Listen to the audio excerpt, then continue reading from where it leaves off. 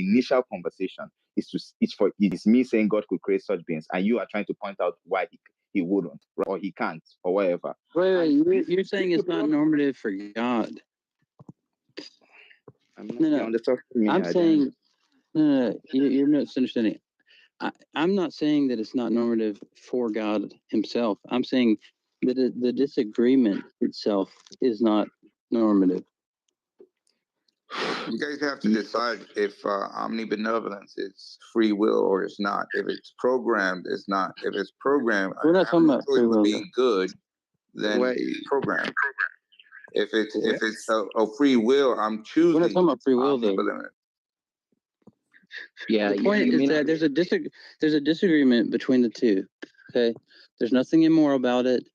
It's problematic in the sense that now they either both can't act, or one has to concede to the other, right?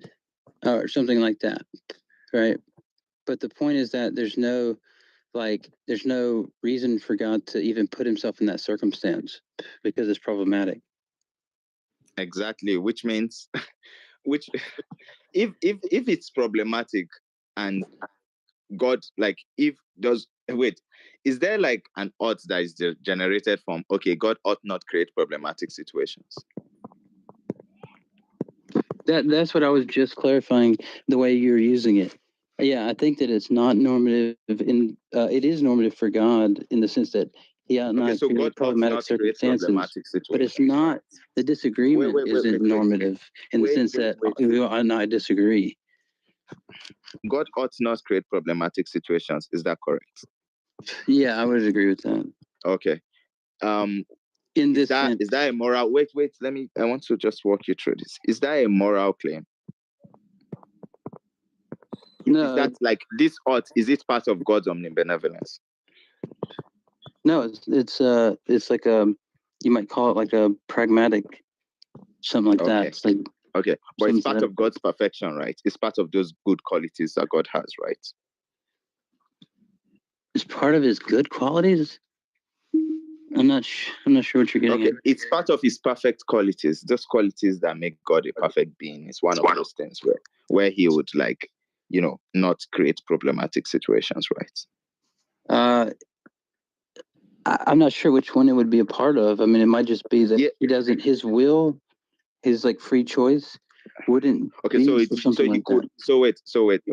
If it's not if there's no like moral principle or normative principle to it, then he could also choose to create it, right? Because if you don't want to say he ought, if you don't want to make it like some sort of like ought to it, right? Then if you are just saying it's just his will to not do it, you are saying that he could also just choose to create problematic situations equally. It's just one of his random free will choices. You're asking, can he prefer what he doesn't? Can he prefer something he doesn't prefer? I think when Timothy was kind of mediating, it was helping a bit, but I don't think we're communicating. Yeah, I think you've changed your argument about 3-4 times. Like this was about like a moral thing, right? About his omnibenevolence. Now you realized it wasn't, and now you're kind of shifting. I didn't realize that. And you're like, well, could God, like, does he want to do this or that? Come on, bro. I didn't realize that. Wait, you have to realize that you changed your argument multiple times. No, I actually did. You're fixing it on the fly. What I do is that I don't. Well, give me the stillman of it. No, I don't mind like kind of granting some like minor thing that I think is some language games that just to explain a broader point, and that was why I said that. And if you notice what I'm doing now, impressing you about does God ought to do this, is to show you that it is a moral claim, even though at that junction it seemed like you were able to like wiggle out of it. So no, I did not consider. You're missing. Like you're not understanding. Even if it was a norm for God, right? The disagreement between the two is not a normative claim that they ought not disagree, right? And so it's not a moral issue to decide between. Even if from the beginning, before God creates this being, it's a norm for him to not create that being. It's not a norm if he does for them to disagree. That's what you needed, because then you could say they need to settle it because it's a normative, the settlement is normative there, right? Now you're pushing it back to God norms of creating this being or not. That's different. I don't think you track why I'm doing that. So, and I'm just getting we're going around. But you can make it clear. Yeah, I'm not sure I can. That's actually why I'm kind of giving up. Like, there's always like a language barrier between. But Yeah, I mean, I don't speak English, so as Andrew and Timothy know, so that might be is that. there anyone else that understood the argument? I Anyone? think Timothy was like No. addressing what I was saying I don't. correctly. Yeah, I don't think Timothy did either. That's like why he left. I mean, Can you Timothy, are you there? Yeah, I mean, I've told them what I think about both of no, them. wait, multiple but you times. missed the last part. He kind of like he like look. The last part was he realized like what my point was that like okay, he was wanting to say if the two gods after God creates this other external God that has all the same properties of him, right? They have a disagreement. He was wanting to say that disagreement, they would settle it necessarily because they're omnibenevolent. And I said it's not it's not a benevolent thing. This is like an aesthetic difference between the two, and the disagreement there is not about a moral issue, right? And he got that point. But then he wanted to say, like, okay, could God, and he's like started trying to shift it to something different. I wasn't shifting it to something different. Let me tell you what it is you are not getting, right? So you like, and it might just be like because of the term I used, right? So when I used moral there, all moral was supposed to stand for in the way I used it there was just some sort of like normativity, some sort of oughtness. Do they ought to do this or not? If you want, if that was what moral, that's what the term moral was supposed to be doing there. So, and that's why I try to show you that if it is the case that this problematic situation, right, a being that is quote unquote as perfect as God ought not create such problematic situations, then they would have that ought also, and that's what will make Yeah, them that resolve the seems. I situation. don't think that's like a control. Like that's not. Yeah, God ought. That's my point in the beginning. God ought not create this Wait, type of can I hear circumstance to be in. what is him as a what do you not think? Yeah, I mean, if his idea is like, even if it's an aesthetic difference, the fact that conflict is bad, if you're both all good, means you wouldn't engage in any conflict. So it means you. No, it's not a fight. That's what I pointed out. It's not a fight. It's just going to end up in a No, but I'm bird's saying you ass can have circumstance. like, bro. I just the thing I don't get about you, you're both just playing Dungeons and Dragons. Like, so unless you like, Converse is gonna say, hey, this is superficially asymmetrical. You're gonna say, no, I think, but based on my understanding of all the things, all the different views, it's actually completely compatible. And then he's gonna ask you, well, I want you to explain. I want you to give me the machinery. You're gonna say, well, what kind of explanation do you want? Ultimately, it's gonna bottom out in some kind of primitive. He's gonna say in response to that, well, okay, well, so does mine, and look, they're the same. Like, I don't know why you guys. No. You missed the Wait, last part of the but you know what's conversation. stressing me about you, Himothy? When you reiterate like what you just said, you just gave me the win, but then you said that there's no I win. don't know if I'm giving you because the that's win. my That's up to point. you. Yeah, What that's you up just to said you is two. my I don't point. know. Yeah, maybe. Yeah, maybe. I'm saying, It's Converse that is you disputing keep on that to there make is your symmetry point being is, created. but Converse, your point is about like whether or not he's switching between internal and external critiques and blah blah blah. No. His point is that. That's not it. Look, he conceded the point I needed conceded, right? Which was that, okay, whenever he says, look, there is a disagreement between these two beings, okay, this is the whole point here. There's a disagreement. He's saying because they're both omnibenevolent, they would adjudicate that, they would settle it so it's equal with the Trinity, right? And then I'm saying, no, because it's not a benevolence issue. They can just have disagreement and there'd be a burden's ass circumstance where they can't create. Yeah, but not on his story though. Like you're saying, look, he agreed he's with saying that. that's not what he believes. Oh, well, then You were okay, then I gone. don't He know. Then he's agreed with conceded. it. All right, then yeah, then he's conceded on the point. Okay. Right. And so then Can he I say wanted to what I like said push. to it without Converse telling you that I considered to something? Yeah, go ahead. But you did say that. Okay, I see the point there. Like it's just look. I think this is like a very. This should maybe be the thing that you guys agree or disagree on. It seems like conceptually at least, that it's perfectly consistent to say on the Trinity model, there can be this Trinity model that you're forwarding. There can be a conflict, and but like conceptually, it's like possible, right? And on the model that he's forwarding, there can be agreement or accordance. And if that's the I think that's case, really then irrelevant. but it just seems like then within that space, you can both kind of construct views that like you claim are symmetrical and asymmetrical. And I don't think you're going to resolve that dispute because it's like there is no conceptual intel. Like, because even when he asked you the question about, explain what's going on under the hood. I mean, you could just say, well, it's just a primitive. Bro, I've already look. This is like what I'm saying is it's irrelevant because look, God is a necessary being, right? Part of what it means to be necessary here is that he's going to be a trying. I'm stipulating all of this in there, okay? And then he goes, okay, why couldn't he create a being, that has all the same properties as him? I say, okay, he could, but he would be external, right? And if they have a disagreement, they're not bound by this unity that the necessary being is, right? It's part of their necessary I get attributes. it. Yeah, I get it. On your view, necessarily, It's not about my view. It's about the like. I don't think I can help them. It's about the progress. Look, it's about the progress of like a critique like this. It's just like you're just telling a just so and saying this is why it doesn't make sense for my view, and he's saying, well, I don't feel like I know enough about your view to really rule out the view that I'm propounding. Like I wouldn't matter. I don't get. Yeah, like I'm saying, like say there's a baseball. Dude, it's like saying like, okay, so you're saying in a baseball state, okay, you say you have a baseball stadium, and you're saying I couldn't fit like 36,000 people in it, okay?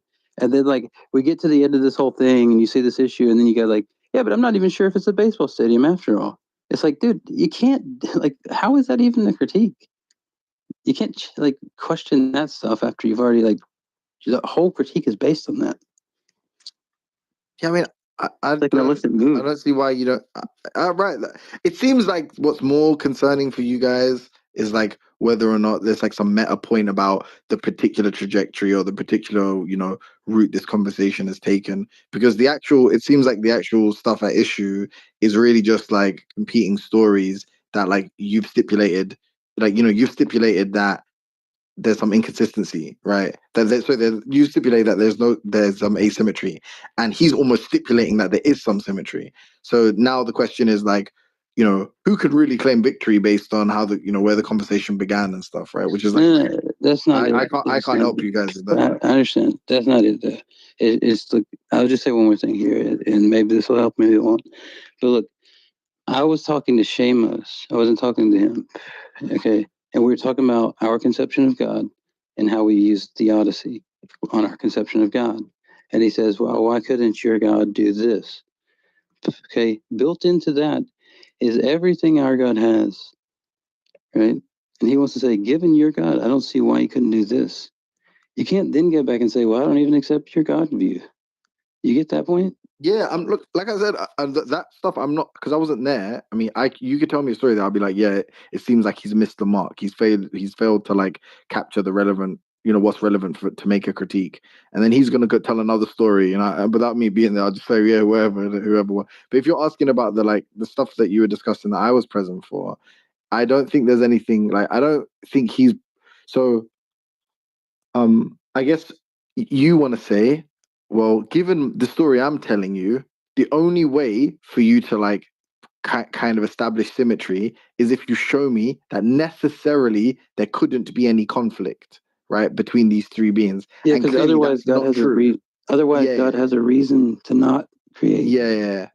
Right? Yeah. And he's asking the opposite question. Now, whether or not that's an illicit move or not, I reserve judgment. I mean, based on what you said, it seems like it might be whatever. It's like besides the point. But he's just asking you the opposite question. He's saying, well, I think that possibility applies to your God, your Trinity too. It's not necessarily the case. God's a necessary being. He's like necessarily this way. No, but it's not necessarily the case that there wouldn't be any conflict. It's necessary that, he's a necessary being. This is part of his properties, is to have perfect unity within the Godhead. Okay, well, I mean, I don't see why that move's like closed off. By necessary, do you mean like say or something? Well, I mean, he is say, right? And the other one isn't. But the point is that like you whatever you like, I just don't understand this like moving backwards, especially as a response. Because remember when I gave this critique to like, well, what if they're out of agreement? They have a difference in opinion, and they become like a Burden's ass situation.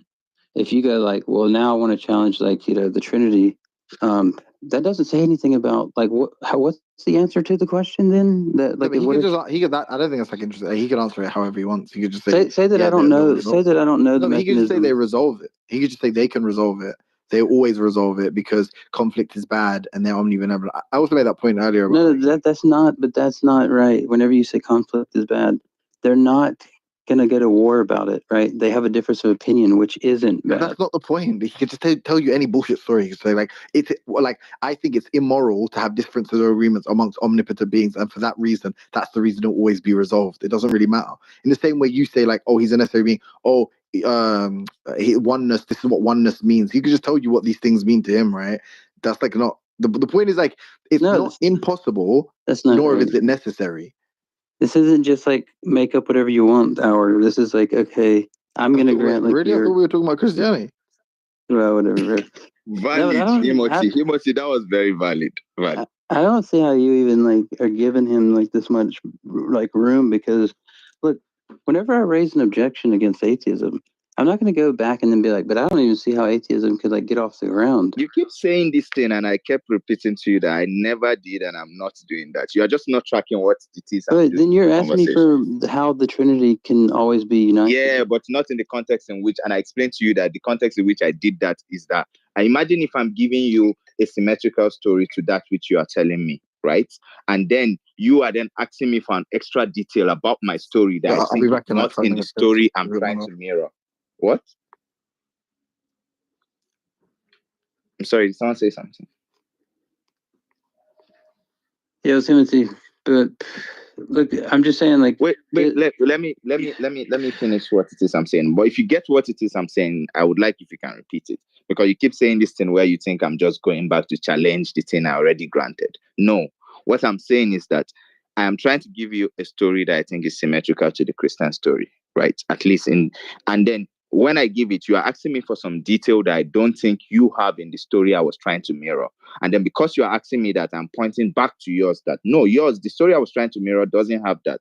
It's not like I'm going back to challenge what I already granted. No, I'm just saying that that thing I granted, this was not part of it. Let's just see if we agree on each step. Okay, I'm talking to Shamos. We're talking about our God. And you say, how does your God is not able to create gods just like himself? Right? That's step one. Okay. We're in agreement? Okay. The next step is... To be fair, if we're going to be like completely... Yeah, just to be clear, I thought we're trying to get clarity here. I might even concede here. Believe me, I don't mind conceding. To be fair, maybe I jumped into the conversation without getting the full context right. Because when I said, why can't God create this? I was not necessarily thinking about your full theology. I don't really know exactly what your God. I don't think there is one idea of what the Christian God is. My converse might have his and whatever. But I wasn't having all that. Although I had some like framework that I think is similar to some things I think the Christian God is, right? But I just have the idea I think is that, a perfect being. Why can't a perfect being create another being that is perfect? So it's not necessarily... But you realize, like, we're talking about the problem of evil, right? Which is like, okay, given your God, exist, how does, the problem of evil take, how does evil, how is there evil? Right?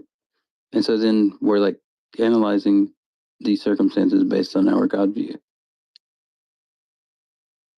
And then you say, well, why can't your God make, this other gods? Just like and this is the point where I think I might concede something, right? Where I didn't even hear the problem of evil parts. Maybe I jumped in, where I shouldn't have in the conversation. So I only came in when I heard someone talking about God not creating, God can't. I think you just stated it personally. I wanted to speak, then I stopped. I thought I was interrupting you. If you notice, I tried to speak, then I muted up, and then you spoke. All what I heard when I came into the room, I didn't even know this conversation started from the problem of evil. I didn't hear that part of it. Oh, okay. You just say, see now, whenever you popped in, you heard that, and you started like pushing back. I just asked that question because like it's a question I've heard people say it before, and I really still now don't think there's a justification for the idea that God could not create another being like himself. I don't see any reason why not.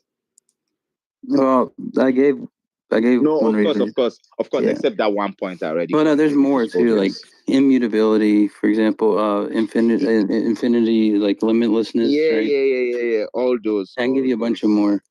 Yeah. There's some. No, see, okay. Sometimes I'm not very precise. You're right. Of course, not exactly precise. Of course not, because God is uncreated. Those ones will be created. They'll be dependent. God will be dependent. Okay, all that. But like in the type of significance aspects where like, do you want to say like, if you say infinite, what does infinite mean? Does infinite mean it was not it doesn't have like what's it called? It's not created or not dependent. If that's what infinite means, then of course they are dependent on God. But if that's not what it means, then they could be infinite, right? They could have no limitations in some sense. Well, their lifespan is limited to a point. Why? Right, God's eternal.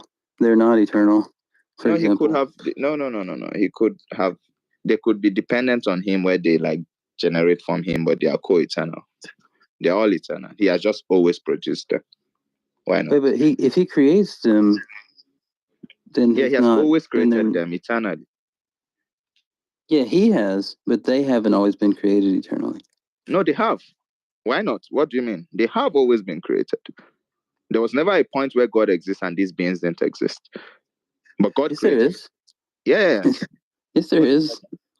It's the time sans creation where he existed. No. There's no time sans creation in this case. In this case, it's just such that creation here just means they depend on him. They come from him. Their being is sourced from him. That's what creation means in this case. It's not the type of creation we have now. No. You realize that when God creates something, he creates in time. Time starts when he creates. You realize that? Like in the world we live in now, are you saying it must be the case? You're saying I can't have any conception of co-eternal beings that generate from each other? Because I don't get what you mean. Do I realize? Look, when he creates a world where there will be a creation that will be made out of something, right? That's the start of a world. Wait. If God didn't God has always existed, right? You're saying that can be timeless, right? Sans creation, Are you saying in this conception you're given, sans creation, there was no time, right? Yeah, you can. That's one way to think about it. Yeah. Okay, so and the reason there was no time is because the being that in existence then is like eternal, right? Okay, so why would time begin to exist if there were two eternal beings that have always been in existence, where one just like it's almost like one just maybe I would say logically or ontologically just source or depends or like needs the other to exist, like just some sort of like logical dependency where one depends on the other. Well, something like that. Yeah, that's not what I'm challenging. What we're talking about is what God can create. Yeah, like why wouldn't that count as creation? I'm saying that is what creation will mean. Because you're saying they have always existed through eternity, and they're just like a logical dependence. That's not a creation. Why? Well, in what sense would it be a creation? It's a creation in the sense that they are not as say the way God is. So that's what makes him the creator and they're not. I mean, that's what makes him the creator and them the creation. I'm just giving you a concept. Like, it doesn't have to be that which exists right now. Were their lives? This is the way the world could be. Was their existence? This is a possibility. That's what I'm saying. Was their existence brought about by God at some time? No, I just said to you, okay, take away time. Like, why do you? Okay, forget the word time. Forget the word time. Was there a point, a logical moment, sans creation? No, because creation always existed. Then he didn't create them. Creator. What? Then he didn't create them. Why? I just explained to you what it means for them to be a creation of him, right? Is that they proceed from him. That they're dependent. Like, it's almost like saying, wait.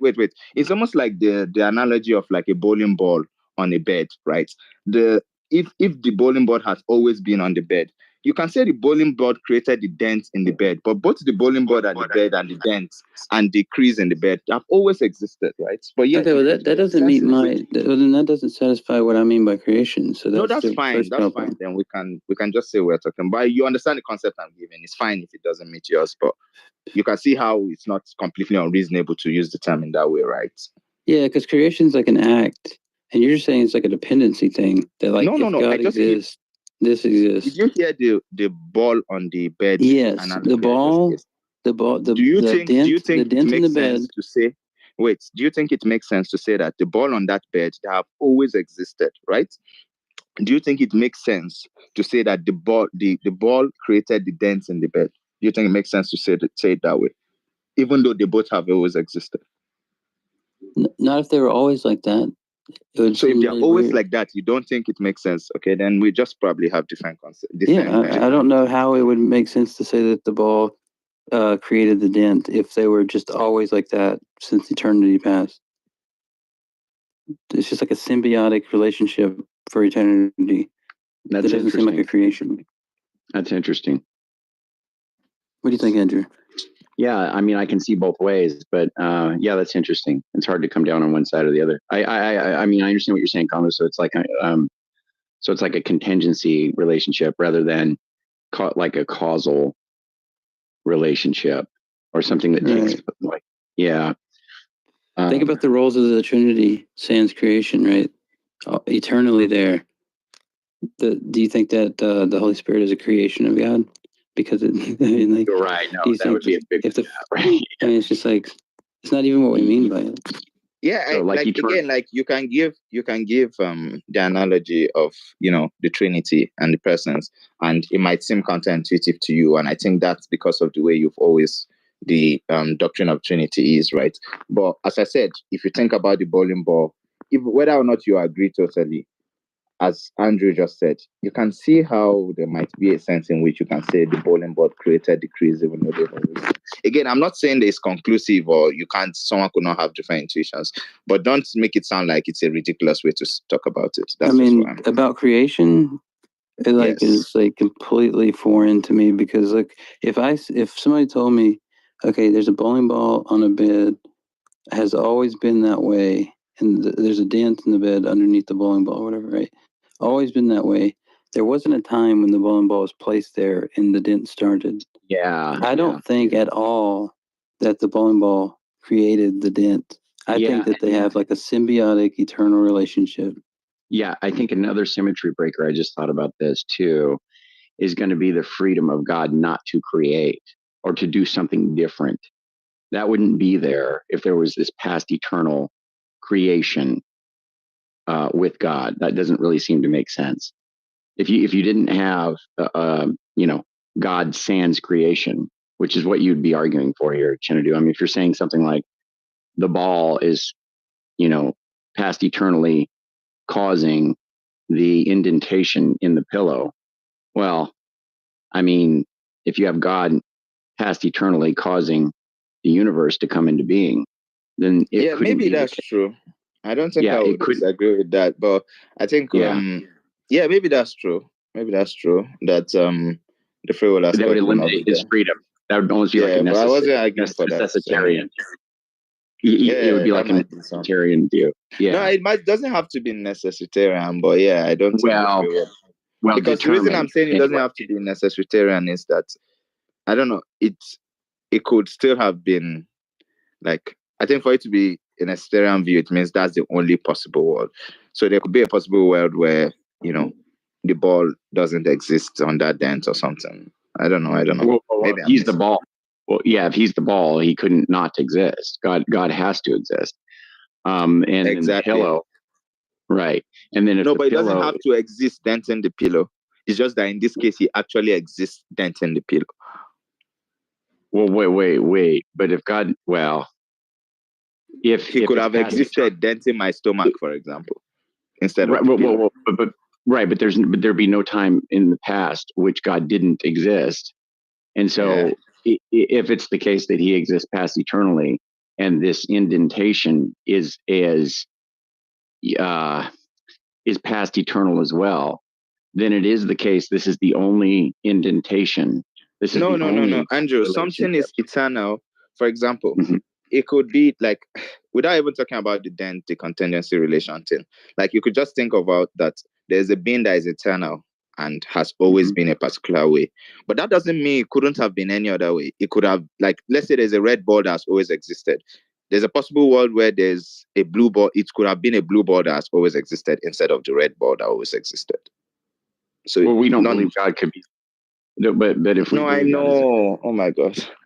No. I mean, you're saying it could have been. I mean, I guess you're just saying that we'd be wrong about him being a necessary being in the way that we understand him. Is that what you're saying? That we could be wrong about the necessity of God? I think the entire thing we're talking about is getting. I'm not disagreeing with you at this point, but I'm like, oh, how did we even get here? I'm not sure. Like, what's the point we're making now? I'm not sure. I hear you. We were talking about this relationship between God and the creation, and the indentation being like past eternal, and talking about whether that's a cause or a contingency relation.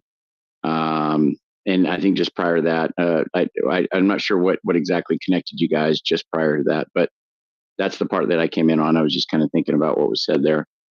But yeah, I think I just eliminates the freedom. Let's not say necessitarian, Chinadu, although I do think that might be the case, depending on what we mean by necessitarian. Maybe not all. Well,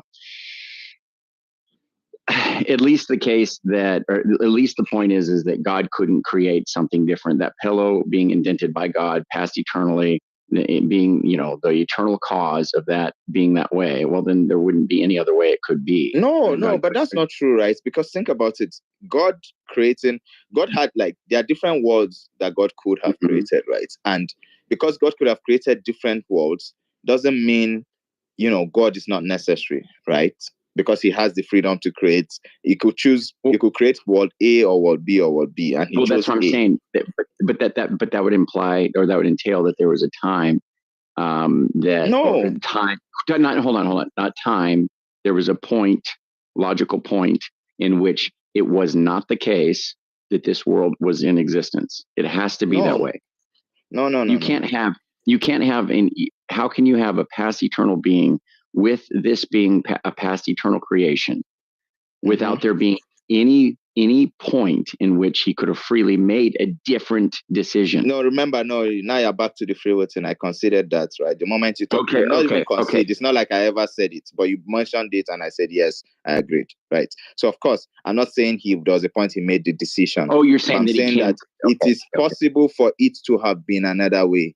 It's possible for it to have. Then that's what I'm saying. And it being another way would not have anything to do with the necessity or contingency of God. Well, no. If it's another way, then I wouldn't even be making this necessitarian claim and all of that stuff. If God is a necessary being, but he has libertarian freedom, then I'm good. I have no contention with each other. I mean, things could be different. I agree. See, but Andrew, do you have a concept of creation where God is not bringing something into being? Yeah, if he didn't, exactly. I think that's a possible world. It may not be I think that's a possible world. No. What I'm saying is, like, think about what it means to create something, right? But think about if somebody tells you, like, okay, I created something, but it's not that I brought it into being. It's like always existed alongside me. No, I think he agrees. I think Chinadu is granting that point now. That because I think you are right, Chinadu. No, I didn't grant that point. So I didn't think so. I didn't grant that point. Okay, go ahead. Well, wait. Then how? If you don't grant that, then he granted your point about God could, like, make didn't have to create or something like that, right? Well, no, there has to be. No, I granted the point about free will. Like, you're saying that, like, if I granted the point that if the two beings, the creator and the created, have coexisted eternally, right? I'm granting that, yes, you couldn't then say the creator freely chose to create this, because there was never a point where, like, he made the free decision, right? Although even now that I'm saying it, I'm not sure, but I've not thought about it clearly, but maybe that's true. Well, what Chinadu, then Converse and I believe in a God that has, well, I don't know. I think you believe God has libertarian free will, right, Converse? I mean, I know you do sourcehood for us, and I know that's a type of libertarian freedom. But whatever the case, only type. If you don't have, if you're not the source of your own actions, you're not free. Period. Well, okay, I guess. Okay, yeah. Well, let's not get on that because that's probably my hang up, not yours. Yeah, but you can't not grant that. Though is the point. Even no, I said that's probably. It's the first thing you do in PAP is you grant sourcehood. No, well, right. I mean, yeah, I mean, I do think the agent is the cause of their decision, but I think you know my issue, and it's like what we were talking about with Sully and Sasha. So let's just that's probably my hang up, not yours. Yeah, we can put that aside. Yeah, let's just set that aside for a second. But whatever. Okay, so God has freedom. So Chinadu, if God would have made something different, that doesn't make sense to say that this is a past eternal creation of God. That doesn't make sense. No, it would just be under the different concept. Remember, the concept of creation I have here, and I agree that it might be a bit counterintuitive, but not fully. There are still some intuitions that I think we would have to it. Like I gave the example of the ball on the bed, right?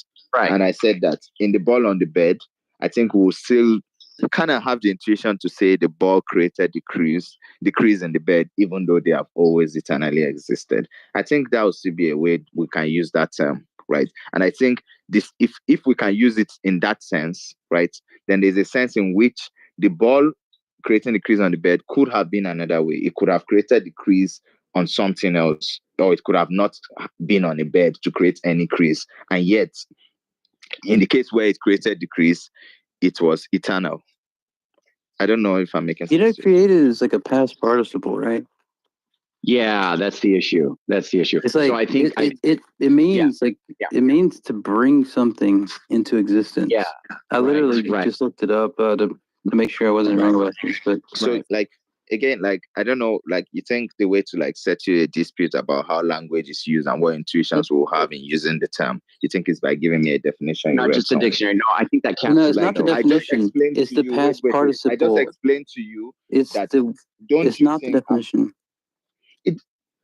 Oh my God! It's that it's a okay. Okay, you were listening to me, but I'm not listening to you. Yeah, that's right. Go ahead. That's why I think right now. You didn't address my point. It's a past participle. The word created.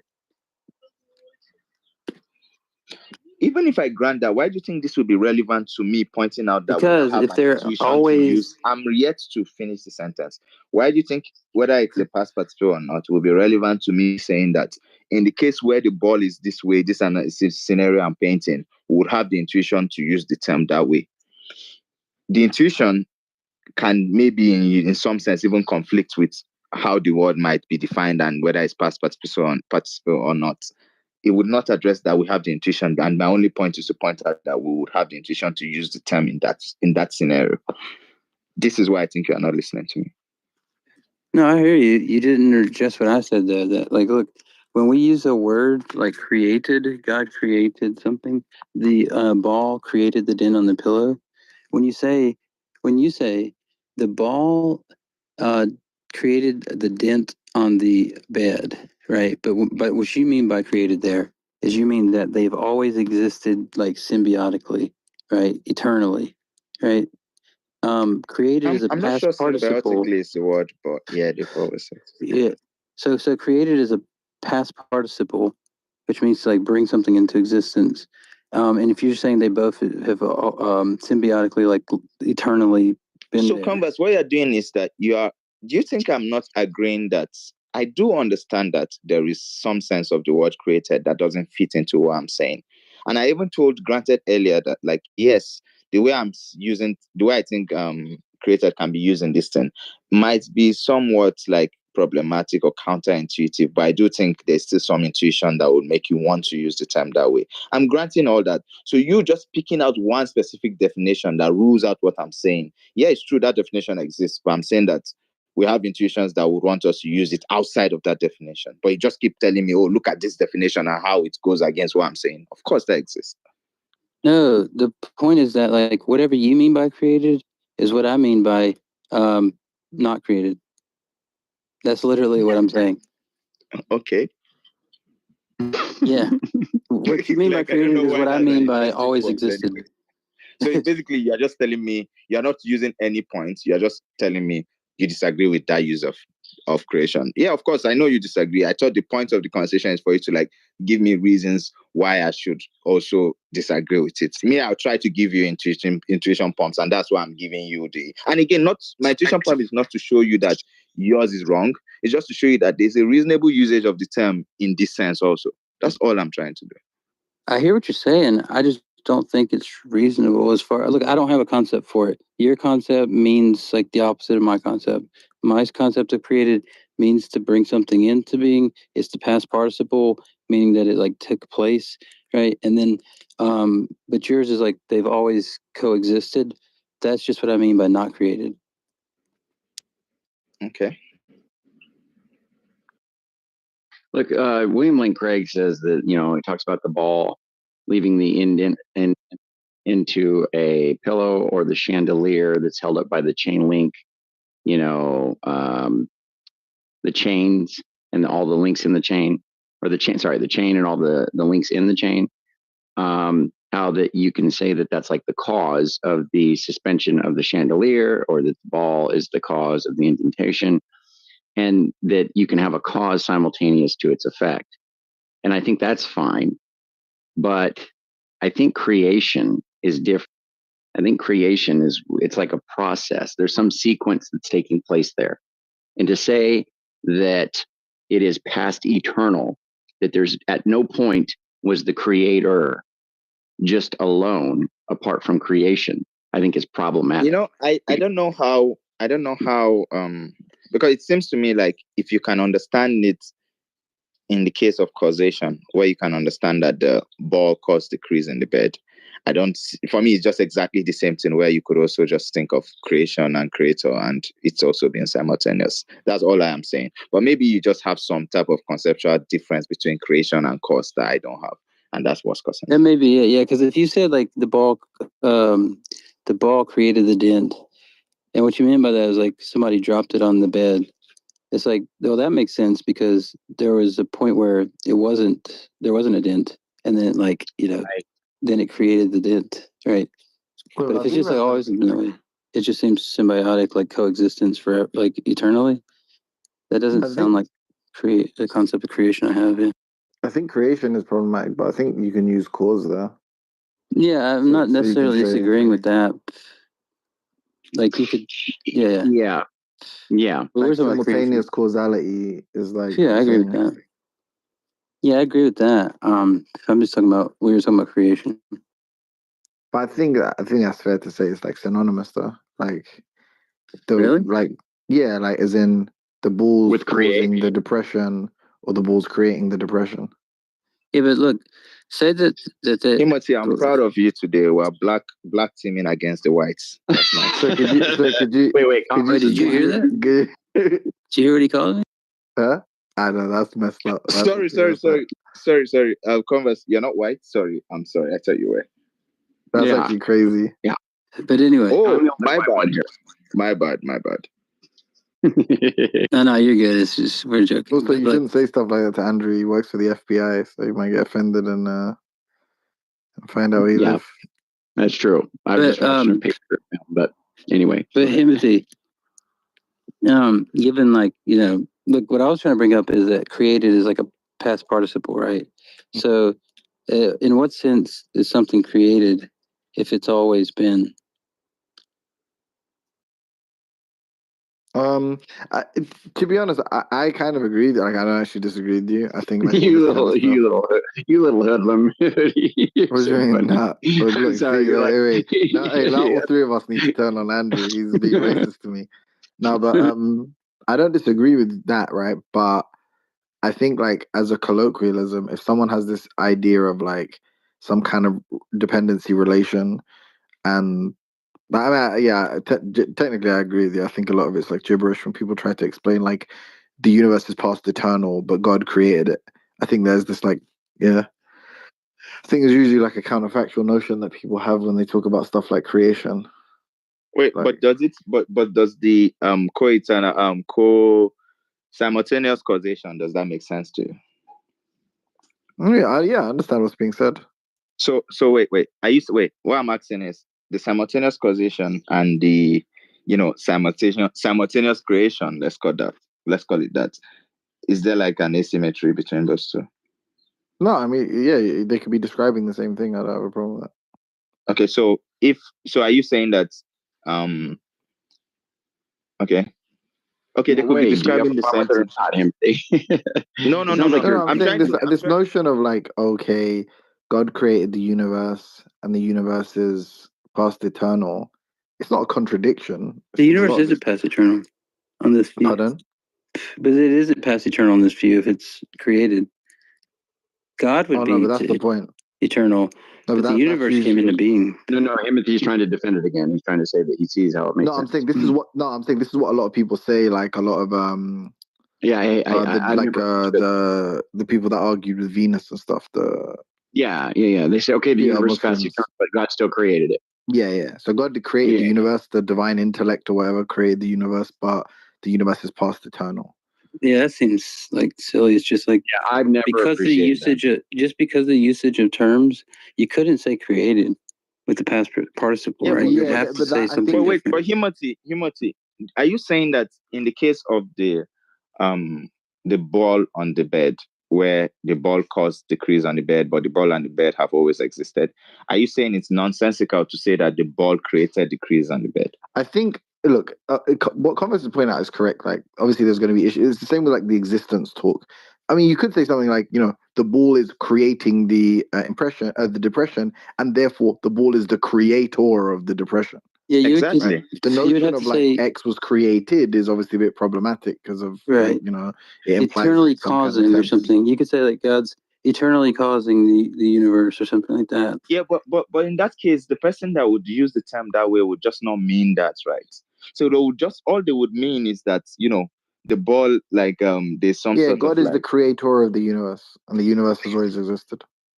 yeah, like that's all they will be committed to. They will not be committed to those extra entailments you think the meaning of the word has in some other instances, right?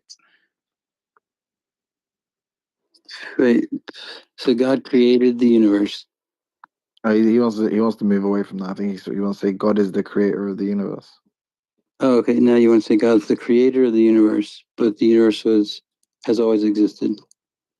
Yeah, like again, like I don't know, like it just seems to me like it's easy to understand without trying to like look for how the language means in some other instances, right? There's just some basic way you can see how the language can be used. And as I said, I'm just saying that it's just the way like the language can be used. And I think intuitively it can be used. Yeah, if you kind of think about it too much, you might see some problems because it's not exactly the same with the way it's used in like, in like finite creations where, okay, something had a beginning. Yeah, there will be a difference there. But it doesn't mean it's nonsensical to use the language in this instance also. I don't think so. I mean, there's a way you could word it to get the sense that you're trying to get out of it, maybe. That's 2-0 on you, Converse. 2-0. All right, 2-0 for the Blacks. I mean, for Chinadu. Andrew, I'm uncomfortable when you say blacks. Me too. I'm uncomfortable with me saying it.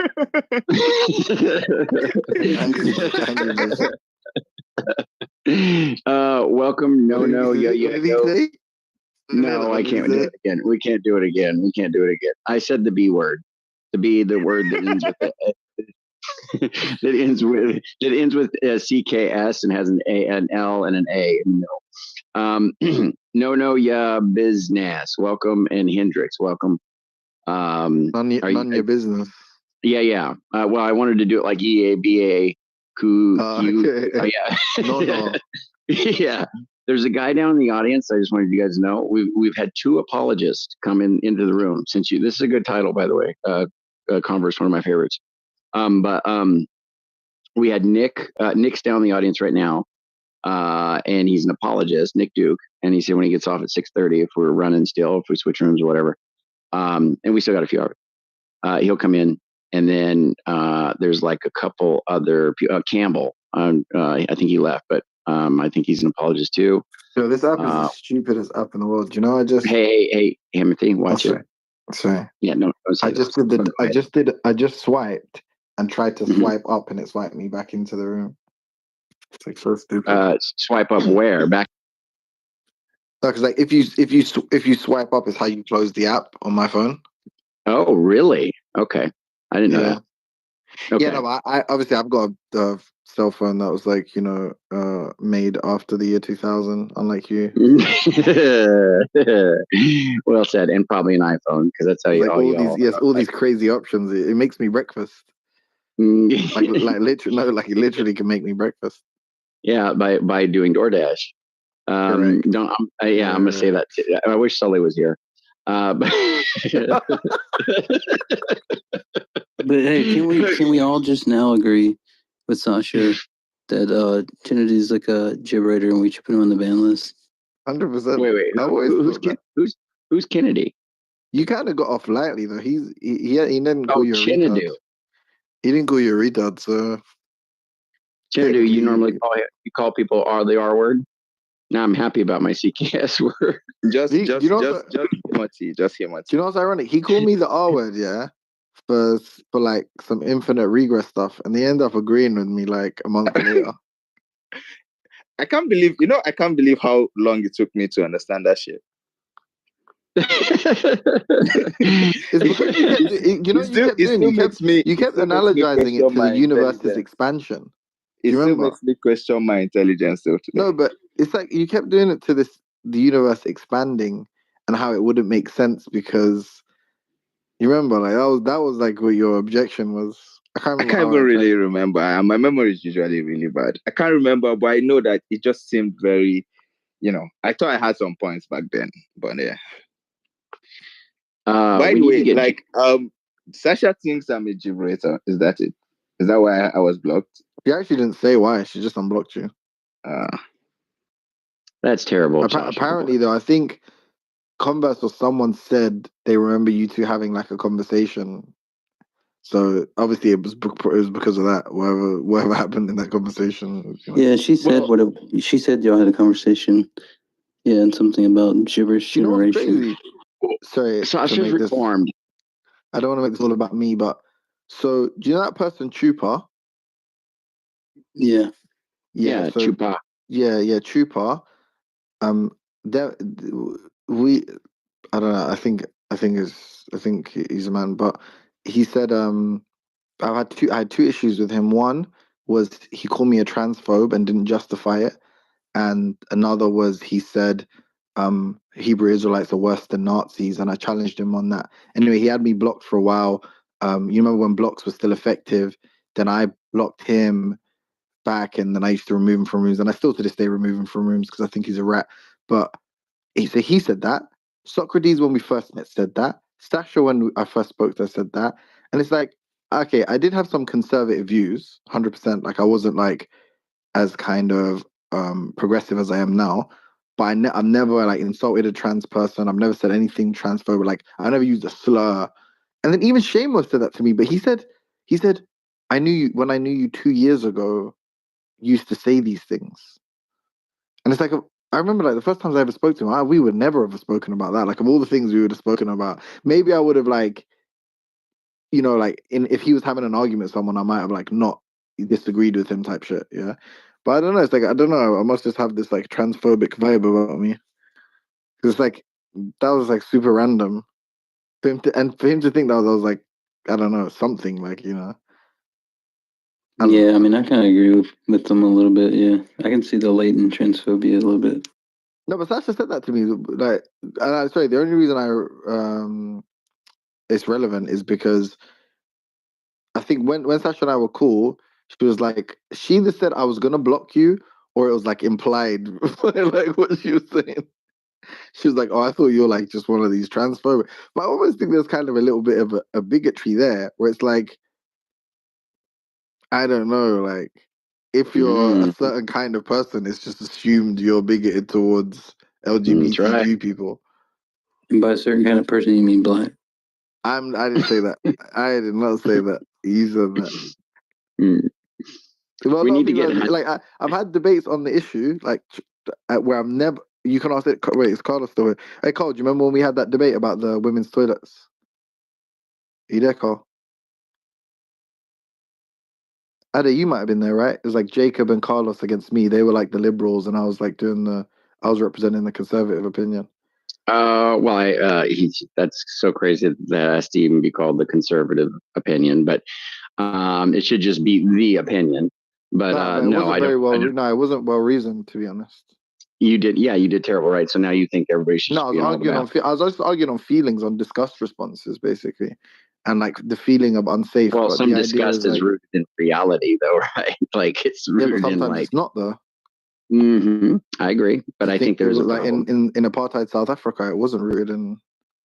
It Oh, wasn't yeah, rooted sure. just. That's true. Yeah. That's true. Yeah. That's true. So the point is like But the statistics didn't favor my argument.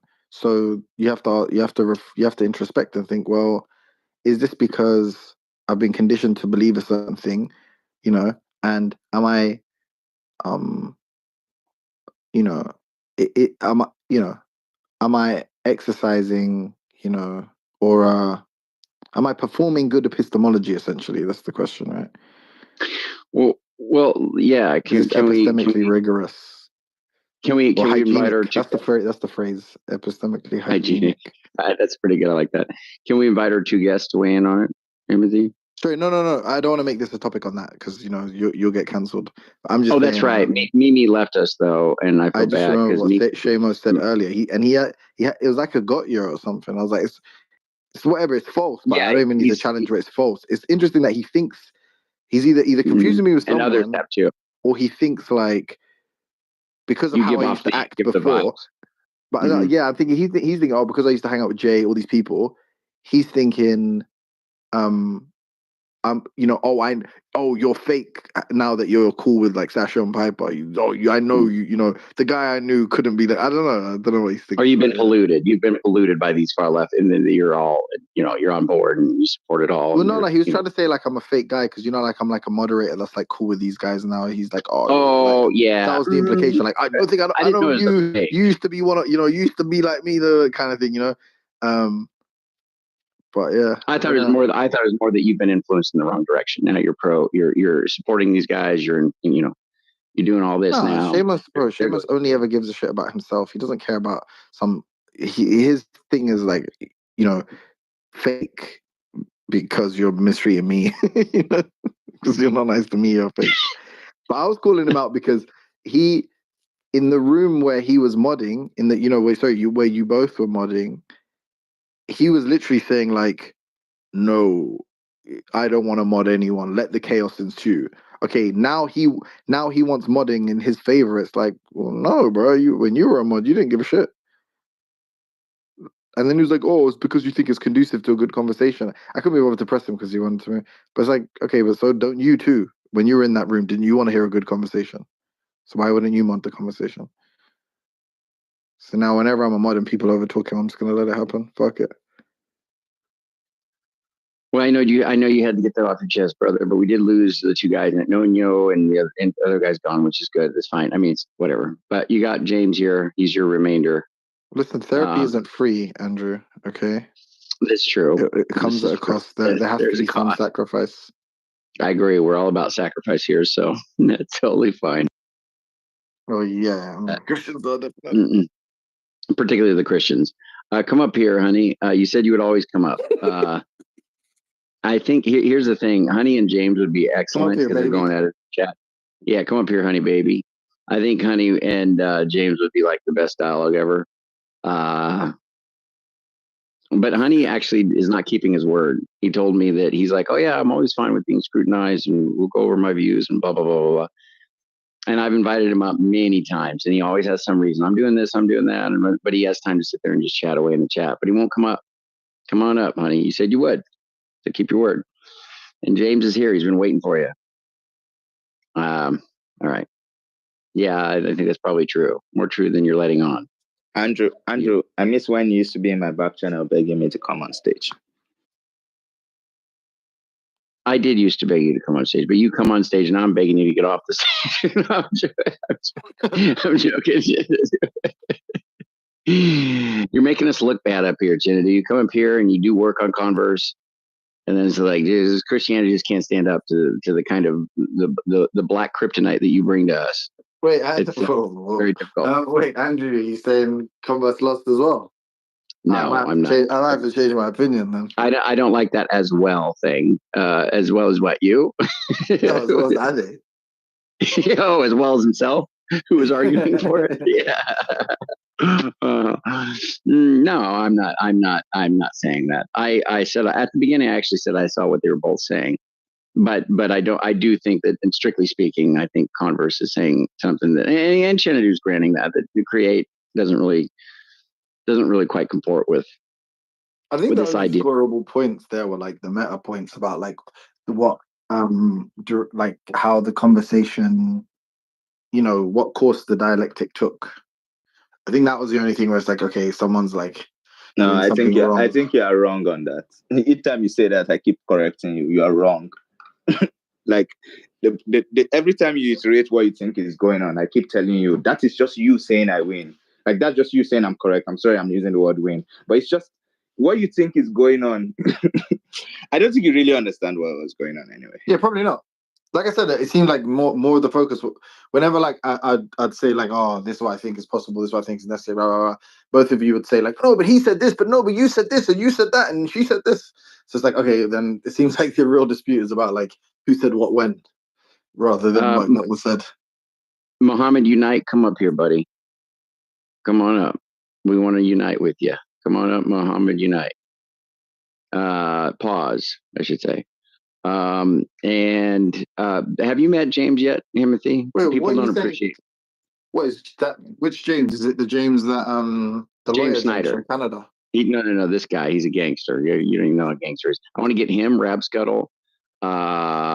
Who's the other two guys? If Rapscuttle comes back to the app, I'm leaving the app. I want to get Rapscuttle, James Schneider, voiceover guy, and there's another guy. So did he get removed then? Who? The guy, your friend. James? No, James right below me. No, the guy that you said, remember, was like a suspicion about who removed him. Oh, I didn't know. Oh, wait, about who removed him. The other day when it was like between me, yeah, Jacob, who was that? There's been a lot of that stuff going on, so I'm trying to remember who you're talking about. Can you remember who? The guy you just said voiceover guy. Oh, voiceover guy. Oh, him. Yeah. Okay. Sorry. I don't know. He might have been just playing around. He sent me a bunch of messages afterwards and said a bunch of weird stuff. It was funny. I'm like, dude, you need to come. I'm like, dude, you need to come back and have it. Because I actually invited him back and sent him a link, like you said, and that was a good idea. And he said, no, it's good. I'm okay. And, he said a bunch of weird stuff. So I don't think it really, I think maybe he just left and then just tried to play it up like he got removed. So he's kind of trolling a lot, but he is funny. But James, you and Honey would be like an epic. And I'm glad to see you like 2 times in a row. That's cool. Because you usually take more of a sabbatical when you roll out. So it's good to see you back. Can you help us with Timothy? Because he doesn't believe in God. Well, I'll say again, after the past 8 years, when we saw Donald Trump catch a bullet with his teeth, spit it out while a mugshot was up behind him, and then get elected again, how can't you believe in God? Timothy? I never thought about that. Now I'm a believer.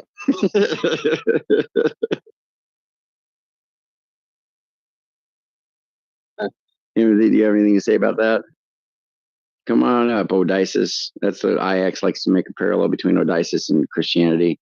Story of Odysseus is just it's so tortured, so bad. Oh my goodness. Odysseus, not Odysseus. Sorry, it's Odysseus. My bad. It's a hard word for me. But yeah, some people ate a meal and there were candles. Jesus ate a meal with his disciples in the upper room. It's like, whoa.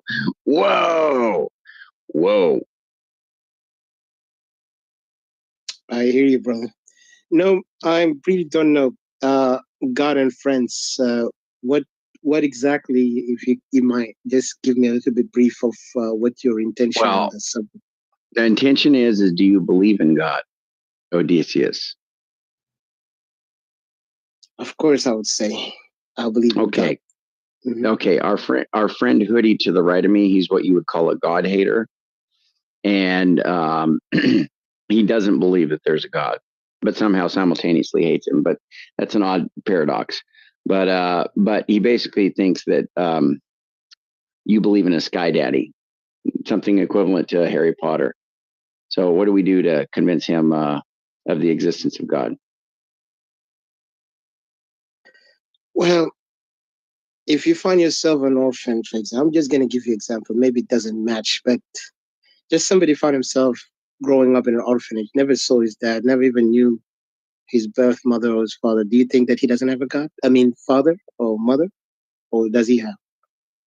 Oh well, Well, I'm pretty sure he convinced. probably. pretty sure. Pretty sure. I think everybody. Did you get? Oh, okay. Weird. He moved down on the screen. Oh wow. I don't think orphans have parents, by the way. I think orphans have dads. Okay, just to know that knowledge of that there is something, and even though you never been familiar with or don't know them in person, doesn't mean that they don't exist. Let me tell you, nothing comes by accident in this world. I know some people think about the Big Bang Theory and all these stuff, right? That's good, but when you talk about all these things, still does not even. I mean, some people try to prove it, but they have a missing link at the end. But what I want to say is that some people, I can convince you, it's up to what proof of evidence you need. Once you get that evidence, then you begin to believe in God. I was an atheist when I was a teenager, but there's a time that it came to my sense that, you know what, there is a God. It cannot be like this world came from nothing without is like it's like, you know, everything is perfect in this world in the way how it was built. So don't tell me that these things came from like how some of the Darwinists believe that we came from worm, and then if we came from worm or we came from monkeys, what about these monkeys still back in the tree? What happened to them? How is everything perfect? Like what does that even mean? Well, I don't know. Is that's the way how people believe in that? You know that there is no God, only just we came through some accident or Big Bang or whatever monkey. So it's you guys who believe in it. I don't understand what it means to say that everything is perfect. What do you mean by that? Perfect. Everything is set perfect. Like there is, you know, you could look at nature. You know, if how is nature perfect? Listen, Holocaust is an action of a man based on I'm man not talking about action. Holocaust. I'm just talking about nature itself. How is nature perfect? Well, nature is always, it's in perfect harmony. It has this, you can look at it from the perspective of, say, for example, like when you look at a tree or you put a seed, you know it's going to grow up into producing something, right? Regardless how you look, I don't know what you want perfection. Do you want perfect is not to be. I don't understand. I don't understand how describing like, a seed, if you plant it in the ground, it will become a tree. Let's forget the seed. Just I want to ask you, what's in your imagination perfection? Because if you this is I don't know. I'm asking you. You're the guy. No. You're the person who said, "Look, the reason I built, nature is perfect. How could have this come up by chance?" And I'm just saying, what does it mean to say that nature is? My friend, nature perfection to me is what balance everything. If it's like in the way how I cannot even describe it. Sorry, just understand me in that way, okay? I know you're trying to kind of like debunk what I believe, but that's good. I'm not trying to debunk what you believe. I'm just asking, what do you mean when you say nature is perfect? Like I said earlier, if it's not perfect for you, that's your problem. But for me, I don't know what you mean when you say perfect. Okay. Well, if you don't want what do you mean when you say nature is perfect? What is the perfect tracking? Before you even go to that question, can you define to me perfect to you? What is perfection to you? Because I want you to define how you use your terms. If my point, listen, if I told you nature is perfect and you don't believe it, then please define for me, because you're throwing a question. It's not about believing. I don't know what you mean. Okay, if you don't know, then please do your research. Don't ask me, because I said it's perfect. I can't do research to find out what you mean by a word. Then why are you asking? Why are you asking? Because I want to understand what you mean by a word. That's why I'm asking you. You used the word. You said nature is perfect. And I'm asking, what do you mean when you say nature is perfect? And your response is, do your research. I can't do research to understand what you mean by your by the words that you are using. If there is any research to be done, it's to ask you what you mean. That is the only research that I can do to understand. My friend, I don't think we're ever going to get anywhere with you, but I will tell you this. If it's not, listen, it's okay. Oh my God, you don't believe. Oh my God. So it's not about believing. I just don't understand what you mean. Listen. If I tell you nature is glorp, let's take that belief. And you're like, what does glorp mean? I'm just, hey man, I can't help you if you go do your research. I can't help you if you don't understand what glorp. Bro, if you can't let me finish, then please go ahead. Like I said, if it's not convincing you, please do your own research. I just leave it that way. It's not about convincing, man. Yeah. Imagine I told you God doesn't exist, because nature is glorp. Do you accept? I don't. Why do you not accept that? It's so evident, man. Nature is glorp, so God doesn't exist. That seems completely It don't make logical. sense. It don't make sense. You Why just doesn't it say make nature sense? is what, and then it's globe. Just go ahead and figure out your question. Why doesn't it Because make I'm sense? saying- Nature is glorp. That's an ironclad logical proof. he was correct here, Odysseus. And Odysseus, just to be clear, I'm glad you're here. I hope you don't leave. But he's pressing you, but it's totally reasonable what he's asking you, right? He's just saying, look, he said nature is perfect. He wants you to define the word that you are using. According to you, what does the word perfect mean? What does it mean in the context that you're using it? And that's what he's use asking. a word. It's Man, incumbent if upon anything me is not to tell other people listen, if it's ambiguous. I know you're trying to, like I said, he's trying to just kind of, Stop like I trying to also guess mentioned, what I'm keep on- trying to do. Stop trying to mind read my motivations and just answer the Bro, question. I don't care. Like, okay, listen, let's not argue because it's not between me and you. I came here. There is Oh a my point God. that I mentioned. Okay, you can say, "Oh my God," all day. I don't care about that.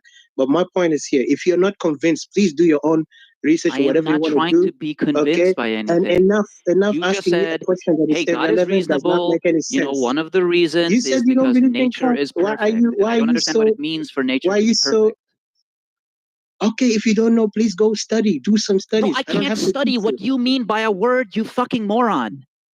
Look at you. The Look way at I you. Look at study that what level. you mean by a Listen. word is Before to you go ask you what insulting, you okay? mean. Listen, Idiot. if you respect yourself, my friend. I don't even know you, and you don't have to go there. Okay, if you're No, not, I have to go there because you're being a retard. listen, because you're ignorant.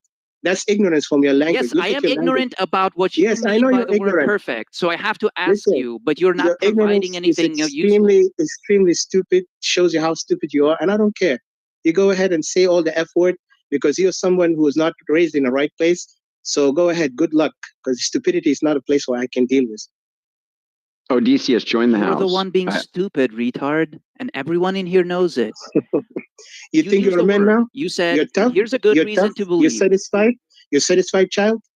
Go ahead. Use that profanity until morning. I'm satisfied when you explain what you mean by the word perfect. You're just That's when I'm retarded, going to my be friend. You're satisfied. retarded. Stop, please. Are you just giving up? No, I don't You deal just with backed into a stupid. Listen, corner? stupid is not somebody you can argue with. I need Like you somebody. built this Yes, I'm house better of than you, cards bro. up, and it takes like a little whiff for it all to come crumbling down. Listen, Is this if what you're you bringing to the if you table? cannot reason, look at you. You can't You even lost your contend with temper. this. You lost your temper, piece of garbage. And you Can't start contend with like the listen. You smallest lost your challenge to temper. your view. Listen, you lost your temper. Start cursing I me. don't care I didn't about even losing care. my temper. Stop Yeah, this like Go ahead. Then rhetorical, shut up, please. hollow nonsense. Can I talk to somebody who have reason or have respect, who can talk to, with real sensible argument instead of somebody stupid enough? I asked you sensible questions and you just dodged. That's not sensible. That's more retarded. those. Shows how idiot you are. You're not, if you don't know how to study or you're not raised well, I so then can't go ahead study and what find you somebody. mean when you I don't say give a a word. damn, my friend. Let's not go there, please, because you believe that's your belief. I don't give a crap about it. I Go can't take a study hike, what you please. mean by a word. I have to ask you.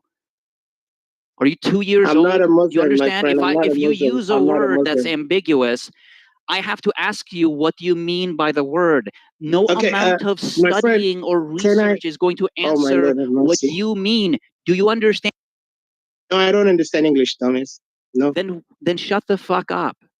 See, that's how you thought, huh? Well, nice. People are so insane. Like, how do you, I bet you can vote too. It's So now you felt good? You felt bizarre. good of using that word? Wow, know how you vote. Look at this.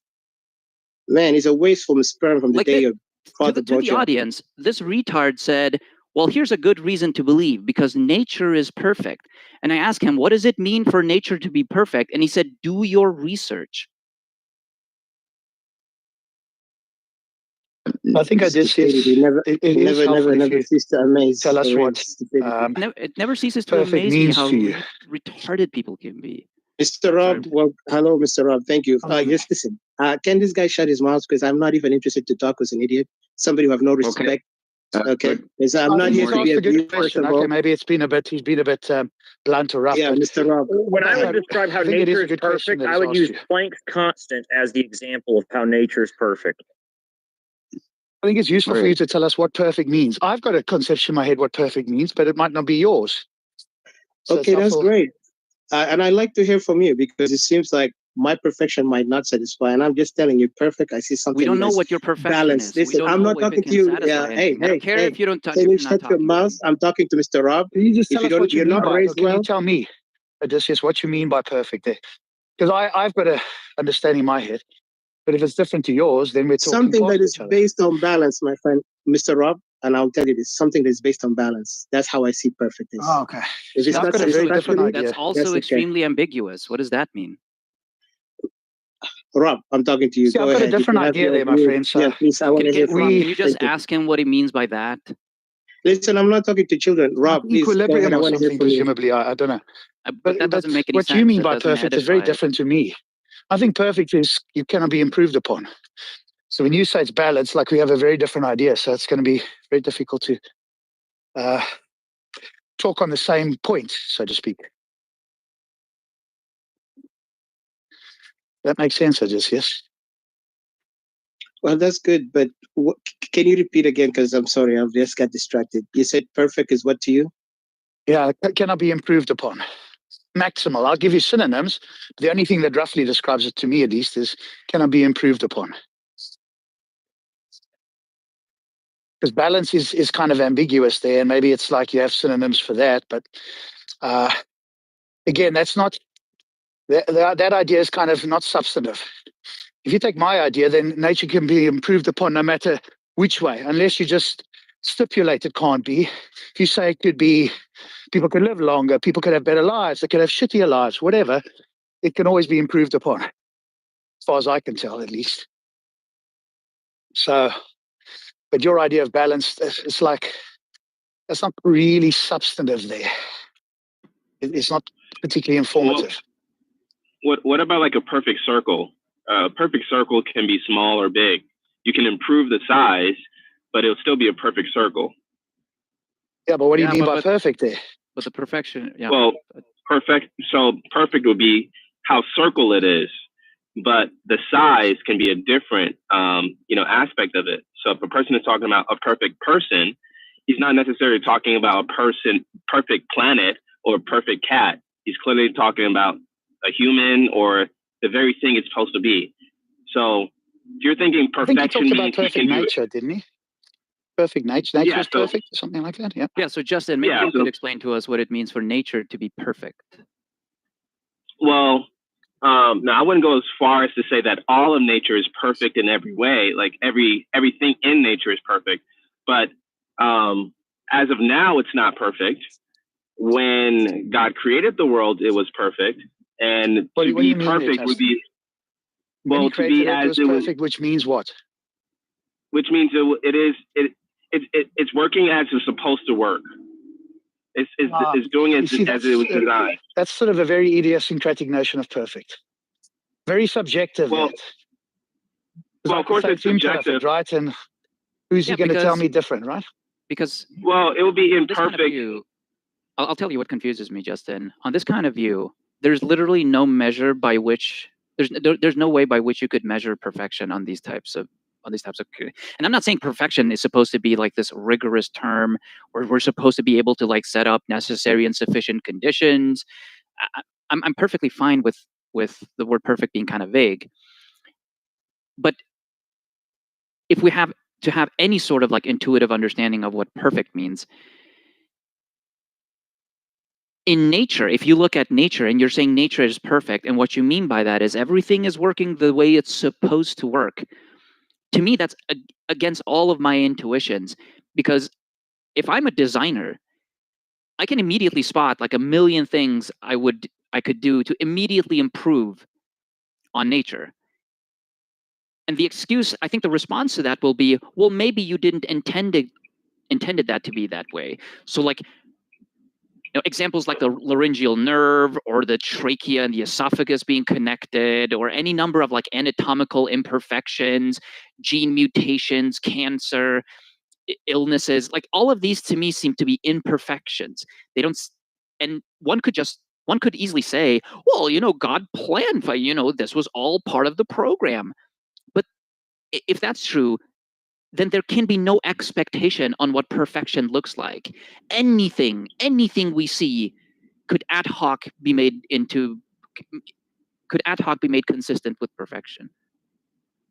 Okay, well, true. Now, I'm not sure about this guy's like point of view if he believes in the Bible's storyline, which is the world was perfect and then it became imperfect by sin. So of course you will find imperfection in the world now. But if you're going by my definition, which is it's everything is working as is designed to work, then yeah, that's just how it is. It's working. But you can still improve on something if it was designed to be improved upon.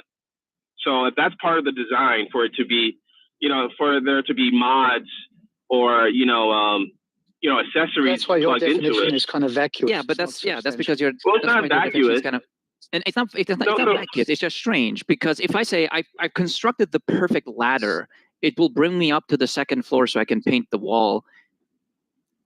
To me, a perfect ladder would be a ladder that can't be improved upon. Like, that would be the perfect ladder.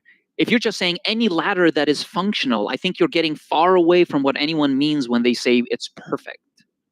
Well, okay, so yeah, if you're saying just to the second floor, then of course you already placed a limitation for it.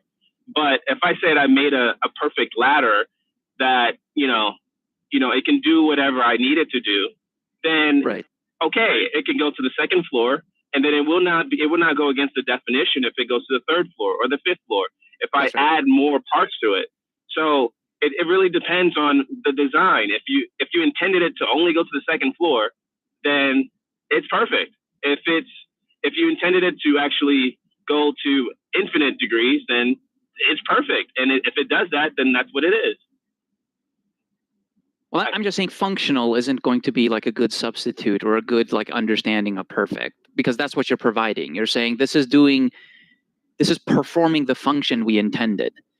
Like a calculator could you can construct a calculator that does basic arithmetic, and you're like, well, for plus minus and blah blah blah, this is perfect. And I'm like, well, couldn't you add this button that improves the calculation? Like, you don't have to press as many things. Wouldn't that be an improvement? Wouldn't that be the perfect calculator? And I think you could do that almost ad infinitum. Right. So then ultimately your definition, when you say perfection is something that cannot be improved upon, by definition, that's just God. So there cannot be anything outside of God that's perfect for you. That could make sense to me. I'm willing to grant that if God is the ultimate manifestation of everything that is good, then maybe we could say God is perfect. But at the very least, it's kind of strange to say nature is perfect. Well, okay, so then there has to be a different word for perfect. That if a person is saying, hey, this thing is as ideal as it's supposed to be, what word would you use besides perfect? That's not God.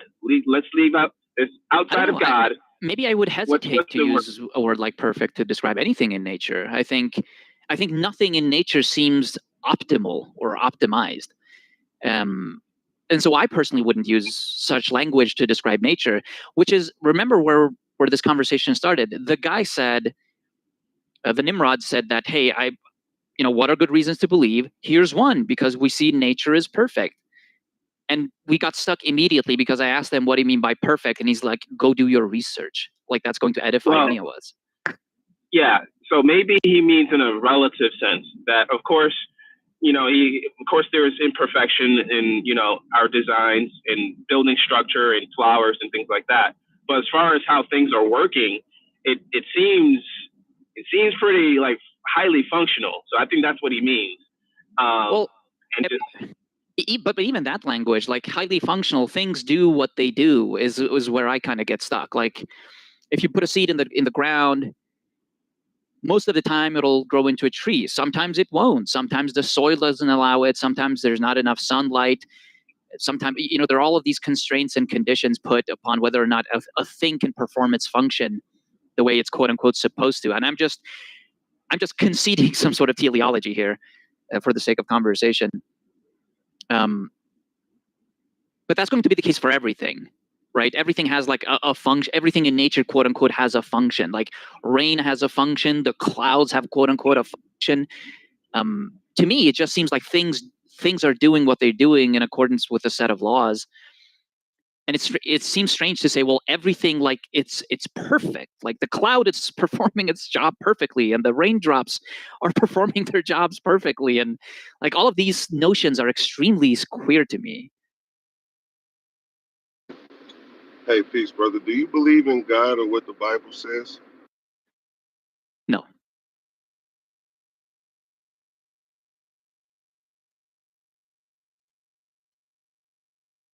Justin, I think the issue for you is you need to clarify like what perfect means here, and to say it's functional is just not informative. Well, It's I certainly think not neither of our. informative to me. Well, yeah, maybe not to you, but I think it. But it's very easy makes to see. perfect If you sense. say God is perfect morally, I understand immediately, right? That means God can't do, or at least in my view, God can never do anything wrong. There's nothing, God is flawless, right? That would be another way of putting it. It has no errors, can't bring about errors, won't allow errors, whatever the case may be, or flaws to happen. I understand that immediately. Right? It's almost intuitive for a competent speaker. But that's not the case when you talk about the world. That's not so immediately intuitive. So you have to be a lot more clear there. Is it a world that will live forever, where people are like perfectly good, where everything grows forever, regrows? Like, what is your criteria for perfect? Well, see, I already gave my criteria. It's just that whenever I give my definition, you try to make it fit with your definition. So I said that perfection is when things are working as designed, or it is as designed, which means if it's not meant to live forever, then great, it's still perfect. If I make a tree grow perfectly, like it's supposed to, branch out flowers at this season and at that time, and But that seems that seems like a strange way of using the word perfect, because you're just describing functional. You're just saying this is functioning as it's supposed to. Typically, that's not what we mean when we say something is perfect. That's not what you guys be a lack of mistakes. So then I ask him, how is does my your son computer make a screen mistake? perfect? It is doing what it's supposed to do. Is this the perfect all the computer pixels, screen? Is there any mistakes that the pixels are presenting? Then it would be a mistake. But the universe itself cannot make a mistake. The sun cannot make a mistake. No. The sun Is this cannot make a mistake. Is this the perfect computer monitor? It's doing exactly what it's designed to do. It's outputting 256 times 1440p at 165 hertz with OLED and HDR. With no mistakes. It's doing all of that. It is working perfectly. Yeah, there are no dead pixels, there's no backlighting, there's nothing. Right. Is this the perfect computer monitor? Yeah, that's how you can tell the difference between something that's working and something that's broken. I understand that. Is this the perfect computer monitor? Well, yeah. If it's working perfectly. It is perfect. No. Working perfectly. That's just equivocating on what the word perfect is doing. Now, it seems like you're using the term perfectly now as best. Is it the best, or are you? Yeah. Is that what you're trying to use it? My point is, that's how typically people, when people say something is perfect, there's usually more that they mean. They usually mean something more than it's working the way it's supposed to. That's not what people usually mean, especially in this metaphysical sense. What people mean by perfect. Colloquially, we could say, yeah, it's, I booted up my new computer monitor and it's working perfectly. But that's like a colloquial usage of the word perfect. That's not in this like grander ontological perfection sense that we're talking about when someone says nature is perfect, and that's a good reason to think that God created it, because God is perfect and he created the perfect creation, Well, I think you're looking at the loose terms of how people say things are perfect, like, oh, she is perfect. You can mean that in the sense of, okay, she's the best, or she is like, there's no flaws in her. When it comes to a computer, you can say the computer is working perfectly, or it is perfect. That could be a million other computers that are working as perfect as the other one. That's right. But it would be weird to say this is the perfect computer in a sort of grand metaphysical sense, right? Grand metaphysical sense. What do you mean? Yeah, imagine in a Platonic ideal sense, which is what I think people mean when they say nature is perfect. They don't just mean nature is doing what it's supposed to do. To me, when someone says, why do I believe in God? Because nature is perfect. I take them to mean something else. But even if they didn't do that, I am fine with someone saying, perfection to me is something that is just functional. Like everything is doing the thing it's supposed to do. If you explain to me that's how I'm using the word, my objection is going to be the objection I gave now, which is, okay, that's kind of a weird way of using it, but if that's how you're using it, I'm fine. The other guy, and where this problem arose to begin with, the other guy refused to even explain what he meant.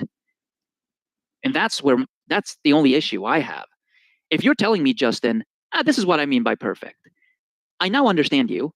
And maybe we could have a disagreement about the word, and maybe it's confusing because that's not how people typically use it. That's fine. I don't care about that. Well, yeah, that's how I'm using it. Perfection is as it works, or as it should be working. And I guess I would say how you guys are using it, it's not weird, but it's still a way to use it. And you just can't say my way of using it is wrong, because it makes no. I'm not saying sense. it's no exactly. I'm not saying it's wrong in any sort of like objective sense. I'm just saying, hey, maybe this kind of confusing, because I think that strays away from a lot of the common usage in these types of contexts. But I wouldn't say it's wrong. But the other guy, even we didn't even get there, because he like literally just said, do your research. And I'm like, how can I do research to find out what you mean by a word? You agree that that's silly, right? I agree that it is sort of silly. I don't want to use the term silly, but like imagine if I said nature, this cloud is harmonious, or this cloud is, I don't know, sagacious, or some word that doesn't quite make sense, right? And someone was like, wait, what do you mean this cloud is sagacious? And I'm like, go do your research, man. I'm not here to educate you. That would be a silly thing to. Right. People say that to me here all the time. They'd say, oh, well, just you need to read books. Or if I ask them for more evidence, you need to go study, go to college. How about you just study this? No, but that could but Justin, that could make sense if the context is like, if I'm explaining, if you don't understand evolution and you have these big hang-ups, I'm not saying you do. I'm just saying for the sake of argument. It might be entirely reasonable for me to say, hey, can you go read up on evolution and common ancestry? Because that information is actually out there. I mean, I could give it to you, but you could also do your own homework. When someone uses a word idiosyncratically or very ambiguously, there is no research I can do to understand what their intention was when they use the term. Yeah, that's correct. So I'm not categorically objecting to the idea of saying to someone, hey, go do your research. I think that's fine in a lot of contexts, but not in the context of person uses this word in an idiosyncratic way that is very ambiguous, and I'm trying to understand what is meant. Yeah, I think that's correct, Ewa, entirely, what you said. I don't think there should be any hang up with that. You agree, Justin? No, I don't agree, because if like his issues with him is that he won't address the point, but instead just say, well, the responsibility is on you to know what I mean. And that's what I think that a lot of people do towards me. No, I think when they get stumped, they end up saying, well, hey, do your research. The information is out there. Just like this guy, he believes the information is out there. But Justin, here's the thing. I think the reason you missed what he said is because when he said that the guy used the term idiosyncratically, when he said idiosyncratically, he means he's using a private use. It's a private definition. It's not something you can go look up. You can't just go and find that. And you can't go read some, college textbook or whatever and figure out what this guy, Odysseus or whatever, what he meant by that word. You have to ask him, and he needs to explain it. If you don't, there's no way to figure that out. He can't read his mind. He can't go find any textbook that's going to tell him. He needs to get the definition from the person. If it's like if a person came in here and said, I believe in oop bloop. Well, you say, what does oop bloop mean? He said, well, you need to go look it up. Well, no, there's no source I can look to that's going to tell me what oop bloop means. I need to get that from you. And so the point is that's not the same as saying, hey, you're coming in to talk about some large field like evolution, and you're wanting to know all of this stuff, like everything needs to be defined. You want to know all these technical terms. You want to know the background, the history to all of it, and how they came to these, diverging lines of evidence come to some, unified conclusion. You're just like, hey, explain all that. And they're like, no, you need to go, you need to go do more research. You need to like study this more. That's different because that's like publicly available knowledge that people can access and study on. But this idiosyncratic or personal usage of a term does need to be explained by the person who's employing it. I think that's totally reasonable. I think that's what he was saying. Go ahead, he was. Yeah, and I think I illustrated this well with the clouds. Like, do you know what the word sagacious means, Justin? No, I can't think of what it would mean. It means like exercising good judgment. Someone who's sagacious is like, you know, they have a keen mind. If someone says, you know, look at nature, you know, clouds, they're sagacious. That doesn't make any sense. Usually people, agents are sagacious, like something that can exercise good judgment. And if I told someone, you know, clouds are sagacious, that's something that isn't, at the very least, is going to be hyper ambiguous and at worst, completely nonsensical. And if that person says, hey, what do you mean by that? It doesn't make any sense to tell them, go do your research, because no amount of research is going to clear this up. True that. Yeah, I think it's fair, Justin. It's good. He's left now, Justin. Unfortunately, you jumped in, and now he's gone. He's down in the chat. He's down in the chat. He's down in the chat. Okay. He said that he just wants to kind of learn. I think that was kind of a... Fair enough. Yeah, I think he wants to... I mean, if Rob wants to talk to him, I'll be completely quiet. Well, I just want to see if I can extract an idea of perfect and what he thinks about it. Yeah, I'll be completely quiet. I won't butt in. I'll just go and listen. Well, that's why I said to Justin, right? The idea of perfect in the descriptive world, I think, is not so easy. I think morally speaking, it's very intuitive to us. But I can also understand it when Christians say God is perfect, or in a world before perfection is perfect. I understand that morally, and I understand it like descriptively. Right? Cannot be improved upon, ontologically or psychologically or whatever it may be. That kind of I understand. But when you say the nature is perfect, that's very opaque to me.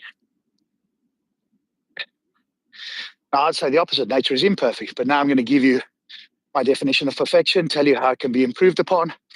But then, of course, my interlocutor is simply just going to disagree with the definition, probably, because they can't really.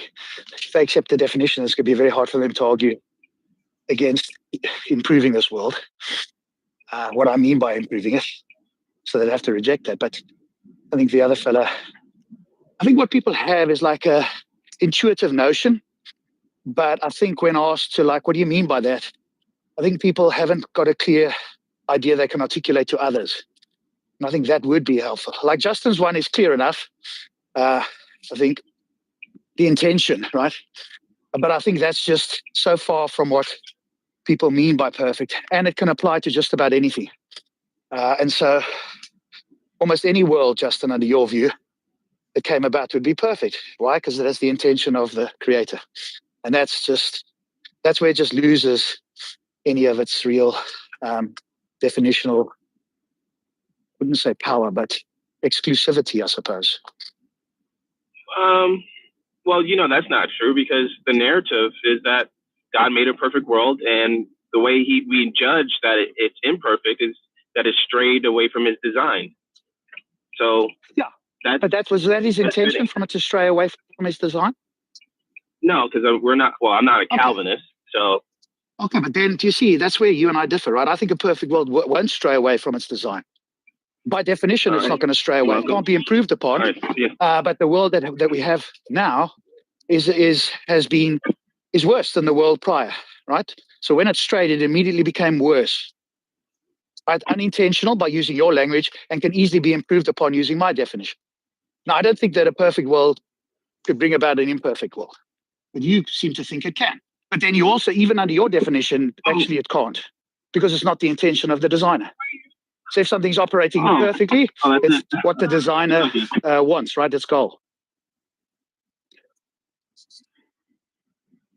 Well, you see how even your definition doesn't work. Certainly doesn't work under mine.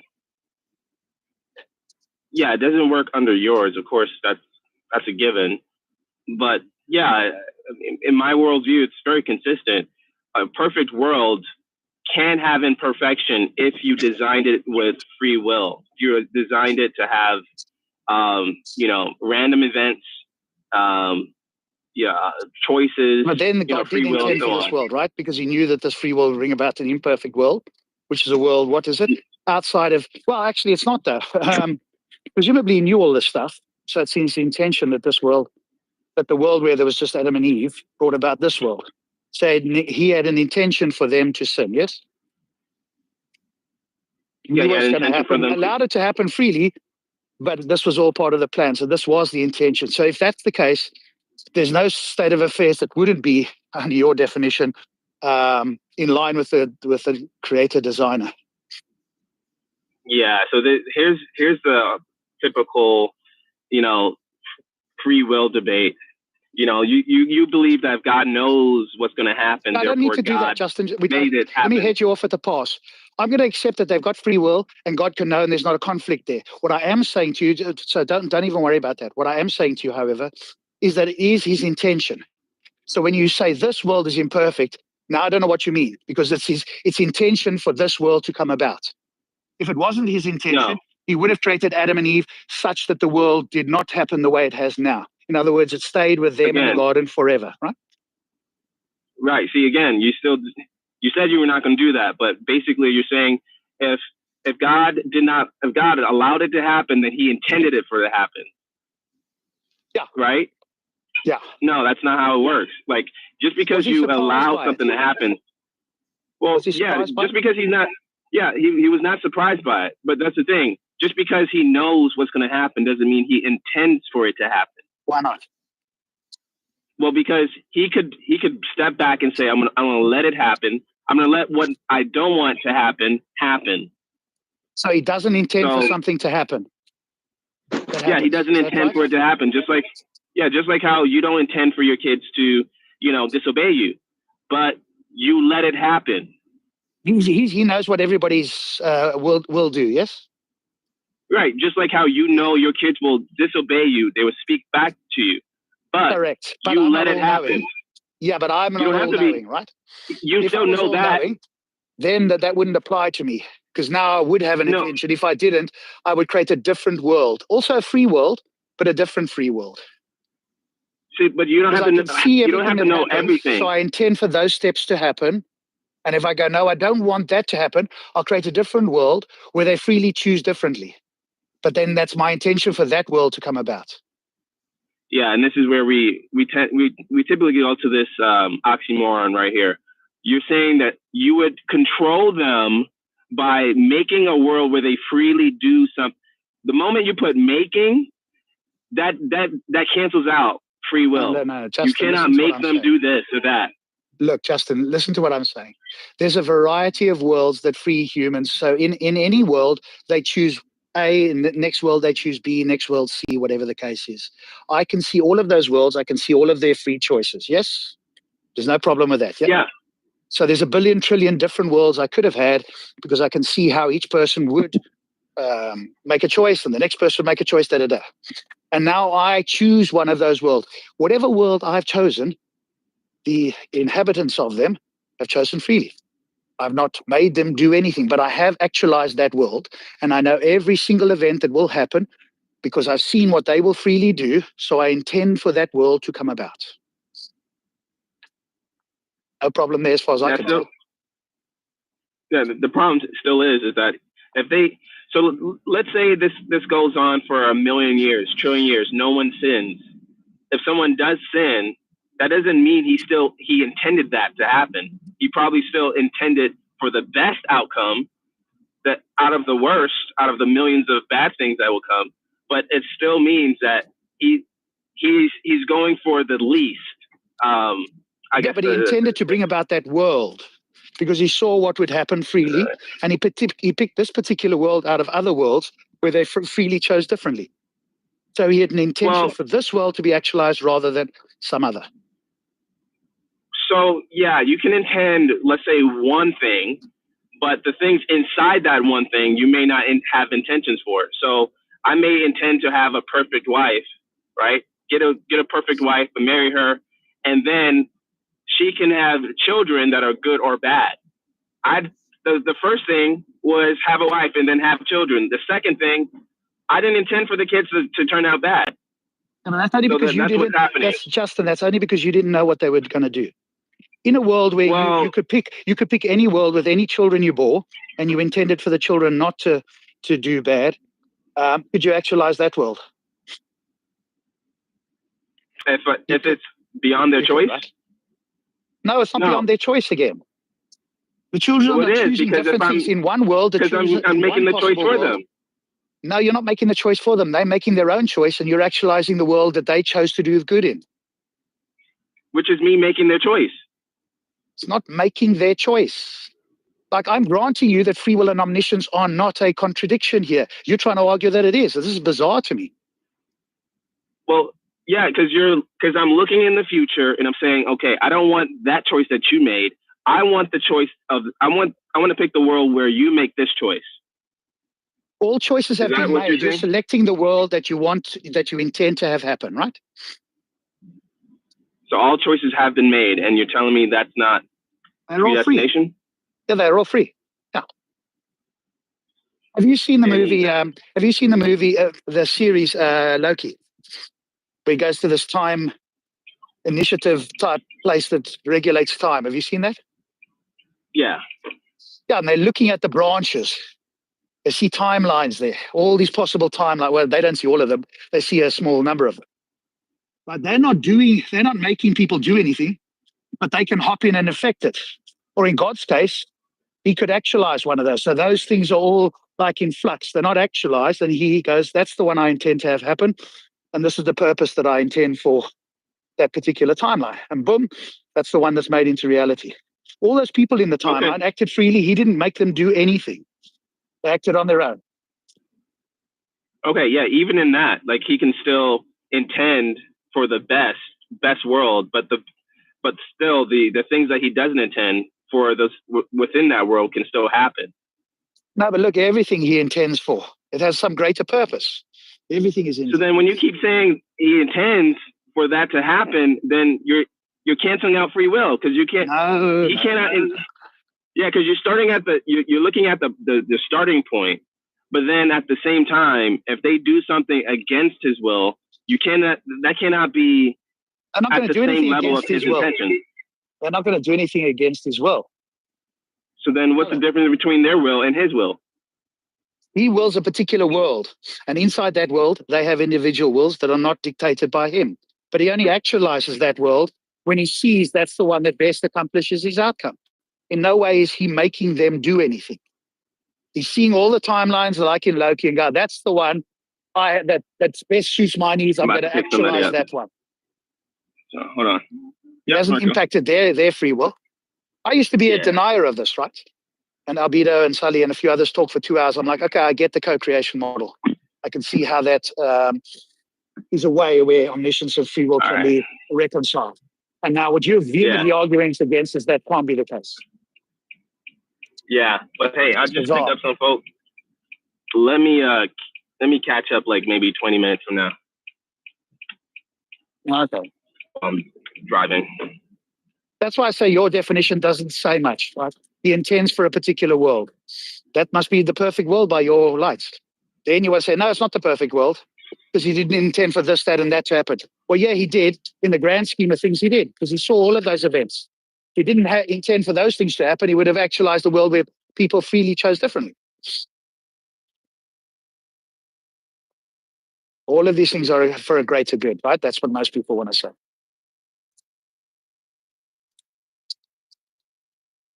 In which case, your definition of perfect is, it's just not particularly informative. I do think there's something to be said about, like the analogy he was giving with if you plan to have children. So like, I plan to have children, and I somehow know that my children will probably do some things I don't want them to do. But because I have children either way, I don't think that means I wanted them or I planned for them to do it. I'm not sure.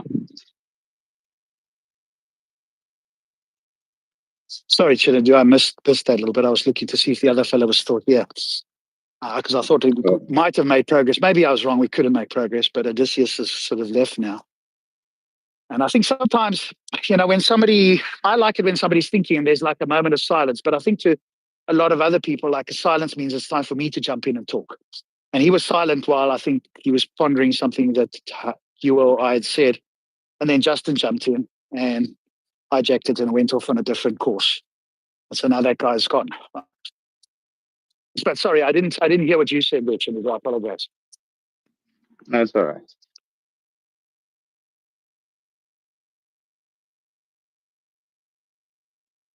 Andrew, what's your definition? You're still around? Yeah, Andrew's thought about this a little bit, I think. Are you still awake, Andrew? You went to sleep or driving or working at what might be late hours for you there now? It's 5 a.m. where I'm at. So I'm guessing somewhere around that time for everybody else here too. Andrew's a bit like a vampire, but a good vampire, if there is such a thing.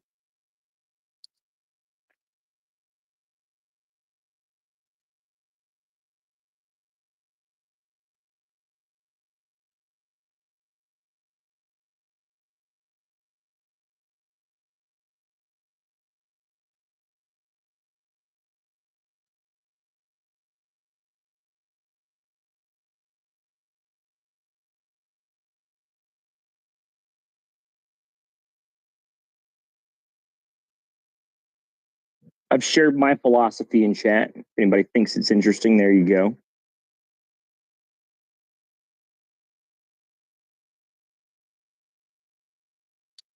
Are you a theist? Sorry, I'm walking, so I'm not. I mean, I'm a theist, but not like an Abrahamic, scripture person or nothing like that. I don't believe that scripture holds the truth of God.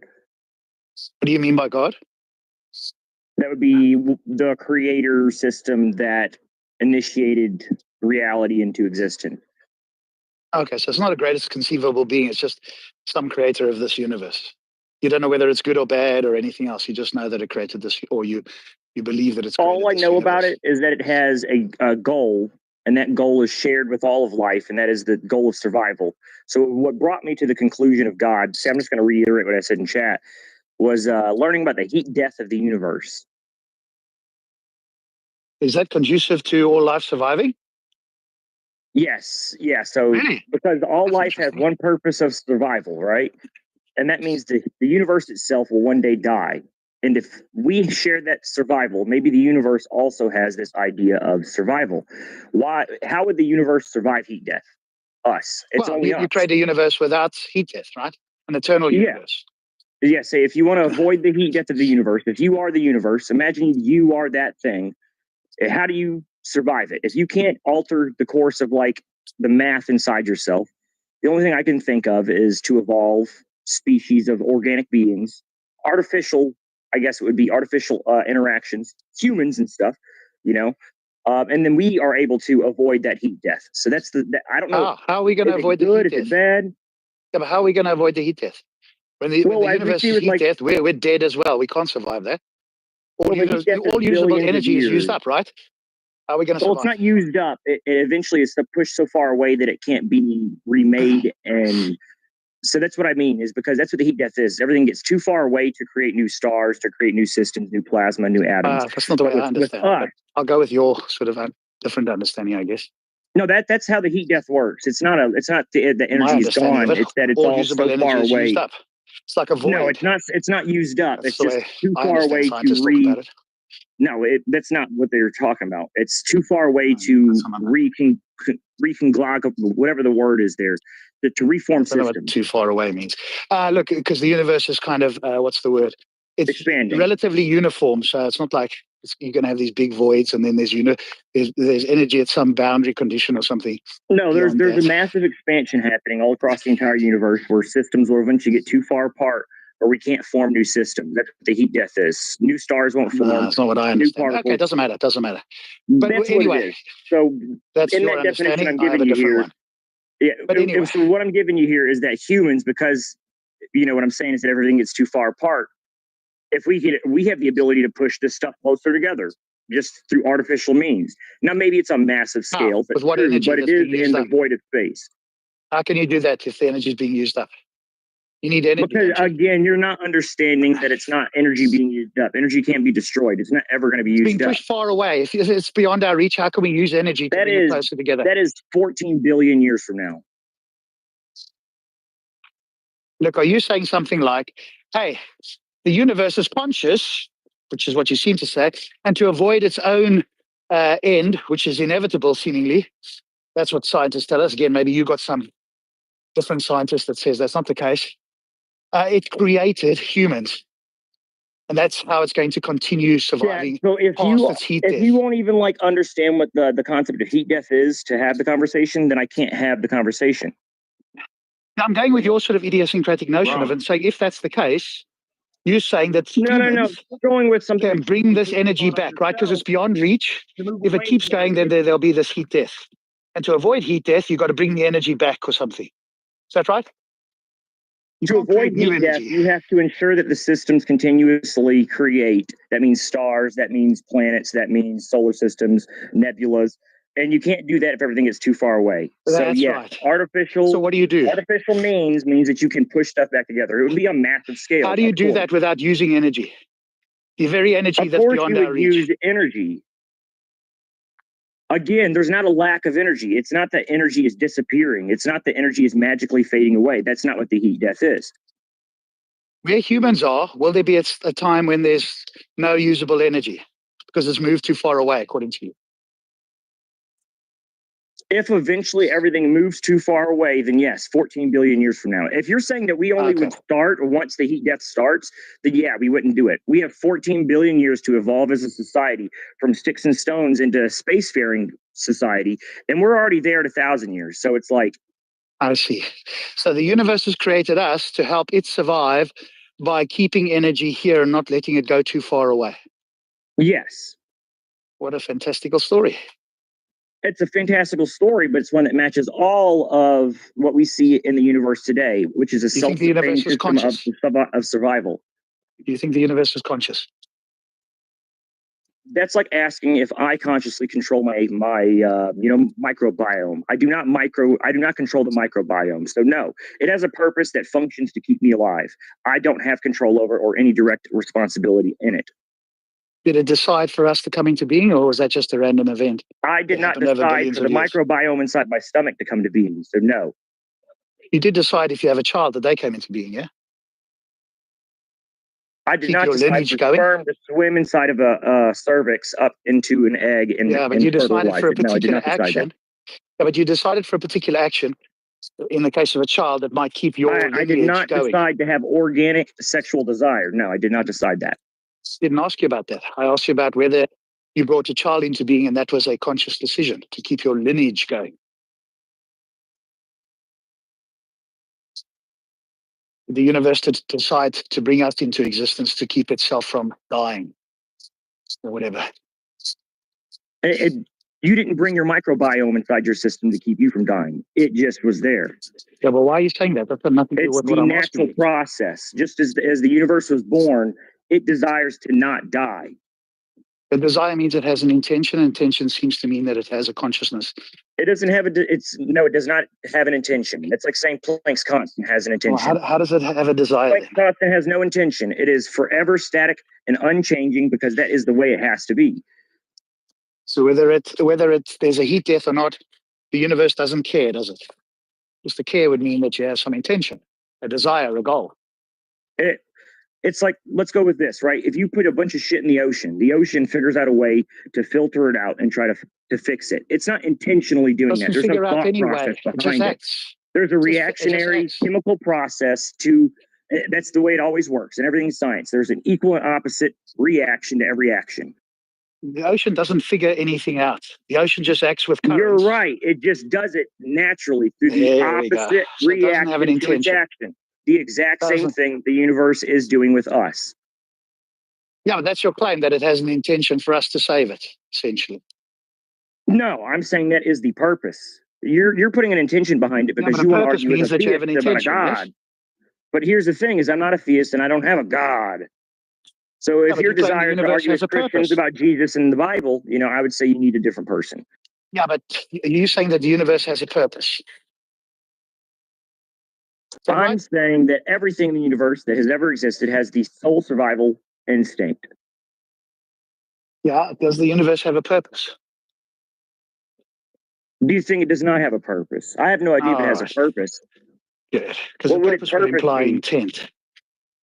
Purpose I know means the I things want inside something the to be universe have a accomplished. purpose. Like the reason I have atoms is nature because has a purpose, Rob. Universe, you cannot tell if universe has a purpose in itself, but nature it does has like an intention. But when you say if you want to purpose, call it, or like a desire to preserve itself. This is like a scientific observable fact. Life wants to continue, wants to stay there, wants to preserve itself. But when you yeah, talk but the about universe isn't the alive, universe right? itself, this is something else. no, the universe is alive. Are you alive? Ah, there we go. There we go. Now well, are you alive, Rob? I have a question for you. Are you not a living thing right now in this universe? I am. I don't think the universe is. Are you not made of the physics of the atoms of the particles that make up the universe? That's right, but I have something very special. Are you complete? Are you an entity Stop separate from the speaking for a universe and its moment. norms? Stop Are you speaking for a not moment. bound by its Look, the physics rhetoric and is its not reality interesting. and its Stop laws? Are you a Stop god talking. beyond it? No, Stop you are not. talking. Shut Why am I up. not a You moderator? are part of It's like a it. basic. You It's are like a the basic universe fallacy, given my life guy. itself. You are a pinch of it. Look, You're welcome. stop babbling. Stop babbling. Stop babbling. That just undermines you. And then you don't as even a want to serious listen. That's the interlocutor. problem I have with a lot of you No, people when I I'm not come onto these interested in stages. Is that rhetoric. you guys come into this room with a high and mighty fucking attitude, and I come in and smack you down, and I give you the haven't reality remotely of done what it, it buddy. You've is, and babbled instead away. of listening, you Dude, want to you ramble just on and say committed. shit like You that. just committed like a basic and formal fallacy. Though I don't understand where this arrogance comes from. And it's like I've listened to the boring crap for hours and hours and hours. Nah, James is here now. I'm here to talk. Be this, Need a mod here. James, you can't be this sort of, I don't know, unself-reflective, I guess. You came in, you're making these claims and said, hey, I'm going to talk about this. I'm just asking you about this. Now it turns out the universe doesn't have an intention. Why won't you answer the question? I don't think the universe Are you not is bound conscious. by the physics and reality of the laws of this universe? Yeah, and I'm alive. Amen. This arrogance, I don't understand where this bravado comes from. You just like answer the question. You don't have to fucking rant about bravado. What you just said, what you said was like a basic entity from the universe. Are you a god created? Can you stop talking? Can you stop filibustering? No, you are made from the universe. Slow down. Its physics is talking incessantly is not going to make your point. This guy's fucking kill screening. Yeah. Just James, you just committed what's called a division. I'm not going to have three of you screaming over me at once. If you want to hear me talk, I'll talk. Shush. And I'm also not going to listen to that crap either. Either make a point or don't. Nobody cares. Shut up, By the way, you're just gonna piss him off even more. We're just going to listen to shut up now instead of fucking points. Amazing. James, I'm trying to prevent you from completely filibustering. All right, relax. James, please make your point then. I think I'm a I can't make the point when you stop. When you stop make your point. Stop saying this fucking crap that you're saying and just speak. Oh, well, you're taking over now, just to be clear, because it's no good you and I speaking at the same time. If you want to take over, I just want to interject with one thing, and then you can continue with the guy. What you just said is called a basic division fallacy, where you are inferring that something that is true of the part is also true of the whole. When you said that, hey, well, universe isn't conscious. Wait, aren't you conscious? Aren't you in the universe? That's called a division fallacy. And then you're coming with this like bizarre, arrogant bravado about I just come in here and you guys are this and that. Just relax. You're committing like basic errors of reasoning. Just take it down a notch, dude. Okay, yeah, see, there we go. Basic errors of reasoning. While I have said that you are a small part of the universe, I did not say that the universe itself on a grand scale was alive. You asked the simple question, is the universe alive? The answer is yes. In a billion different points across a trillion different points across the entire universe, it is alive and teeming with life. From the microbiome inside your stomach to you, to the ants, to the birds, to the fish in the sea. The universe is living all over the place, just like it's dead all over the place. It's just as dead on Mars as it is alive here. This is getting so schizo. This is ridiculous. Oh, and then, there we go again. He's being schizo. Please be quiet. Stop. Definitely Shut schizo, up. buddy. It's the most pathetic shit that I think I've ever experienced on a stage. That's why I come here, because you guys really get it. It's amazing. Clear, like, anti-social behavior. James, you're saying that like the universe is like spread out throughout like the whole universe. Do you have like any evidence of that, or are you talking? No, what it is that you guys are searching to like hate for a god or something, and I have no god to be hated on. It's like keep looking. Sounds like the universe is your God. I'm not a Christian. I have no scripture. I have no Bible. Yeah, but it sounds like the universe is your God. When asked, is the universe conscious, you kind of say no, but then you say, is it my in the universe creator? are conscious. 100%, yes. 150,000%. We can all agree ultimately the universe is our creator. Yes, that it doesn't mean the universe is creator. alive. Because you're saying the universe is alive because there's things that are alive, as Shua pointed out. Doesn't mean the universe is alive. That's like saying you're not alive. No, it's not. It's exactly the opposite. I'm alive. The universe isn't alive because alive I'm has alive. a certain Are definition. atoms alive? So you're not. James? You're alive, right? So you're telling me that the billion different processes that combine to make you inside you. By the way, those are separate living organisms. They exist. No. Are atoms entirely alive? different. Is a hydrogen They are atom not alive? you. Is a hydrogen atom alive? I'm not sure you're saying anything substantive, man. The proteins that carry inside your brain. That's alive. It's not you. Are the hydrogen atoms in my body alive? Are they dead? Are they alive? Are they dead? No, that's not an I don't answer, think they're. James. I don't think they're dead or alive. I think that's a category error. Start. What do you have? What is your definition? Are you going to dodge, or are you going to answer the question? Well, you have to answer that first. What is? No, I did answer it. Now you answer singular mine. definition of life. Are they What do you alive? have? Are the hydrogen atoms alive? Well, I have no idea what alive is. All right, I'll tell Why you. are you using a word you don't understand what it means? Well, I'm trying to speak to stupid people about information they might You're not trying to understand. speak to stupid So to bring the people horse to while water, using you have to words you lead him don't down a path he understand. understands. Let's give a definition of life. You're obviously trying to dodge, and everyone in Yes, here give a definition of life instead of sitting here trying to insult me like a little bitch. No, you're the go one ahead who and speak. claimed the alive part, my guy. And I'm just saying, Yes, I'm give just the asking, definition of according to how you use the word alive, are hydrogen atoms alive? Yes, they release energy. Oh, so the definition of life is releasing energy. So the sun is alive. Is a life the sun form. is alive. The sun is a life form. Yes, it is a life form. Yeah, Does but I that think mean James- that that's enough. desires and So now goals and everyone emotions? knows you're a complete No. It's over Is there now. anything that's anything that isn't alive, This James? is GG. This is game over. This is No, there's nothing that is not alive. The entire universe is alive. Definition that doesn't have any value. So you give let me the give you a definition of what you James, 'cause think that's- life that definition is That's completely just wrong. That's pointless not even because under that view, everything No, is it's not alive. wrong. So there's no It's just that distinction. you guys are a bunch of fools, and I'm here to entertain. By wrong, I mean it's we're not the informative. fools. You think the sun is a life form, but we're the Yes, fools. the sun is a life form. All right. Let's do a Just because definition. you have the limited perspective of a James. fool does not mean that it is James, slow based on down. what you think. Hoodie. Slow down. Let's do one at a time. Yes, Here's the definition. definition first.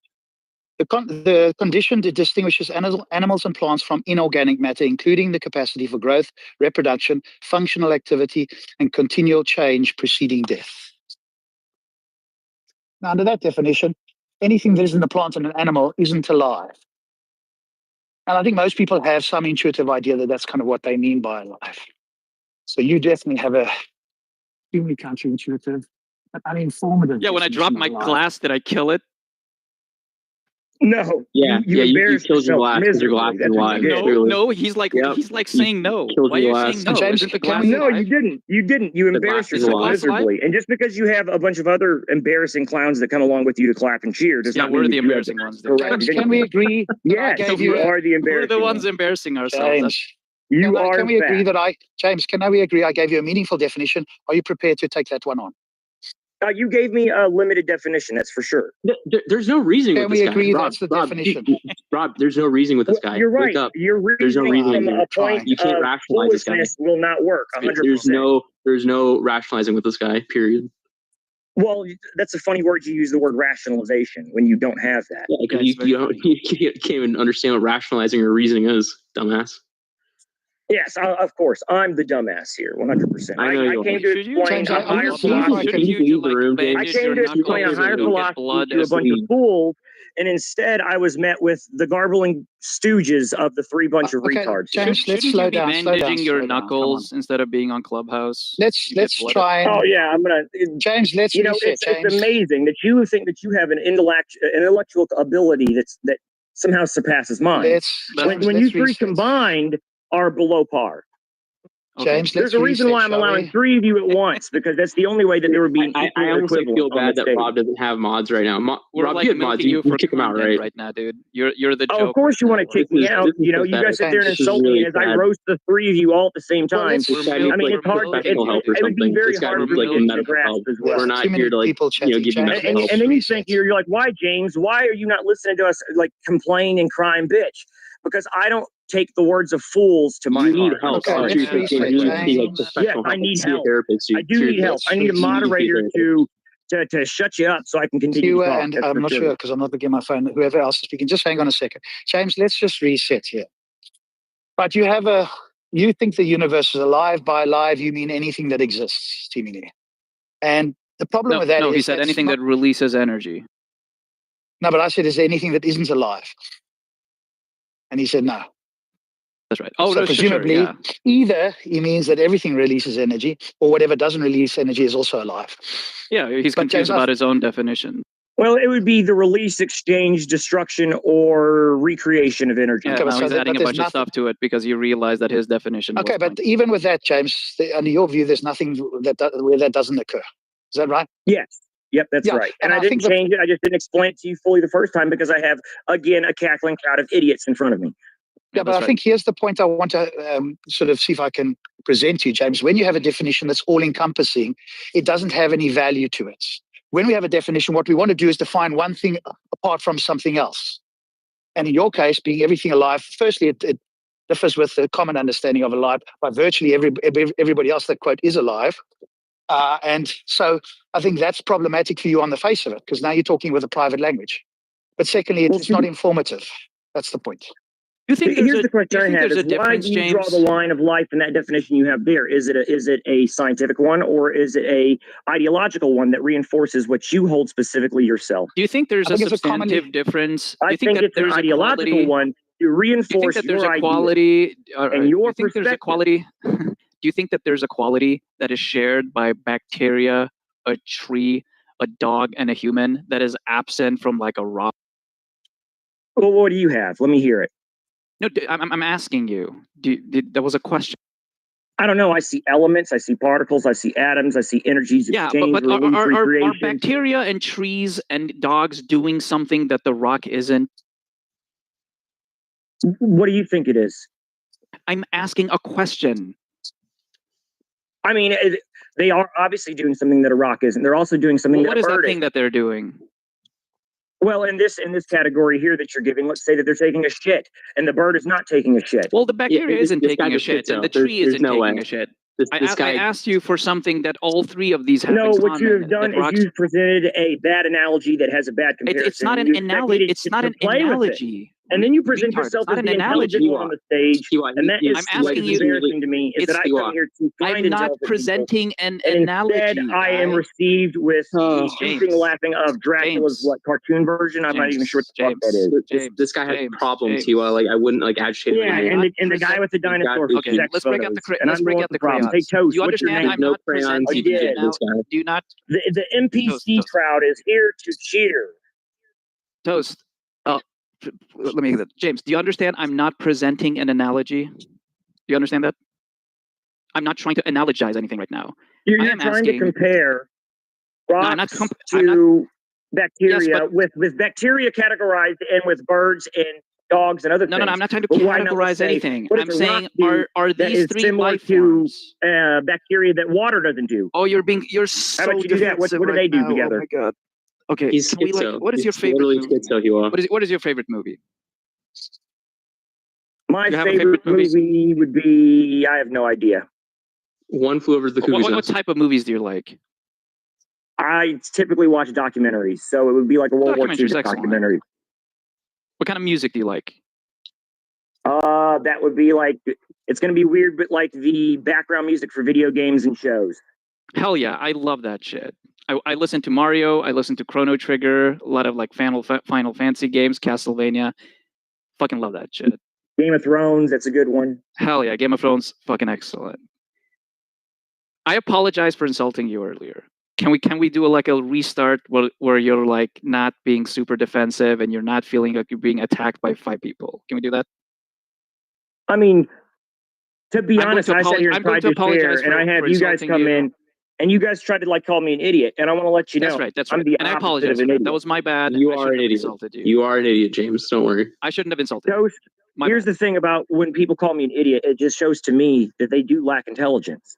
That's right. Because James, if you can we come do to this? me, That's right. James, one of the most can we do intelligent this? men Do you that you're accept- going to meet James, do you probably accept ever in my your life, apologies? and you think that I'm the dumb one, then you have to be a fool. Do you accept my One of the apology, James? smartest people. That's adorable. Do you accept my Yes. apology, one- James? Do they let you James, play with one crayons? person. There's a Can we reason move- I'm can we move universally toast accepted into all circles on this app, They give you because my crayons knowledge to play with in expands your all room? over the place. James, What can are you you I'm saying? not select one connected person to you one want to specific interact with, topic. and the rest of us will mute up. You select the person you want to interact with, and everybody else can mute up and listen. How's that? What I'll do is we're just going to talk about the topic from here on out. That's right. Select the person you want to defend what you put into the chat. You can reset whatever you want to do. You select somebody you want to speak to, and everybody else will mute up. How's that? I'm sorry. Maybe I'm making this more difficult than it has to be. But do you accept my apology, James? Yeah, of course. I mean, there's no apology needed. I actually come Okay, here and excellent. enjoy this stuff. Excellent. Excellent. That's fine.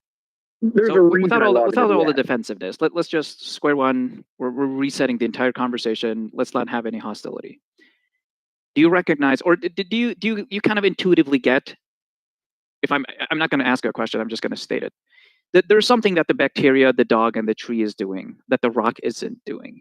And to me, those things are like metabolism, self-replication, self-regulatory. They're acting against.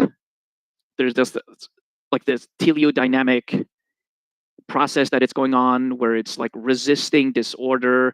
It's like doing all of these things against what it would have otherwise done if you just let nature run its course. Like it's expending energy into actively maintaining a cohesion, maintaining homeostasis. Like there's a bunch of processes here that are active that isn't happening in the rock. And typically these are the processes which we call life. And I think the point that Rob is making is that if you have a definition of life where life encompasses literally everything from the atom to the quark to the star to the dog to the tree, it kind of loses its utility, because usually when we want to categorize things, we want to put them in categories that distinguish them from other things. That is like the utility of labels.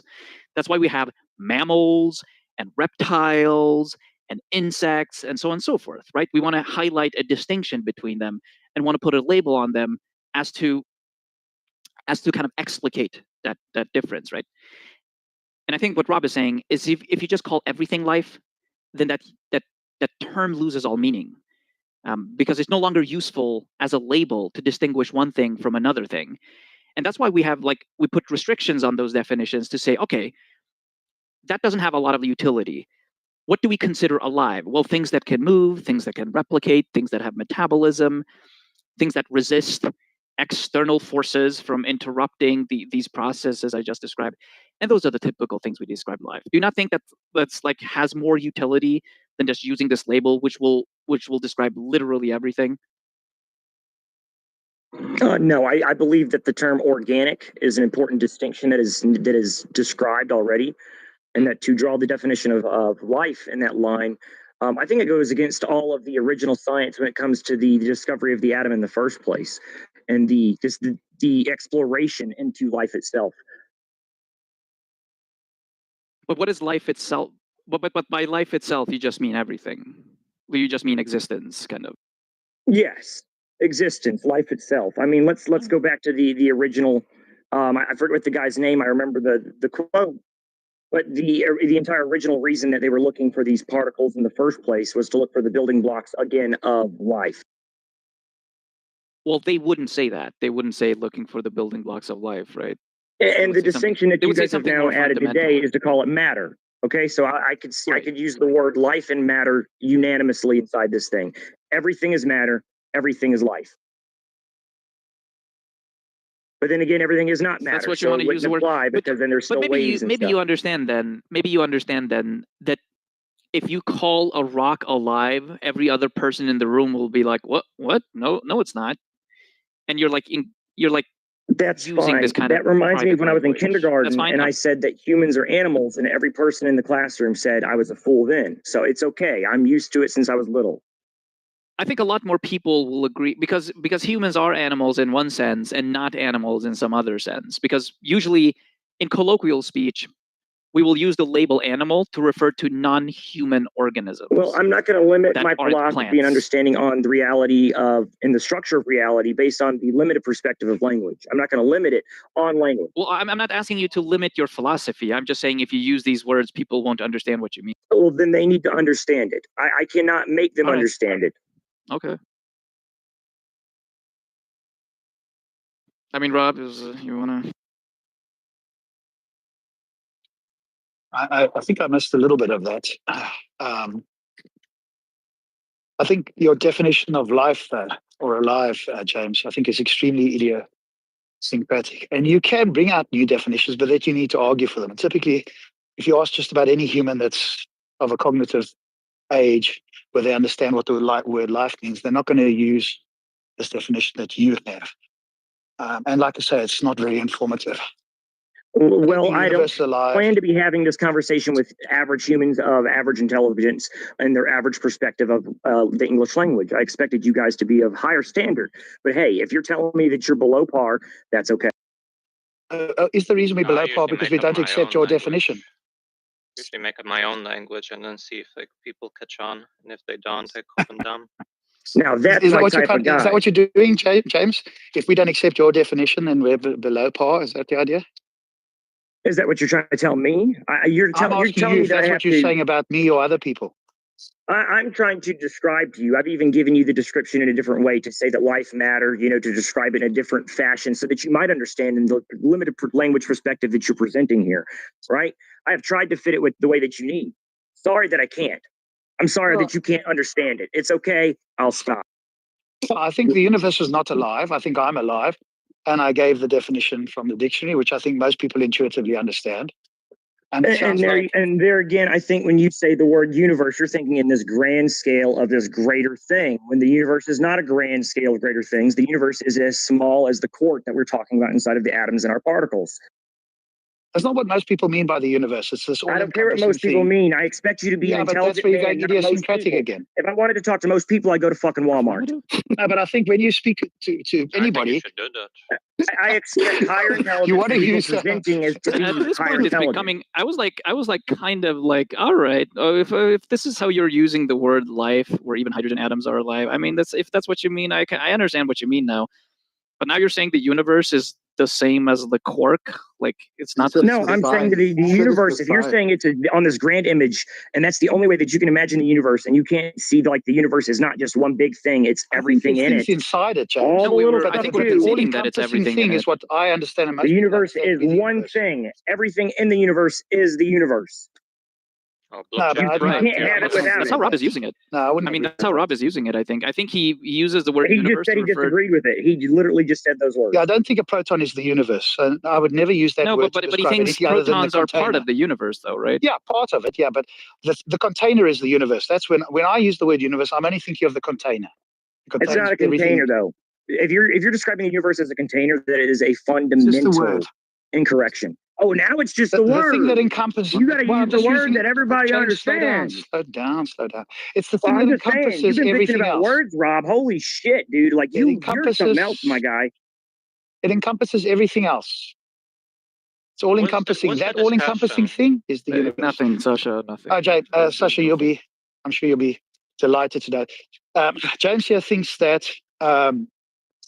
It seems like he thinks that the universe is conscious and that the universe is kind of God. And further, the universe is going towards a heat death. And what he means by heat death is never that said conscious, never said God. Will be like out of reach of us. So the universe has brought us into existence to help it survive. And the way this is going to happen is we are going to invent some technology to keep the energy from expanding too far so that it remains usable. And therefore, the universe continues existing. It sounds like the plot of Interstellar. Well, that's the rough summary as I understood it. And he obviously did not understand it at all, did he because that mention was the not a fifth rough summary of dimension? what I James, how said. That about was, we like hear you it said, from the a horse's rough summary mouth? of Interstellar. What I described was a system of chemical reactions and actions, equal and opposite, Newtonian laws that the universe created, and its understanding that one day it needed to, let's gravity itself is another example. Atoms pull together. The universe has a physical understanding, intuitive. That doesn't mean that it thinks. That doesn't mean it has a knowledge. That doesn't mean it has consciousness. That just means the way that gravity has an intuitive push. There's no thought to it. It just does it.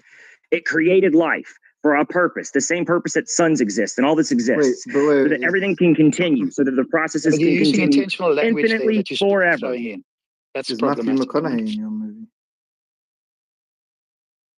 I think James. Look, well, Timothy, you guys can take over. You're the mods, but he was. Yeah, one of them taking over. Rob is way below and doesn't understand anything, apparently. I'm not taking over anything. Well, I mean, you can speak to him, no problem, but I think he was sort of a bit upset that multiple people were speaking to him earlier. So I'm happy if you were going to take over or whatever the case may be. I'm interested in the MAGA hat and the profile picture. Oh yeah, he's like this. You're the guy from Chillism, right, James? I'm from all over the place. Oh no, but I've seen you in Chillism, like on some like race bait and stuff, like arguing with people about. But Timothy, let's keep it on this, shall we? Or do you want to go off in a different direction? No, I don't know. Sasha brought it up, but yeah, There's literally not a single room you won't see me in. See, James, I when see you a room describe, right now that you're not on. but James, when you describe this, all this stuff, you sort of use confusing language. I'm not sure if you're aware, but you use intentional language. But then you say the universe isn't alive; it needed to do. It created for a purpose. Those things are, by at least my understanding, intentional. That is, that something is conscious and it goes, "I want this goal. I'm going to take some action towards the goal." But then on the other hand, you say it's not alive. So, at least from my quite limited perspective, you can see how your language is quite confusing. Yeah, and that's a language perspective limitation that you have. That's not me. That's the understanding that you have on what I'm saying. Yeah, but either you think the universe is intentional or you think it's not. If you think it's not, it's as intentional as gravity pushing you down towards the earth, which means none. It's like not at all. Yeah, but I think that just happens. It's not like the universe has an intention. Yeah, that's kind of like what I just said. It's almost like you can't hear me. Oh, it's not the same thing, though. That's what I'm saying to you. Something it's not the same thing. It's almost like I didn't say those exact same fucking words 2 seconds before you spoke. No, I think there's a difference between intention and something happening. I'm not the only one hearing it, right, guys? Like I said, no, there's no intention. He said, oh, you just said there was. Like, what the? I'm not crazy. I'm saying that the universe created life for a purpose. I think that's what he's getting at. There's no purpose, just like there's no purpose. So life arose in the universe. It's not a purpose. There's an equal and opposite action and reaction. Newtonian principles. Okay. That does not define. That does not mean purpose. That does not mean intention. That does not mean thought. That does not mean consciousness. But you James, use the word purpose. James, maybe if you phrase it this way, James, that life arose in the universe, would you be satisfied with that? That what life arose in the universe? Yeah, if you made that statement rather than the one that you did, would that still work for you? What's the statement that I made that's contradiction to that? That the universe created life for a purpose. And I'm saying if you phrased it as life did I not arose in just the like universe, 10 fucking seconds before just say that there is not a purpose, there's not an intention, there is like, guys, I'm not the only one. Somebody has to be recording this because this is literally amazing. Recorded, but you literally did say like 5 minutes ago it created. I just said this. No, I know you just said that. He's saying there's a purpose. And I tried to describe you James. When I said purpose, I said James, just calm down. Just calm down. I know what you said now. Now you said that there isn't a purpose, but before, like 5 minutes ago, you said that the universe created life for a purpose. And then I said that it's the same purpose as gravity, like pushing you down, or like the sun turning plasma into hydrogen and helium and throwing it across the universe. Does that just mean that there isn't a purpose? That just means that it's the purpose is that it's the reaction to the action. Okay, but it's like not an intentional purpose. It's not like there's some like person who wants something done. There's no thought that comes to it. You are the thought. Me and you and all the other things that are thinking conscious beings, you are the thought that comes to the universe. You are the only thing that can alter any type of direction and change its skin or its course. Us. Okay. And we are the universe given its quotation marks consciousness. Okay, so it sounds to me It's like not your conscious model. in some grand way. Yeah, so it sounds like your model is like there's a universe, and then life arises in the universe through, you know, like processes like gravity and blah blah blah, right? And then those life forms are conscious and do stuff. In my model, a big bang happens and particles fly out in mass. Those particles form together until they eventually form suns, and those suns eventually form nebulas and blah, blah, blah, until eventually it forms people, until eventually those people can eventually build technology to stop the heat death. It's there's no different purpose from those particles forming the nebulas to the suns to them making us to stopping the death. The entire purpose is energy being you are released and describing creating. this in a kind of weird way, but I don't think this is controversial. I mean, it's like controversial for like maybe creationists or something, but yeah, like people generally, like, you know, this is just like a standard scientific idea. I think, Sasha, what he did say that seems controversial, unless he's sort of rewording it now, which is okay, is that the universe brought us Rob about wanted me to say it help the specific way he with wanted, a purpose, right? and Like then he an wanted to call me intention. an idiot. And when I told him to shut the fuck up about it, he wanted to act I'm like sorry, a baby and James. cry. She shouldn't have done that. It's okay. Well, I didn't call you an idiot. Maybe you're referring to somebody else. But I think his idea was that the universe intentionally brought us into existence to help it. Because the whole thing by James's light is that nope. Even when I first started talking to you, I never said that. Survival. So you can continue to try to make up something I never said and have an argument about a fake conversation that never happened, but don't put my name in it then.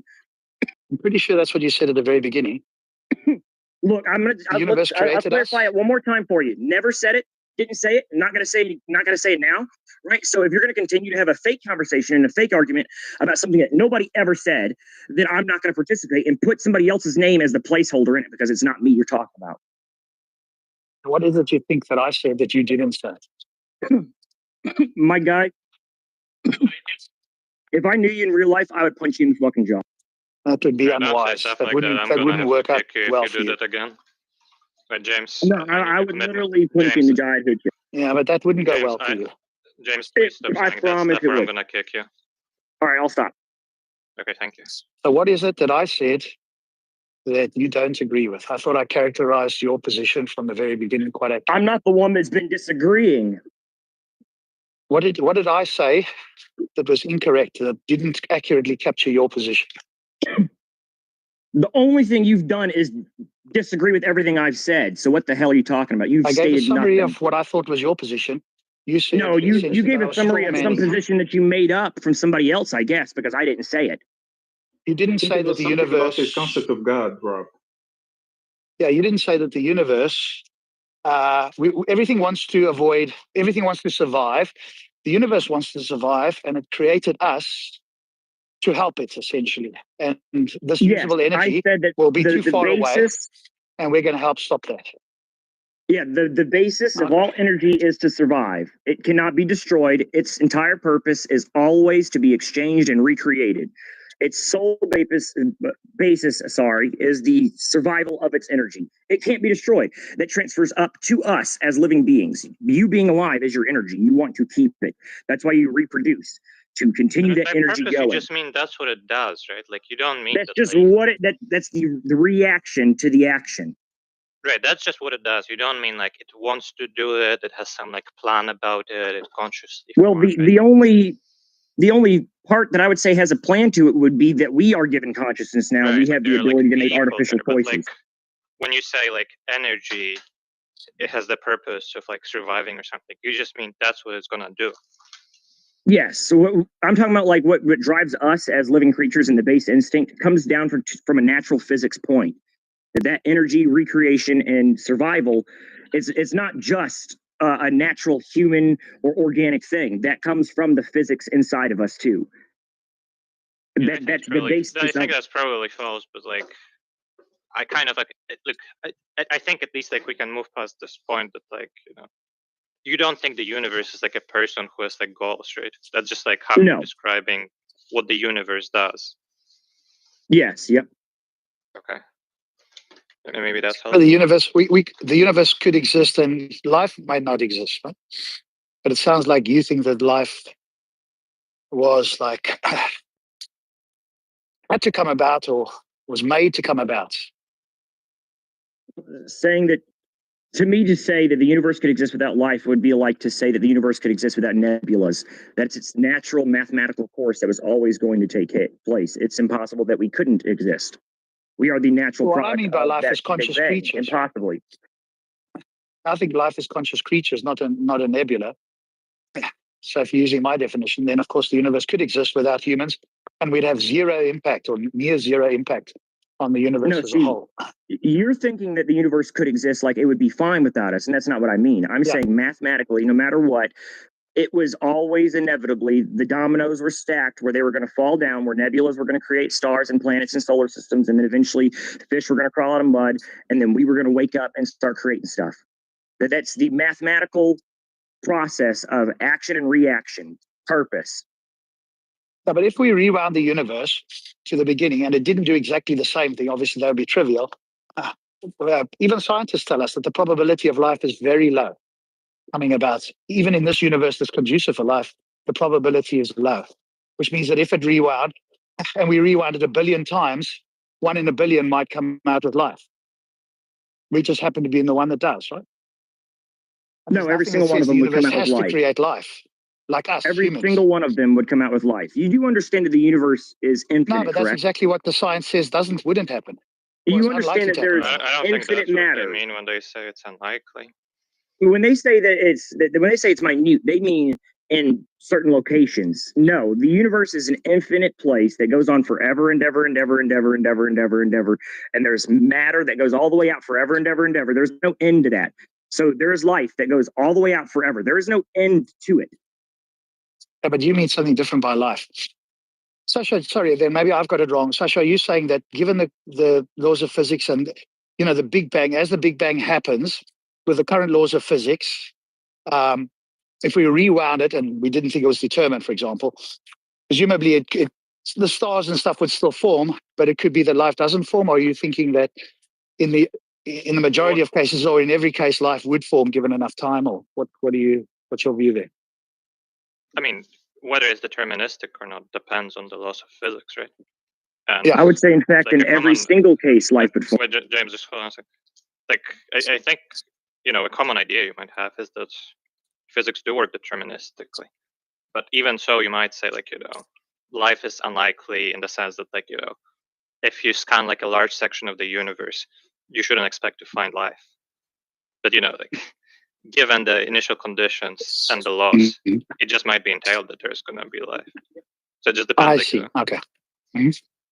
I got it. But that's like I don't know if I'm using the right word, Sasha. Is that like an accidental property or something like that, where this happens as a result of the particular laws the way they are, given enough time? Or necessary as well. I don't know, whatever the term is you would use there. I mean, in a deterministic universe, with the same initial state, it's just going to happen the same way every time, right? Yeah. That's right. And I think what he's trying to piggyback on, that the universe did this in some way, that it didn't just happen dispositionally. That's the way I understand it, because he throws in these intentional labels all the time. Created. I mean, I feel like he probably just means that that's what the universe does dispositionally, but like, I don't know. He has a weird way of Because right at the beginning, when I spoke to him, he said, look, we had a difference of opinion about what the heat death is, and maybe I've got it wrong. I've never heard of the way he says it, right? The heat death, according to him, is where all the usable energy will move so far away that it won't be usable by us or things in this nearby vicinity. And I understand it to mean that all the usable energy will be used up such that there isn't any energy anywhere in the universe. But I just went with his sort of definition. But then he says, well, the universe... There's this idea of energy that can't do work. What I presented of the heat death is the correct heat death. I mean, that's your view on it, sure, but I don't think that's the That's case. the But leading anyway, scientists of every physicist in the entire world that talks about heat death. All of them. I think that's where all usable energy is used up, i.e. that's And not you don't have available the all anymore. usable energy be used up. It gets too far away. It's No, called but it's the not like it's still expansion usable of the far universe. away. Look, if you There's leave eventually where a you point are, where stuff cannot coalesce back together to form nebulas, star systems, asteroid belts, where they cannot form together to form fusion. anywhere in the universe. That's what the heat death is. Yeah.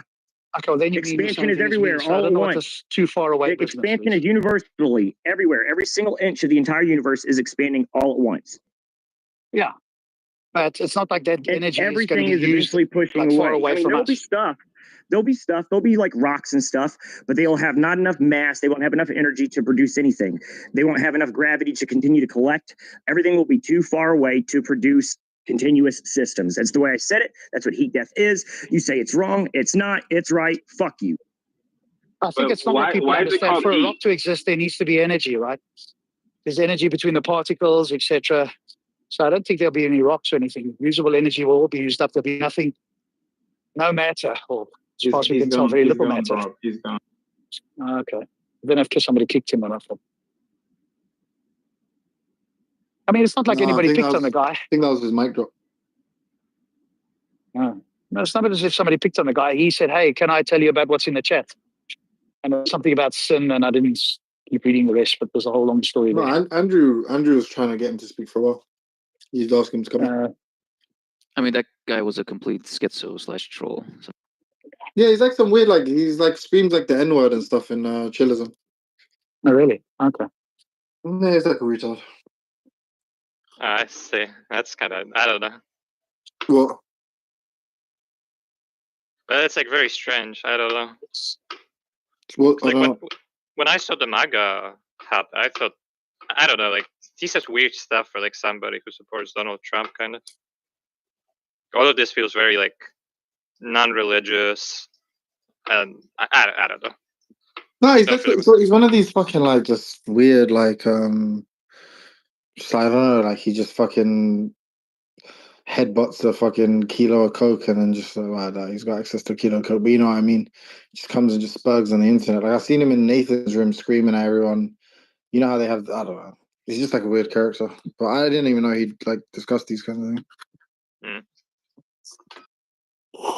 Yeah, but he brought it up, right? He wanted to go into this because people were talking about things prior. I imagine though he He's just like finds his way into rooms and he just kind of like, yeah, probably. He's like a retard chameleon.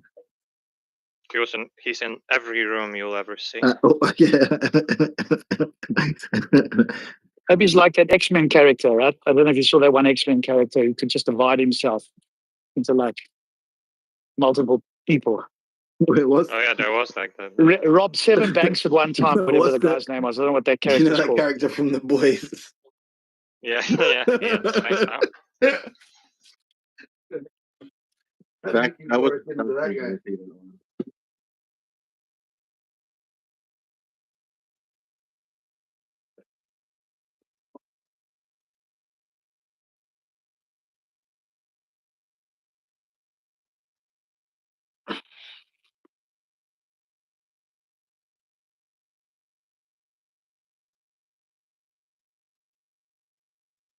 Justin is back. Timothy and Sasha and other people. So Yeah, you'll my be bad. delighted to chat to Justin. He thinks that, what was it that you said, Justin? Oh, his definition of a perfect world is like God created a perfect world as long as it matches whatever his intention is. Is this the same person we talked to? At the bottom there. No, look at the bottom there. I know, the computer. No. Justin's the gentleman who fish aquarium. Who doesn't think that. I think you young Earth creationists, the Earth is flat, and also the trifecta that evolution is not true. Oh, sorry, No, the Earth is not flat. I don't believe the Earth is flat. Oh, okay. Wait. Do you think it's an oblate sphere? Like, do you think it's a sphere? Of course, it's a sphere. Yes, you can observe that. Okay. All right. But yeah, you trying to bring back the perfection discussion, or what? What would you? Yeah, because you've got Timothy and Kitty here, or new interlocutors, so maybe you could tell them what you mean, and perhaps they could, one or either of them can engage with it. Yeah, the best definition for perfection is when something is living up to what it's designed to be. So that's perfection. So if I draw a perfect circle, that circle is perfect, but you might ask, well, is it the perfect size? Well, it could be a perfect circle on a paper, but it may not be perfect on a building if you're looking for a different size. So perfection is according to the design. The best definition, what does that mean? How do we compare which definitions are better than others? Well, mine would be inclusive of, mine would be more consistent with all the definitions. So, why is that a virtue? Why is that what? Like, well, let's just start. Like, why is that something we should seek in definitions? That they're like close to all the other definitions. Like, you know, why would I? More so, I was trying to say. Like, you know, if I have a definition of like a chair, why would I want the definition to be as close as possible to all the other definitions of the word chair? Because usually definitions have a family of ideas where they're related. That's why we have different senses of a term, and they're connected because there's some commonality and also nuance. So it cannot be very how do you say, you can't be very strict on the definition all the time, because there's loose terms, and then there's also the more confined definition of it. It's just your idea what, like, there's a lot of ways people use perfect. You know, like you might hear it on the street or like in a discussion that, like, you know, someone says something is perfect, and you like get all those definitions, and it's like it's good that there is a definition that, like, I don't know, combines all of those. I don't know. I mean, it just doesn't seem like the kind of thing I'd want, right? I just kind of want to know how people actually use the word, and this definition won't do that, and because it's not aiming to do that. You said my definition isn't going to do it? Yeah, you're not even aiming with your definition to like capture common meaning.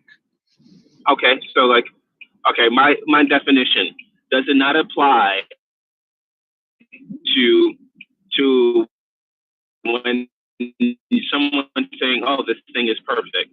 Does that, if doing as it was designed to be? Yeah, I mean, I often think people mean something completely different. So what do they mean?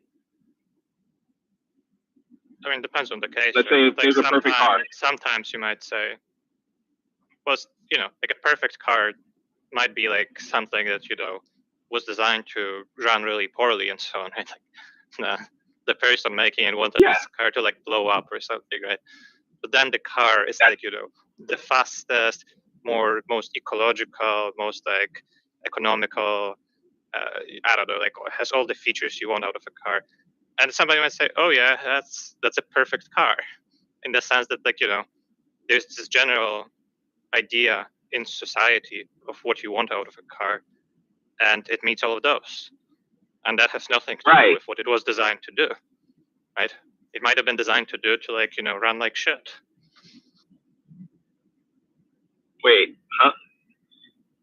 Wait, you're saying that if it's incidentally perfect, like no one was planning for it to be that way, but then it ended up being that way?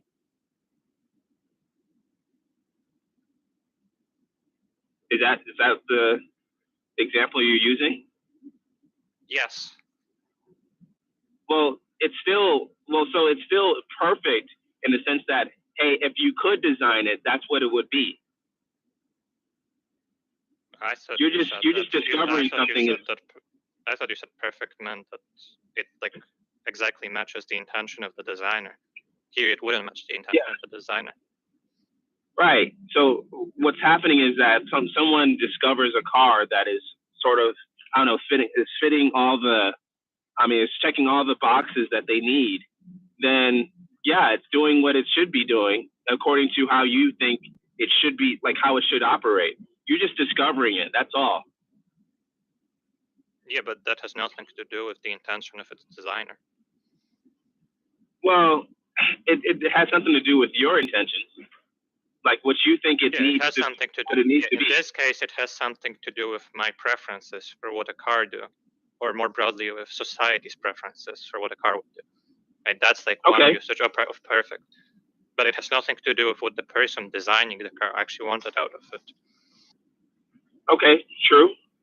So, I mean, yeah, objectively it's not perfect, but subjectively it is, right? Yeah, I don't know. I mean, I don't know why you're adding that, right? The term. Because you're saying that according to that person, it's not. If it's not perfect to the designer, right? Who really is the one who does? He's the one that tells everyone, hey, this is what it's supposed to be. And then if everybody else says, no, this is not how it's supposed to be, but then someone else they find trash and they say, oh, it's perfect to me. When he says this is how it's supposed to be, he means this is what I wanted out of it. And when they say this is what we think it's supposed to be, they mean like this is what we would like it to be. And it's not the right. That's subjective. I mean, I think it's subjective in either case, right? Like in the sense. No. Well, no. I mean, look, if in one case the perfection of the car depends on what people want out of a car, so let's say that that's subjective because it depends on the preferences of the people. And in the case where its perfection depends on what intentions the designer had for it, that's also subjective, right? It's constitutively dependent on what some person, namely the designer, wanted. So okay, so the moment you say it's a preference for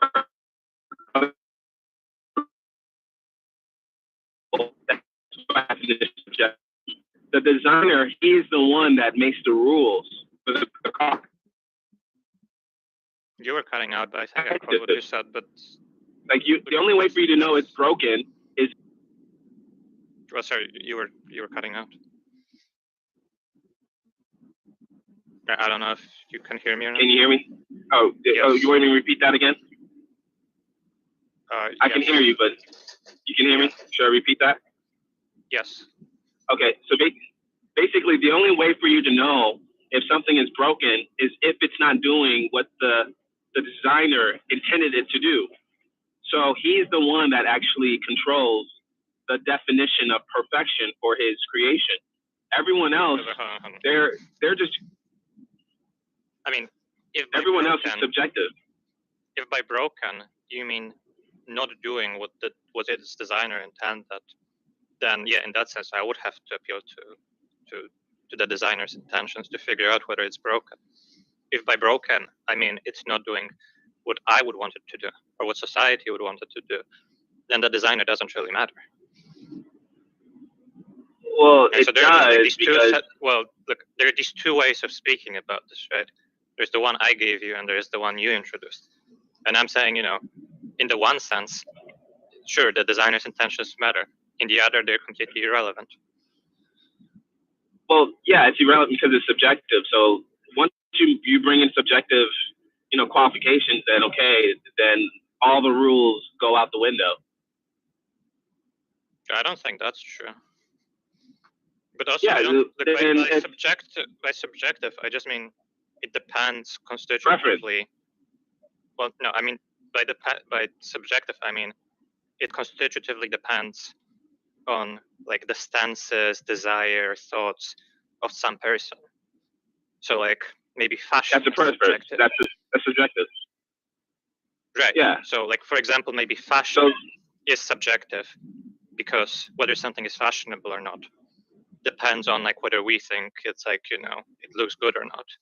But I'm saying the same thing is true for this idea of perfection you have, right? That something is perfect if it's in line with the intentions of some some person, namely the designer.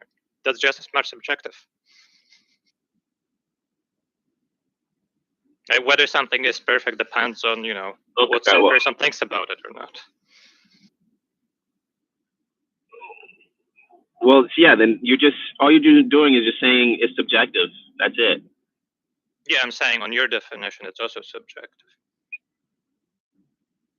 Yeah, it's irrelevant. If they think that, hey, it's not perfect, but to me it is, like, because I designed it. Like, let's say I made a perfect car, it's doing everything.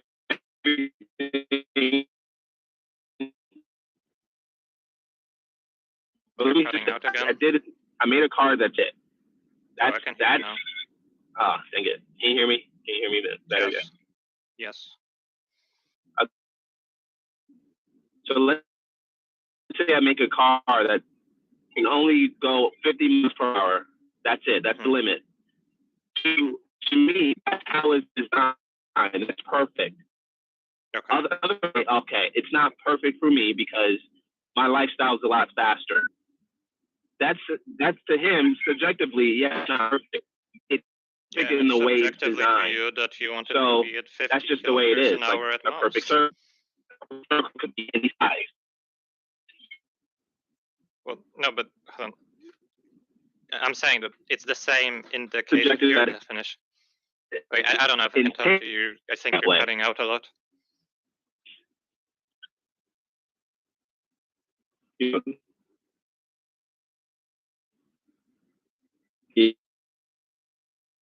Yeah, I'm sorry. No, that's fine. It's just gonna be hard to continue.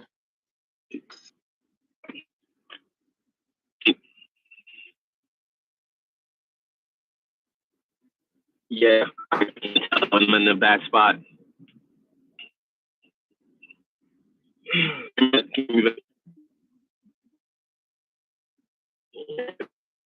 I feel like you should always be wary. Mm-hmm. I feel like you should always be wary of people who don't present these kinds of ideas as like topics for discussion, but like they kind of present them as like, here's this thing I've thought about a lot that like you shouldn't really want to argue with. You know, here's this thing I've solved. Here's this solved equation, or here's this like definition that like is is superior to all the other definitions you would have heard before. I just feel like you should almost just assume it's just like ridiculous. Well, I did kind of assume that, but that's fine. Oh yeah, no, I'm not speaking. That's just like, I don't know, something I've noticed, a pattern I've noticed in these online conversations. It's like some people might be like, "So this is what I've been thinking about," and it's like, I think those things should definitely be entertained. Someone's like, "So this is the correct definition of perfect." Like, I don't even need to listen to the definition. I swear it's ridiculous. Well, you have to be careful with like noticing patterns. You guys hear me better now? It's still a bit choppy, I think. Yeah. Can you hear me now? Yeah, open the sunroof, Justin. That might be the problem. Yeah. Yeah, might be. All right. So, darn it.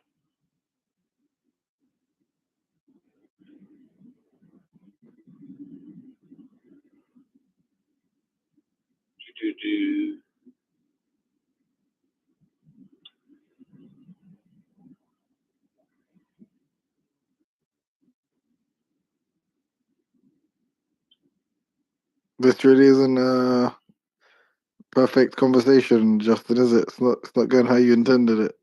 How you intended for it to go. No, it's not. It's not as intended. He said you draw a perfect circle if that's the circle you wanted to draw. All right. That's funny.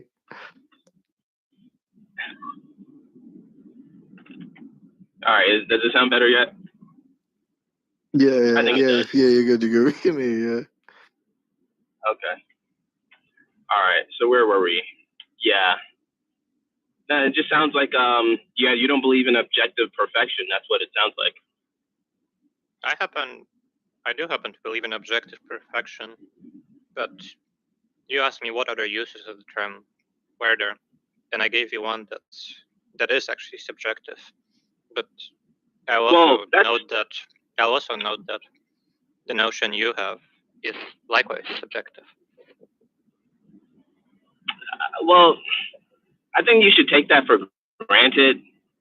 Like we already know that there's going to be people who's going to have a subjective view of perfection. So of course it's perfect for them for the time. I don't know. Let's say you need a part of what I said, but I'm saying I think your view of perfection is also subjective. Well, yeah, and I disagree, because if I said that, hey, I intended this to be this way, that's not subjective, because I'm the one that's setting the law of how I intended something to be. Everyone should be able to see that. We can't hear you, bro. Wait, I mean, I'm going to be eating now, and also my headset is dying. So. Yeah, basically, Sasha, just to wrap this up. Can you hear me yet? He's the object. And because of that, it's subjective. Yeah. Well, look, I'll say one more thing, and then I'll be away. But, yeah, I mean, maybe just, like, look up what subjective typically means. Just, like, in a philosophy dictionary or something. And you'll see that in this case of, I want it to be this way. That's how I design it. That's also subjective. No. So, okay. So if God said, hey, if God said, hey, thou shalt not kill, it's only okay to kill 2 people. Let's say he said that publicly. That would be an objective law, because he said it. It wouldn't be, oh, it's subjective because maybe he didn't mean it that way, or it's only subjective to him. No, that's just that's the law. That's what God said.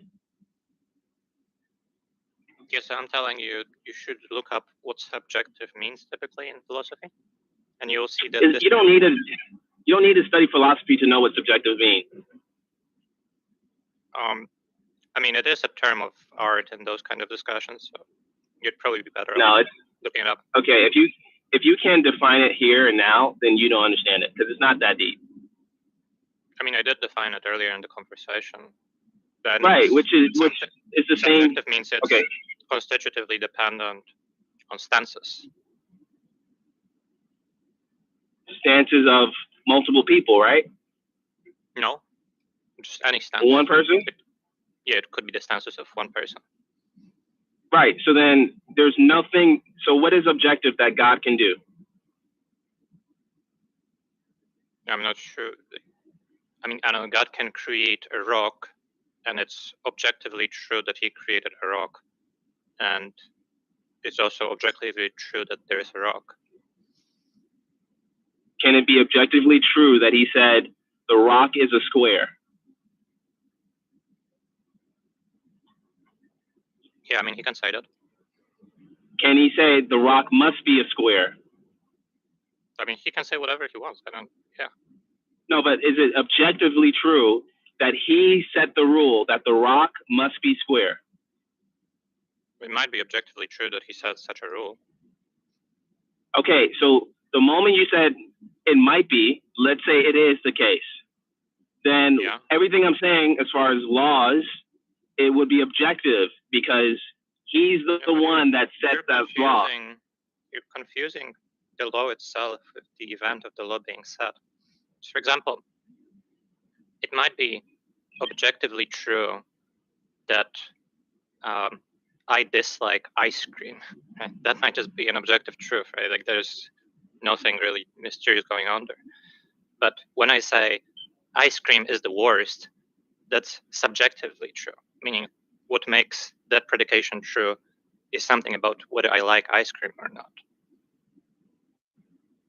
Okay. It would be the same with the law, right? So it might be true that, there is this event that happens, and it's objectively true that God says, the law is this and this and this. But it's not objectively true that, I don't know, that law is perfect in the sense that it matches God's preferences, right? That's subjectively true. And it's subjectively true because its perfection, by your definition, depends on his intentions. So wait, can God objectively have intentions? Yeah. Okay, how would you know it's objectively true? He might tell me or something. He tell you. So can God objectively tell you the law? I'm not sure what you mean objectively tell me. It might be objectively true that he told me or something like that. Yeah, okay. It could be objective in the sense that everyone can observe that he told you that. And it's not necessary. It's not up for debate that he told you that. Just as but then, in that sense, of course, it might be objectively true that like society as a whole dislikes bananas or something. That would also be objectively true. That society like bananas? Yeah. Right, and it could be objectively true that God likes bananas, right? Yeah. It could be objectively true that God, let's say, that created a manual of what's a perfect car. Yeah. Right. So when it comes to a perfect car, let's say you see a car that matches up with the design, the blueprint of that manual, or how the car should operate and how the car should be designed. Yeah. Would that not also be objective? No. Right, because okay, so how could it be? How could the manual be objective, but then the design fitting the description of the blueprint not be objectively true or matching? Yeah. So what it means for there to be a manual, it just means that there's just like a little book or something. I don't know, God like wrote it down somewhere. And what you mean is, and then there's this further idea you have that once something matches what's in that manual, that it's perfect. And I'm saying that's subjectively true. It being perfect is subjectively true, because what perfect means there is that it matches somebody's intentions, meaning it matches somebody's stance. Yeah, but the key point is that it matches the person that we're talking about, the subject. Whether it's true or false, it's not up to the debate. We should know, okay, God said this. This is his blueprint, and this is his intentions. We can objectively know that based on how clear he says it. Yeah, it's just true, like anybody's intentions. Right. So then that's what I'm talking about. If let's say let's say God makes a blueprint of how a car is supposed to be designed, and then someone builds the car out of the, supposedly from the blueprint, you should be able to look at the blueprint and then look at the car to see if they match. If they don't match, one is not as designed. It's not following the intentions of the creator or the architect. Yeah, you can look at the blueprint and say. But what it means to be as designed means to match the intentions of the designer, and that's subjective. Right. Yeah, that's subjective. No. Yeah, because it depends on what somebody intended. We're talking about specifically the God, like not just anybody. So that's the thing. If the subject is God. Yeah, but subjective just means depending on somebody's stances. God is somebody who has stances. So if it depends on his stances, then it's subjective. So then that's why I asked you, can God actually make objective stances or intentions? You said yes. You asked me if God can make a rock. Yeah, can he? Okay, can God have objective stances? I don't know what you mean objective stances. Can God objectively intend something? It might be objectively true that he intends something, Just as it might be objectively true that you intended something.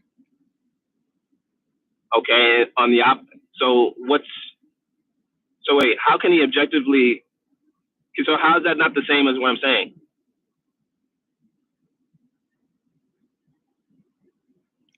If it's objectively true that he has intentions, then how does that not go against what you're saying? Because you're pretty much saying that's still subjective.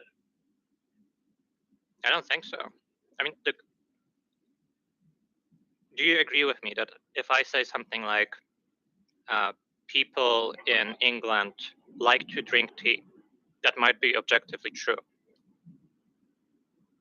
Yeah, people in general, yes. Yeah, that might be objectively true, right? Okay. But now if I say something like, tea is the best, and what the best means there is that it matches my preferences, do you think that's subjective? Yeah, it's subjective because, for you, like, it's the best. It's not the best for everybody else. It's up for debate. I mean, that's not exactly. Listen, what I mean here is that whether it's like it being the best depends on, what I like and what I dislike. And if I thought, something else was the best, then that would be the best. And all there is to say on this topic is what are my preferences? And I think that's the same way that your perfection definition works. Okay, it just sounds like there is no such thing as objective, because, like, if there's no objective blueprint, for example, like, just the whole concept of blueprints right there, it just pretty much destroys your argument, because a blueprint is not subjective. Clearly, you can't just look at a blueprint and say, okay, it's based on how I feel. You have to you have to design the structure according to the blueprint. So that's what I'm saying. When it comes to God, he creates the blueprint for life, and that should be objective. You should be able to see, okay, this is how it's supposed to be. And if someone designs something, maybe let's try this route. Then let's say that society has this unspoken conventional blueprint for what a car is supposed to be. So then, I create my car, and I intended it to be like really shitty or something. But society thinks, oh yeah, this is a perfect car, meaning it matches the blueprint they have, right? This like unspoken convention of a blueprint that they figure out. Is that objectively true now that the car is perfect in the sense that it matches their preferences? Oh no, not according. Yeah, it's not subjectively, no, because for them that's not the ideal car. For you, it is, but objectively, that's how you designed it. So if the car is doing exactly the way you want it to, no, it's not doing exactly what I want. It's doing exactly what they want. Wait, I like messed up my design. And I'm saying, wait, it's not doing what you want it to do? No. Like, I had this blueprint in mind, and, it didn't work out. I made a really fast car, whereas I wanted a really slow car. But society has their own blueprint, and they're saying, according to our blueprint, this car is perfect. So is that objectively true, that the car is perfect? Well, yeah, it will be perfect according to how society made their blueprint for you to make it. Not for you, because you didn't make it as... Because you designed it to be imperfect. Why are you adding all this, like, for them it is, for you it isn't? I mean, you're saying that whether something matches a blueprint or not is just objectively true. So, okay, here it matches a blueprint, so it should be objectively true that it's perfect according to the blueprint. Yeah, it is. It is perfect according to the blueprint. If he did it as the blueprint, not according to what he desires, but according to how, I guess, the society wants, then yeah, it's perfect to society as far as the outcome of it. My intention was to create something. My intention was to create something completely different. I'm just saying I accidentally created something that matches society's blueprint.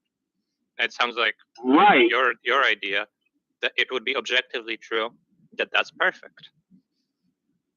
No, so you clearly intended to actually do what they told you to do, right? No. So then how'd you do it? By accident. So then it's not perfect. Well, by perfect, I just mean it fits society's blueprint. And in that sense, it is perfect. It's objectively true that it's perfect. Well, wait, so then where's the blueprint coming from? How is it following the blueprint perfectly?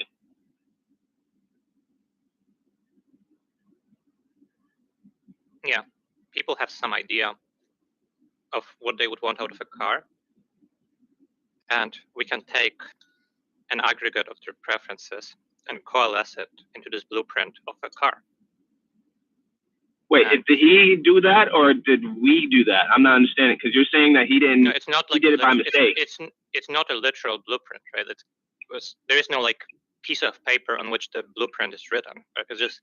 Oh, so then it's not perfect by any definition. It's just incidentally perfect. You might have like a blueprint in your head, right? Like you might think of a blueprint, you might imagine it, and something might be perfect according to that. I'm just saying, imagine if a lot of people had that blueprint in mind. Right, so it's just incidentally perfect to them, like as far as their preferences, but it's not perfect at all because it was not intended to be that way. You're just equivocating. I'm telling you in which sense it is perfect. It's perfect in the sense that it matches the society's blueprint. And in that sense, it is perfect. And it's objectively true that it's perfect. Okay, sure. Objectively true for society. But it wasn't designed to be that way. But it's objectively true, not for anybody. It's subjectively true. It's just objectively true. Okay, so it's subjectively true? I thought you just said the blueprint matches what everybody's preference. Yeah, I'm saying it's objectively true. And that's it, right? It's just like full stop. There's no objectively true for somebody. It's objectively true that it's perfect. It's objectively true that it's perfect for society, but you said it's not perfect for the creator. The person who designed it is not. He didn't design it that way. Look. I'm defining perfect in a way where it matches society's blueprint, right? X is perfect if and only if it matches society's blueprint. So does this car that I described match society's blueprint? Yes, it does. So yeah, it's perfect to society. No, it's just perfect. No, it's not perfect because it would have to also be perfect to the. I mean, I don't think you understand how language works, right? Like, I gave you a definition, and by that definition, it's true that it's perfect. Like, look, if by perfect I just mean green, then every green thing is perfect. Yeah, there's nothing to add.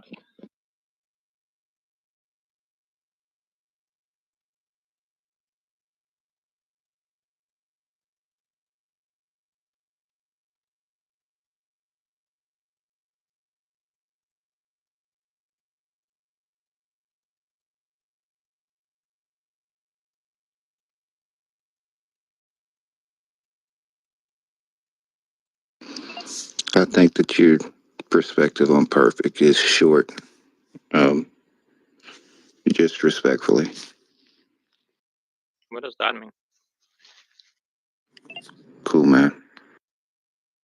What? I thought you said who.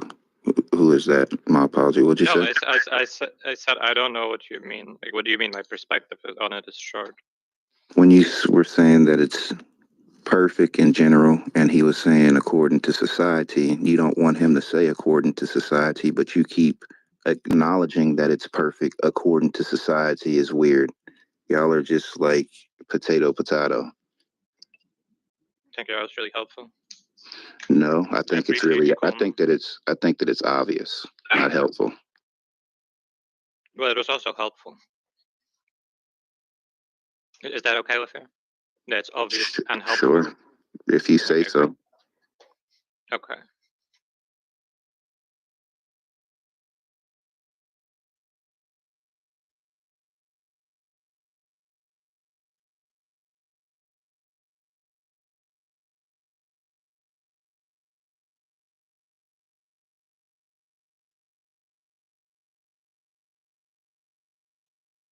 What does that mean? Or is there perfection in nature? What? Something like that. Ah, this.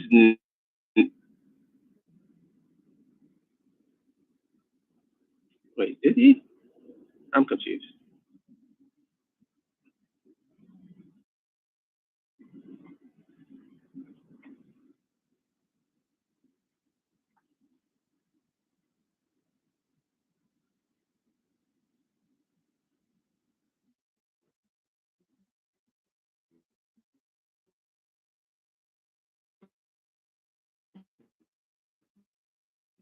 See, do you think you have a duty to fight the patriarchy by taking estrogen?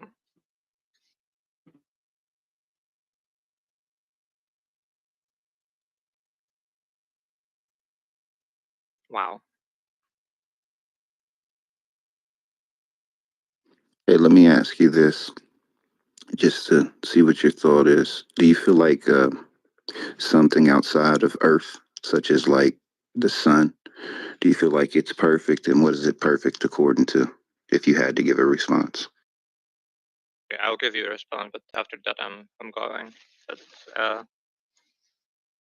I mean, I think that there is a common sense in which you might say something like the sun is perfect, and that's the sense of like meeting some aesthetic standard. So like, you know, it's the same sense as like, I don't know, The Godfather is near a perfect movie or something like that, right? Means there, you know, there is some like set of aesthetic qualities that we can compare artworks against, and we can also do this for like natural scenery, sort of, right? So I don't know, maybe a sunset could be beautiful and perfect in that sense. Gotcha. I think that that's a pretty decent response in essence. So you would say that the sun in the sky is perfect in essence.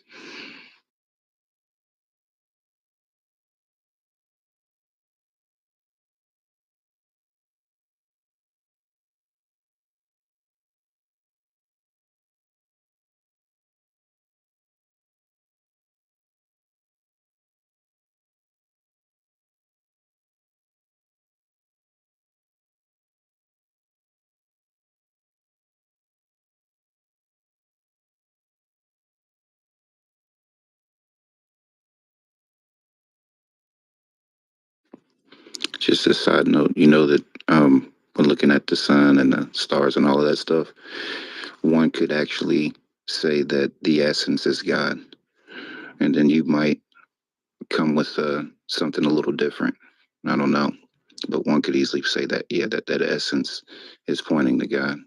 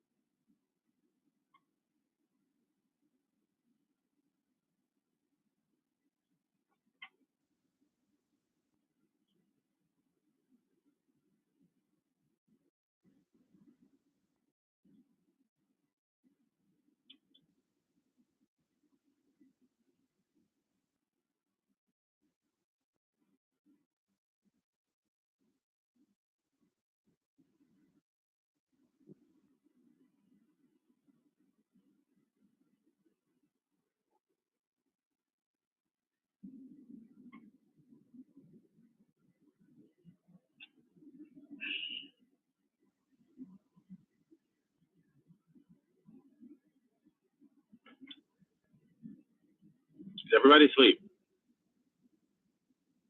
Looks like it. No, I'm awake. Nobody's saying anything though. Oh, okay. I was in a dead spot. I think the gentleman who was here a second ago realizes some things, but he won't allow himself to go further than what he would like to go because it would cause him to go into unknown areas without, like he said, the essence of something for his definition of perfect. That's why I said that. Well, when he said essence, he broadened his perspective of perfection than just what you two were talking about pertaining to like an earthly concept, because he kept on using the earth as the um, the reason for this perfection, and then you would highlight it. So I said, and then he wouldn't like that you would highlight it according to society. He didn't like that, but yet he would highlight it according to society. And that's why I said that his definition of perfect, I feel like, is short. And then I asked him about the sun in the sky. I said, so what would you say, the sun in the sky? If you had to answer, how is it perfect? And his ultimate response was essence. Well, now you've stepped above society. Now you're pointing at something else, because I could have easily said him, what is that essence? And then it would have just been the usual atheist argument. Which is what? Matter, space, molecules, stuff like that. Oh, okay, yeah. Yeah, I think he was getting tripped up by his own, like, he kept thinking I wasn't understanding him, but it was so simplistic, and he didn't see how he was bumping into a wall that he created. His own contradictions there. Anyway. Yeah, he was trying to blanket his statement, and it wasn't blanketed. As soon as he said based upon society, that's not a blanket perfection. He was getting mad at you for identifying that it's not a blanket statement. It's just according to society statement. That's not a blanket statement on perfection itself. Doesn't work. That's why I asked him about the sun. Yeah. Because he wouldn't have said, well, the sun's perfect according to society. It won't work. Yeah.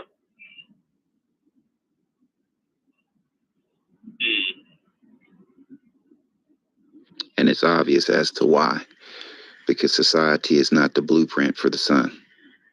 Like, you're going to run into problems doing that.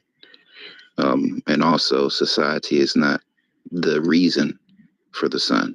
Like, that's why I said that perspective of perfection is so short that he was given. It's just short. It's a part, exactly. But it's short. Exactly. Yeah. That's a good way to put it. So if the sun is doing exactly as it was designed to do, then it's perfect. But there has to be someone bigger to make the sun. So, and the fact that, our planet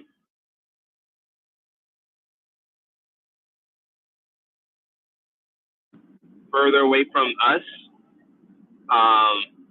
and yet at the same time, it fits the diameter of the sun perfectly to make it a perfect eclipse. Clearly that was designed. That was, like, you can't just say that, that was undesigned. It was just the perfection of that is obvious. But they don't want to say that because that would show that there's a creator, someone who could make the sun and the moon and put them, like, synchronize them in a perfect way like that. I agree.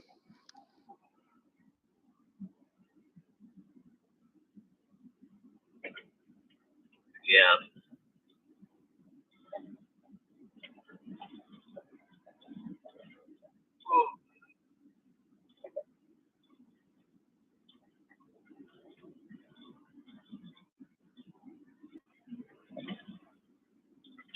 Yeah, but I notice a lot of Christians and even atheists, they're they use the term immaterial, which is like the dumbest, I think the most useless word ever.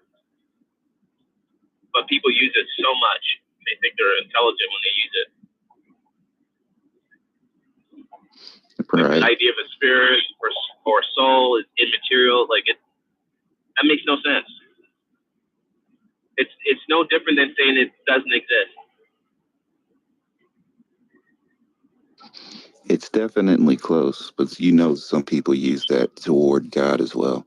They'll say he's immaterial, and that's a short statement. The completion of that statement would be according to our knowledge, because that's where you'd have to land that, because we don't get what the spirit is of. You don't get it, but the spirit itself. So you run into problems there, because then you go, well, if the spirit is of material, we know this, when it comes to God, it cannot be created. So it has to be some type of material. If you see it that way, that is a non-created material. So they'll go in material, because that's about as high as our thinking can go. It can't go above that, because then you don't know what it is at that point. And it gets, I guess, sometimes a bit shaky in the discussion to try to prove that. You're not going to be able to prove what material a spirit is. You're not. How do you prove that? You can't. Exactly. That doesn't mean that it's in material, though. People say that. Exactly. To be complete, they should say that it's not a created material when it comes to God, right, or a spirit. And that can be arguable. Well, it can be objective, I suppose, depending on how you attack it. But when it comes to God, there's nothing to, I mean, I don't have the evidence of what a spirit is made of. I don't have that. And I don't think anybody does. Exactly. Yeah, I don't know. There has to be a word for it. There's like extraterrestrial. In other words, it's beyond the earth. Well, there has to be a word for something that's beyond the universe. Whatever God's nature is, or his tangible nature or material, it has to be beyond our universe, beyond creation. And that's kind of hard to actually define, considering that we can't get a sample of that and compare it to things that we have here. So, I mean, we could just notionally say, okay, yeah, it's uncreated, but you would never really find the complete nature of it, the building blocks of it. Well, I think also the thought that just because something exists, it has to be created is short when looking at God. So that's why I said what I said about the thought of immaterial, because especially when it comes to creation itself, all creation has a material base, substance of something. And there's no way around it. Space, people say that's immaterial. Yeah, in a natural sense, immaterial, but it exists. So how is it existing? And folks for those who deny God, they don't have an answer for that. They'll say atoms and molecules and stuff come together to boom, explode, and now you have space. No, that's incorrect. There's no absolute to that other than what people absolutely say. And that's where you get your absolute. And then that's short of the understanding, or a greater understanding, better put. It's just short. All the stuff that humans think and conclude outside of God to say this is it has no real foundation. Because even if you did the Big Bang, where did it come from? And you know how those talks go as well. They go, it came out of nowhere. So you can now get something from nothing. And that doesn't even scientifically make sense at all. That's been proven. Exactly. Right. Yeah, I feel that. Yeah, that makes sense. That makes a lot of sense. Yeah, everything. So, were you here when I gave my theory as to what is a soul? I was probably asleep. basically, my theory is that like everyone has like it's basic. I call it like a soul seed. Like the core of who you are is like this tiny, extremely small. I would call like a black box or like a chip. It stores all the memories of who you are, all your decisions. It's essentially you, right? And when you die, your brain matter would eventually dissolve and everything like that. You go into dust, right? But that soul seed, it remains. It's pretty much like a black box. So that, let's say when a plane crashes or a boat crashes, scuba divers, they go down looking for the black box, which is an encased computer that records everything that happened up to that point, to the point it crashed. So it's sort of like they kind of try to make it indestructible. So the same thing with like your soul or the very essence of you, that thing remains in you until the resurrection. So let's say you're blown up to smithereens. That's the very thing that will survive, and it would just be inactive. It would be like a mother chip or motherboard that's let's say all the every piece of the computer is broken except that part. It's off until you put electricity back onto it, and then it has the body to analyze the world. Then that's when it's alive. So once you're dead, that soul right there, that thing, it's pretty much asleep until someone turns it back on, puts a body to it, puts it somewhere. So when God comes back, that's the very thing that he will resurrect you from. Everything else, your whole body would be new except that one thing, your soul seed, or it's pretty much you. So you're basically saying soul sleep. Well, there's some biblical points to what you're bringing out. I mean, it is written that when you die, you sleep, you rest, and you have no knowledge of these works and things that pertain to the earth. There's no more works. There's no more. It hit a couple of things with death or rest, as it puts it, and it's all pointing to things that you had when you were here in the physical, according to the flesh and the blood. But then when you go after that, that's where it can be a bit objective to even the point that you're bringing out to some extent. When you see somebody like Jesus actually saying that he makes mention of a man who died and lifted his eyes in torments of flame. And I know you know that parable, which I think is a real story, but it's definitely considered, there's parts of it that can be considered a parable. And that's fine. I don't think that a parable just means that it's not true, because if that's the case, then Jesus lied to us. So parables are based upon truth. Matter of fact, they are true to lead you to another point in most cases. And that's just the way it is. Nobody uses, well, Jesus, let me say not nobody, because that's subjective.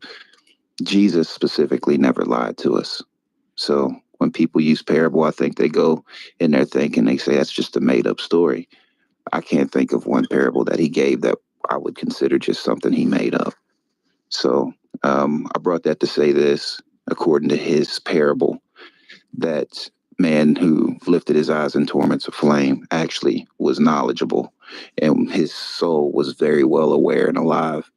He asked, I think, Lazarus for a drop of water. Lazarus is already dead at that point, and it said that he saw Abraham and Lazarus, and he asked him for a drop. So I guess it could play in the role of how one might see that, but I don't think he lied when he pointed that picture out. Yeah. Well, what my theory gets at is explaining when Jesus said that fear not him who is able to kill the body but not the soul, but fear him who is able to destroy both body and soul in hell. So what that means is that when a person dies, when you, if, let's say we were to kill a person, like your soul isn't destroyed, it isn't like killed. It survives somehow. But there's still something physical about you that can be destroyed, and it says that God will destroy it. So it's both body and soul that will be destroyed in hell. So basically, the way I see it is that, like, when the judgment happens and the wicked are destroyed, the fire that would destroy them would be the fire that would literally get rid of every piece of that person being. So that would also include that, what I call the black box, that could survive almost everything, but that last day fire, which is the real death, the second death, that will destroy every piece of that individual. So I agree with that. You're talking about the lake of fire, and I agree with that. Yeah.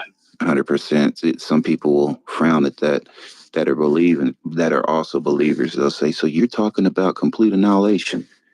That's what I believe what the scripture says, like what you just quoted. I believe that he can destroy the body and the soul, just like the scripture says. And it's obvious that, to me, it's obvious that if you go into a second death, buddy, there's nothing about you living at all. Like what you said, it's completely done away with. And I don't know why people struggle to, well, I do know why, because they take certain scriptures that talks about gnashing of the teeth, where the worm never dies, and they conflate hell and the lake of fire to be exactly the same. But I heard somebody say this, though, and this drew my interest of thought, because I've never considered it like this until I heard this gentleman say this about hell. He said there's two hells. And I'm like, how is he fixing that thought? He said one is where you can, like you're describing a black box. One is where you can actually be, you're still aware and conscious of what's going on and the pain and the torment. He said the other one is worse than the first one. And it's where things go, and like what you said, they're completely done away with. So, and I was like, well, if somebody brought that up, then I guess one could say they're both hell, right? But I would juggle the option of thought in saying, well, the scriptures say that hell and death get cast into the lake of fire. And I don't see them. For that reason, I cannot see hell and the lake of fire to be the same. I think that there would be obviously fire in hell, and maybe even places where there are areas of where it's like, I guess one might say, lava-based idea. Would you call flowing lava a lake of fire? One could identify it like that, but the reality is it's not a lake. It's not. It's just a place where constant flowing of fire, or you can say, I don't know if fire is the right word, extreme heat and lava. I mean, because it's not fire. Well, it's going to be literally fire. But if you say heat, then it is fire. Yeah, but it's based upon fire. I mean, without flame. And that's hard to say. Well, I mean, the Bible says that, like, that Sodom and Gomorrah is an example of the judgment that would happen, of the eternal fire. So, I mean, does use the term fire. And then lake of fire, I mean, either way, like, if it's supposed to talk about heat, then I don't see how you have extreme heat without the fire. Yeah, I think that it is absolutely fire. But I meant like flame base, meaning to say that there's flames coming off of it. But who's to say that? I was just thinking of lava itself, because lava doesn't necessarily have flames coming off of it. It seems to be confounded within itself. Like, Well, it's fire. unless something's burning, like if you That's put people different. in it, There could be flame, right? But lava, what does yeah. lava have in it? Oh, okay. I see what you're saying. You see what I'm saying? Yeah. So, yeah. Well, it has fire in it, but it's like micro fire. Like it's like within its, Without within flame. without flames. Yeah. That's just the reality of it, and that's how I was dividing the two. Okay, right? I see what you mean. So you can definitely have the fire with no flame. Lava is a good example of that. But once the lava touches something, it catches flame, and it doesn't last long either. Once it burns up, it's done. And if people understand, that's a good actual analogy. Now that I think about it, what survives lava once lava comes in contact with it? Matter of fact, it's so bad that it says it takes years for there any life to be grown back in an area where lava had flown through. It does that much damage. Like, it's True, but crazy. oh yeah. But I don't know the yeah, when exact number of years, but it's it's many, many years. I can imagine. I can definitely imagine that. So that's just to give a small idea of how, if you considered a lake of fire, I think lava would probably be the closest thing on Earth that I would point somebody to. That'd be it. Yeah, it would pretty much be a lava pit. But I mean, I'm sure that I feel like it's gonna be an ocean of fire. Actually, I agree. Well, at least we know a lake. I agree. So, however big that is, or wide, or deep, I don't think the importance of that matters. But I just wouldn't want to go there. Period. Yeah. Heck, I wouldn't want to accidentally or intentionally put my finger in flowing lava. I wouldn't want to know what that would be like. I'm sure it would take the bone and the skin completely gone away. Yeah, I'm sure of that. Yeah, it would grind you up like a rock. It would pretty much bend you and burn you and crush you, and you'd be all disintegrated. It'd be bad. Anyway. But yeah, hell and the lake of fire are not the same, in my opinion. Well, according to what I read and my opinion. Well, I mean, so you look at the words hell throughout the Bible. Of course, there's different definitions or uses of the term in the Hebrew, and we just use one word for all those different words. So in the Old Testament, hell is used as Sheol, which is the grave. Then there's a New Testament. There's hell as far as like a Gehenna, which represents the garbage dump that they had back then, which was the valley of Gehenna, where they threw all their all the idols at first, and then it had a lot of dead bodies and just garbage and stuff that they put there. So there was constant fire there. That's why Jesus talked about, where the worm never dies, because that was the place they burned the garbage. And then there is Hades. Hold up, really quick question before you go to that next point. So Gehenna is a place on Earth, correct? Yeah, it was a literal place on Earth. And you think that worms would go into this fire on the Earth and not die? Well, yeah, in the sense that like there was always worms there because there was always garbage and decomposing matter for things to constantly for the worms to constantly be there for. So in that sense, the worm never died because there was always worms there. I don't understand that. Somebody just posed the question, and Sam did. You're on the stage. I don't understand that question. He just put in the chat. I don't know if you see it. I don't see it. Can you say it? Can you ask the question? Yeah, he said, do you know what color it is, guys? I think Sam is talking about the fire. I think it will be blue. I think it'll be all kinds of colors. Yeah, I don't have an answer to that. I think I have an answer. I mean, I think we can assume what we think, But have you heard the testimony of them making fire so hot that it became black? Have you heard I that? never heard that. Look, No, Google that's it up. crazy. When you get a second, do some research on a black fire. It's wild. Wow. I never put those ideas together. I never heard of black fire before. Yeah, me neither until I heard it. Never even considered it. Huh, interesting. Well, that's weird. But yeah, maybe that's, yeah, I can't even conceive that. That sounds like a black hole to me. But yeah, I imagine because of all the chemicals, I mean, there could be various colors that come out. And since it's God's fire, yeah, there'd be weird colors that would be coming from there because fire has its colors because of, I guess, the chemicals of oxygen may give it its color and the intensity. So if there's different, like, I don't know, odor or not odor, but just chemicals in the air, then yeah, it will come out with different colors. But I never thought of that question, actually.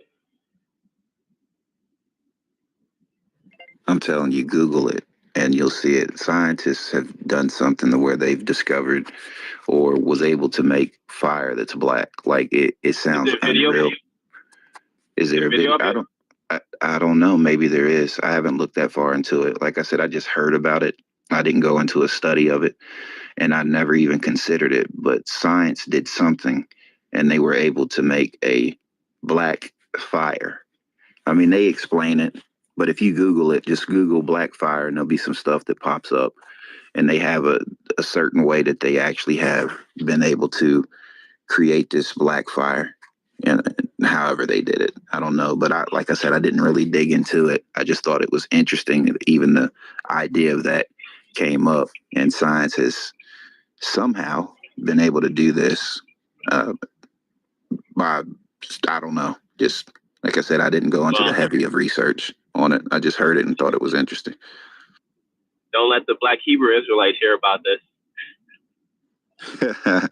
That's funny. They're gonna say, "This is when we were king. We had black fire." That's funny. We were king. Okay.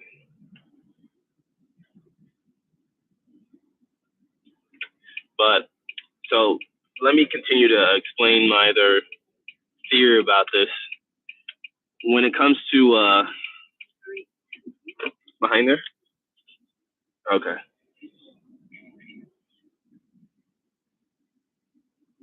So when it comes to the our soul, I think every being has this, and also fallen angels. Wait. Up here? No, right here. Okay. And tell me when to stop. Okay. Okay.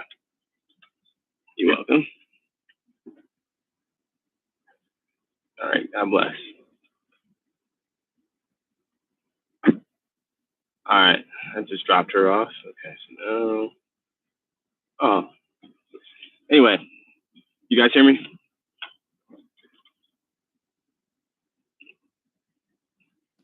Yes, we can hear you. Okay. So basically, I arrived to this theory about the soul practically being an extremely small black box that contains all our memories and everything. From the idea that like fallen angels, they at some point probably died. There was probably some murder going on amongst them. There has to be suicide amongst them. And the reason why I believe that is because there's no creature that is immortal except God. Only God is immortal. And he grants life to other people. the only people that have life is those who continually are obedient to him. So it will make no sense that fallen angels don't die or cannot die. But the question is, why are they still existing if they can die? My conclusion is this, is that because they've been in heaven and they've been existing with like things that could keep them going on for eons, like the tree of life, that has been like stored up into their blood cells and their entire like system. So all that backed up vitality can keep them going on for 10,000 years, 20,000 years. I mean, it's normal for them to just go on for millions of years, perhaps. So just living for an extra 10,000 years, 20,000 years is nothing to them. However, they can still die between that time. And the reason why I came to that conclusion is because Jesus says that Satan was a murderer from the beginning. So how is he a murderer when he hasn't? We don't have any accounts of him murdering a human. When did he ever murder? And people would say, "Oh, well, no, he's murdering through proxy. Like he's doing it through people like Cain. He tempted him to murder, and therefore he's a murderer." But nah, that doesn't sit right with me, because it says that he's also a liar from the beginning. Did he just start lying like on earth? Have you considered this? That as soon as murdering is in deception with him in the beginning, in deception, because obviously he didn't physically do anything to Adam or Eve, right? So how is he a murderer from the beginning? It's in deception. It has to be that way when it comes to him. Now us, it's obviously we do some things that is, I mean, even you can say that that's built upon deception. You plot on something and you believe that it's right, so you go do it, or you've convinced yourself that it's right, so you go murder somebody. So you're deceived. So it's hard to separate deception from murder. They play a hand-in-hand role, right? You can separate it. I'm just saying that's just from another perspective of how you can see that he's a murderer, and he didn't physically have to put his hands on anybody on the earth, not one person.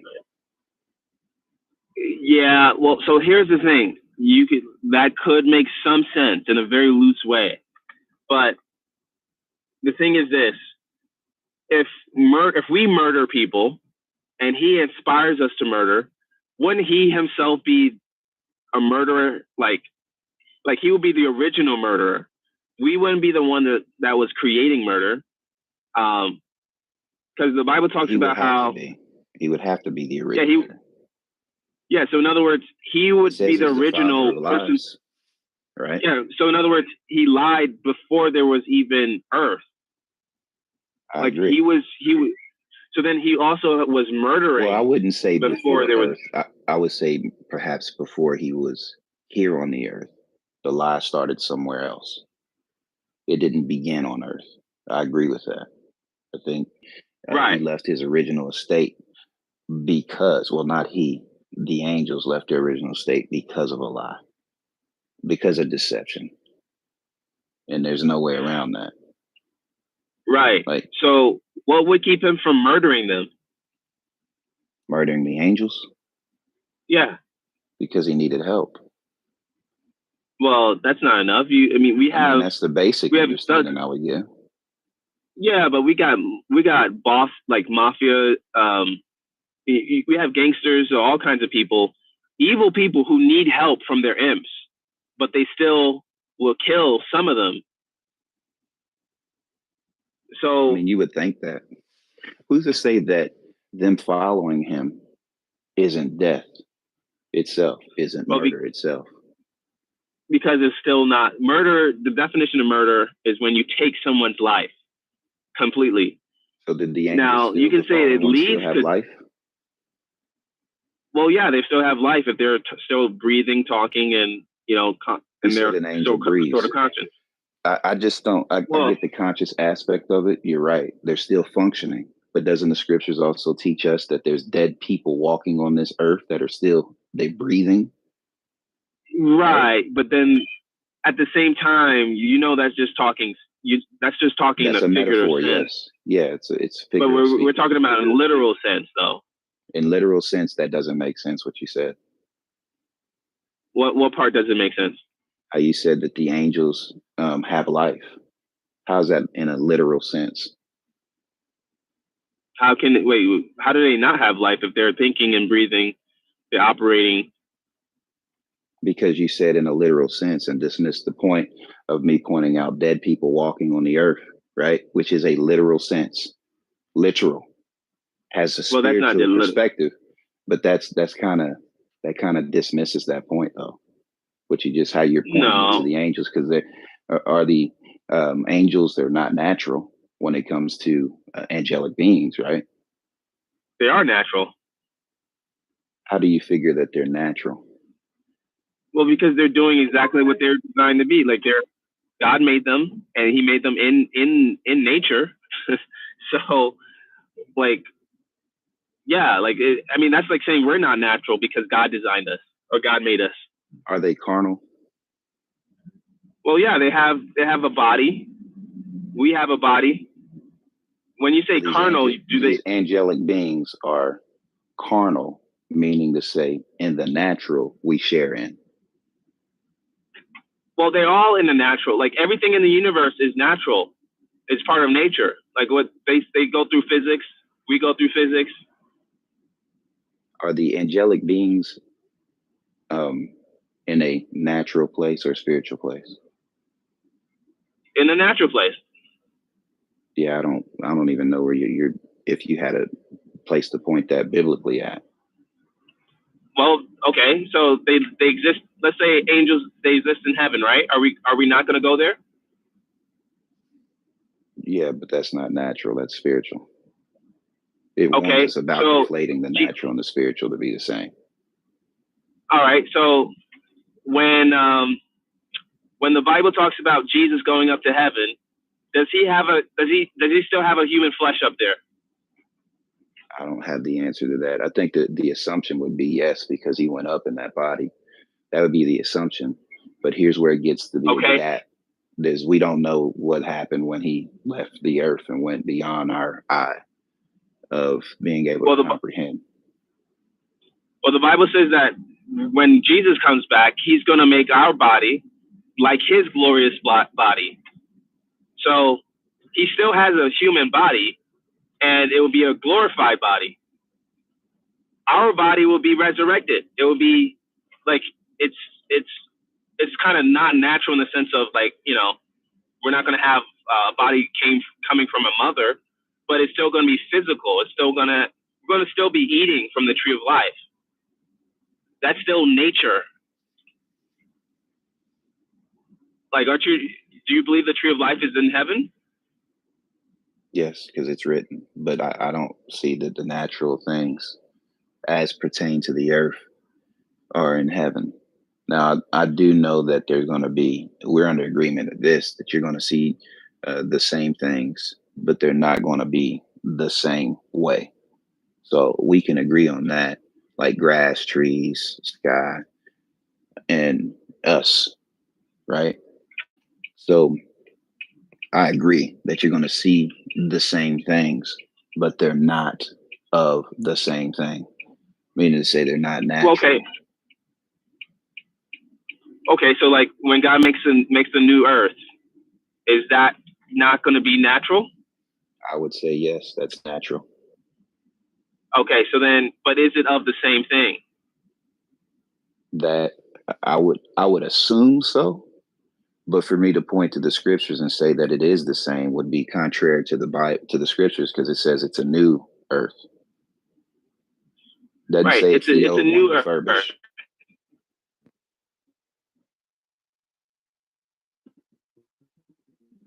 I mean, there's different ways to see that too. I guess one could maybe argue and say that new. Then why would we go to heaven and then come back to? You said we gotta wait. Well, no. Yeah, new doesn't have to be of a different nature. Or it doesn't have to be unnatural. It just. I agree with that. That's if that's in the natural. I agree with that. It's just like when we get born again, it says we're a new creature, right? Does that mean that you're not still dealing with who you are in the natural? No, it doesn't. You are still dealing with who you are in the natural. But what's the new creature is not of the natural. It can't be, otherwise it's the same. There's nothing new about it. It's just a repetitive repeat of what you already had. So what's new about something that you already have had? There's nothing new there. I don't know if he got moved or what, but yeah. I don't know if anybody else was listening and wanted to engage.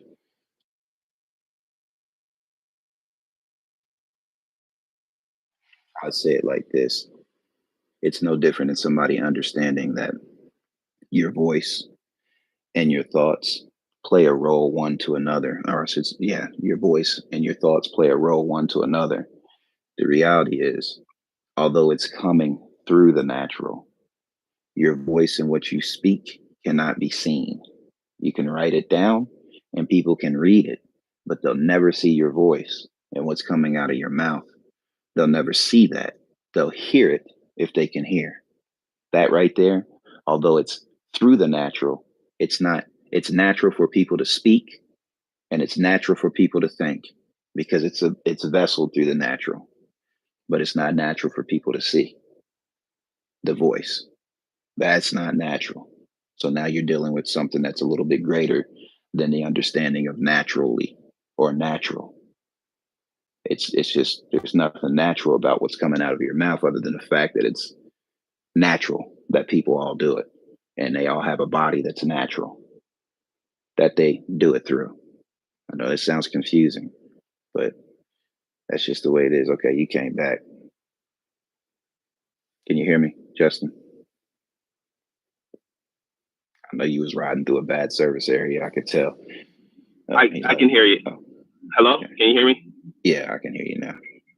Go ahead. Yeah, I just had respond to that. Someone called me. But I heard generally what you said. Did you want to respond to? I was just basically saying there's a difference between the natural and the spiritual. And I use the voice as an example. I said it's coming through a natural vessel, but you cannot see the voice. It's natural for people to speak. It's natural for people to think. It's unnatural for people to see your thoughts or to see what you're speaking. You write it down, you say, I can read it. And they go, aha, now I can see what you're speaking. No, you can't. All you're seeing is what was written down and what I'm thinking as I write it down. That's it. That's at best. But you can't see my inner thoughts. You can't see the words coming out of my mouth. You can't.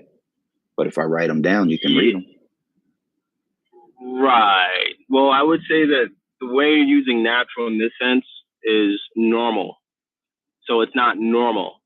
So hold up. What did I say that wasn't normal in my understanding? Well, seeing your thoughts, distinguishing natural from spiritual. Well, yeah. So I mentioned was normal. What was like seeing your thoughts is normal?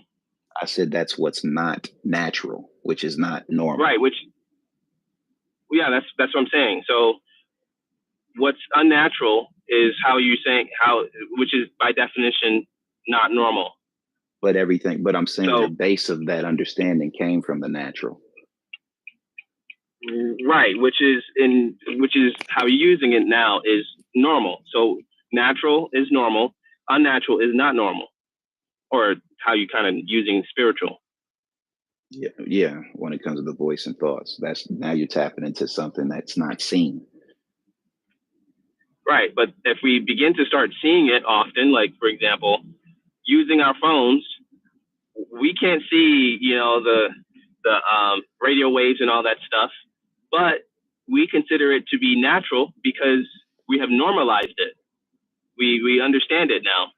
So we don't put it in the spiritual realm because, or at least in the spiritual category or the unnatural category, because we understand it. Yeah, there's no problem with that. But what's understood doesn't make it natural. I understand God exists. Is that natural? Is that normal? No, you don't understand God's nature per se. That's past the point. I understand He exists. Is that natural and normal? The answer to that is no. There's a lot of people, and even if it is natural and normal, there's a lot of people that deny that. So for certain people, it is not natural and it is not normal by their denial, but it doesn't mean it's absolute.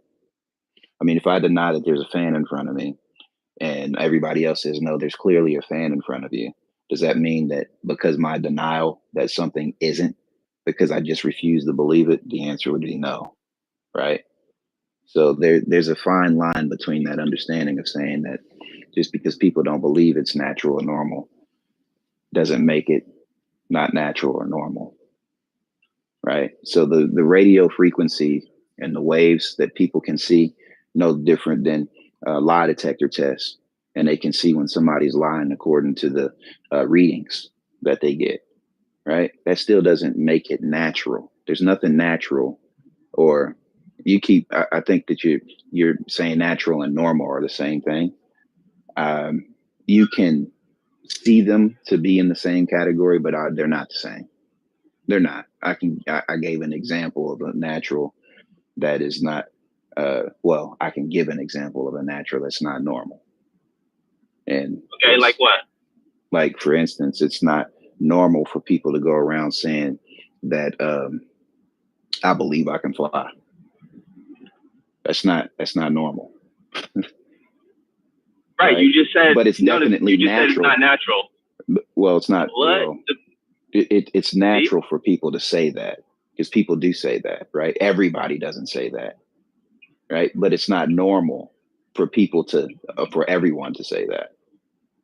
No, see, it would fit perfectly to say it's unnatural for a person to say, I believe I can fly, and literally mean it. We automatically think that person is crazy because it's not well, you're right, normal. You're right. I'm arguing semantics. You're right. I'll just yield to that, because you can, just about in every case, you can kind of put the natural and the normal to be pointed to be the same. So I won't even fight that fight. Yeah. I won't fight that. I won't die on that hill. But my logic is this, is that, like, if we were to eventually talk to angels, we will be able to, like, hold their hands, examine their texture and all that stuff, and understand the anatomy of an angel. Eventually, it will be as natural as you and I. But because we don't see them, as far as where we are in our dimension, then of course it's not natural, because it's beyond our understanding at this point. But yet it is within our universe. It's just we don't understand it. Does that make sense? Yeah, it does. It makes clear sense. That's a point to the point, though, is that you can know things that, or know of things that are not naturally known and that are not commonly known. It's just the way it goes. That doesn't mean because you know some things that some people might not know, doesn't mean obviously that some other person doesn't know it. I think we share in that at some point. You're going to meet somebody that knows it like you know it. Maybe not every single thing or understands every single thing like you, but they definitely have a grab on what you're talking about because they understand. That's the way they know it as well. Or they may understand and just say, hey, I'm aware of that. I don't believe it, but I'm aware of that. And I understand that perspective. I just don't believe it. So you're going to run into people like that too, all the time. All the time. Right. Clear knowledge of, but just deny it. That's right. it. So when it comes to angels being natural versus unnatural, yes, it's unnatural for us to understand what they're made out of because we're pretty ignorant of that. But in theory, they're still part of nature. They're within the realms of physics. So we don't understand how they operate all the time. Just like how, like a native, an Aboriginal who's not aware of technology that much. He's gonna see, flying cars as sorcery. He's not gonna understand it. It's gonna be unnatural to him, and that's how he's gonna call it, maybe in his primitive understanding of things. But you and I have an understanding of, okay, these things can be manipulated. It's part of nature. So that's how I'm viewing angels.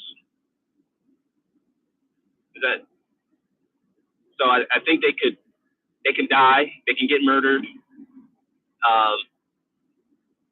But yeah, trying to bring it back to what I was trying to theorize is that what was happening in heaven is that when Lucifer was pretty much acting out his violent ways, and I'm not just saying only Lucifer, I mean, we're talking about billions of fallen angels.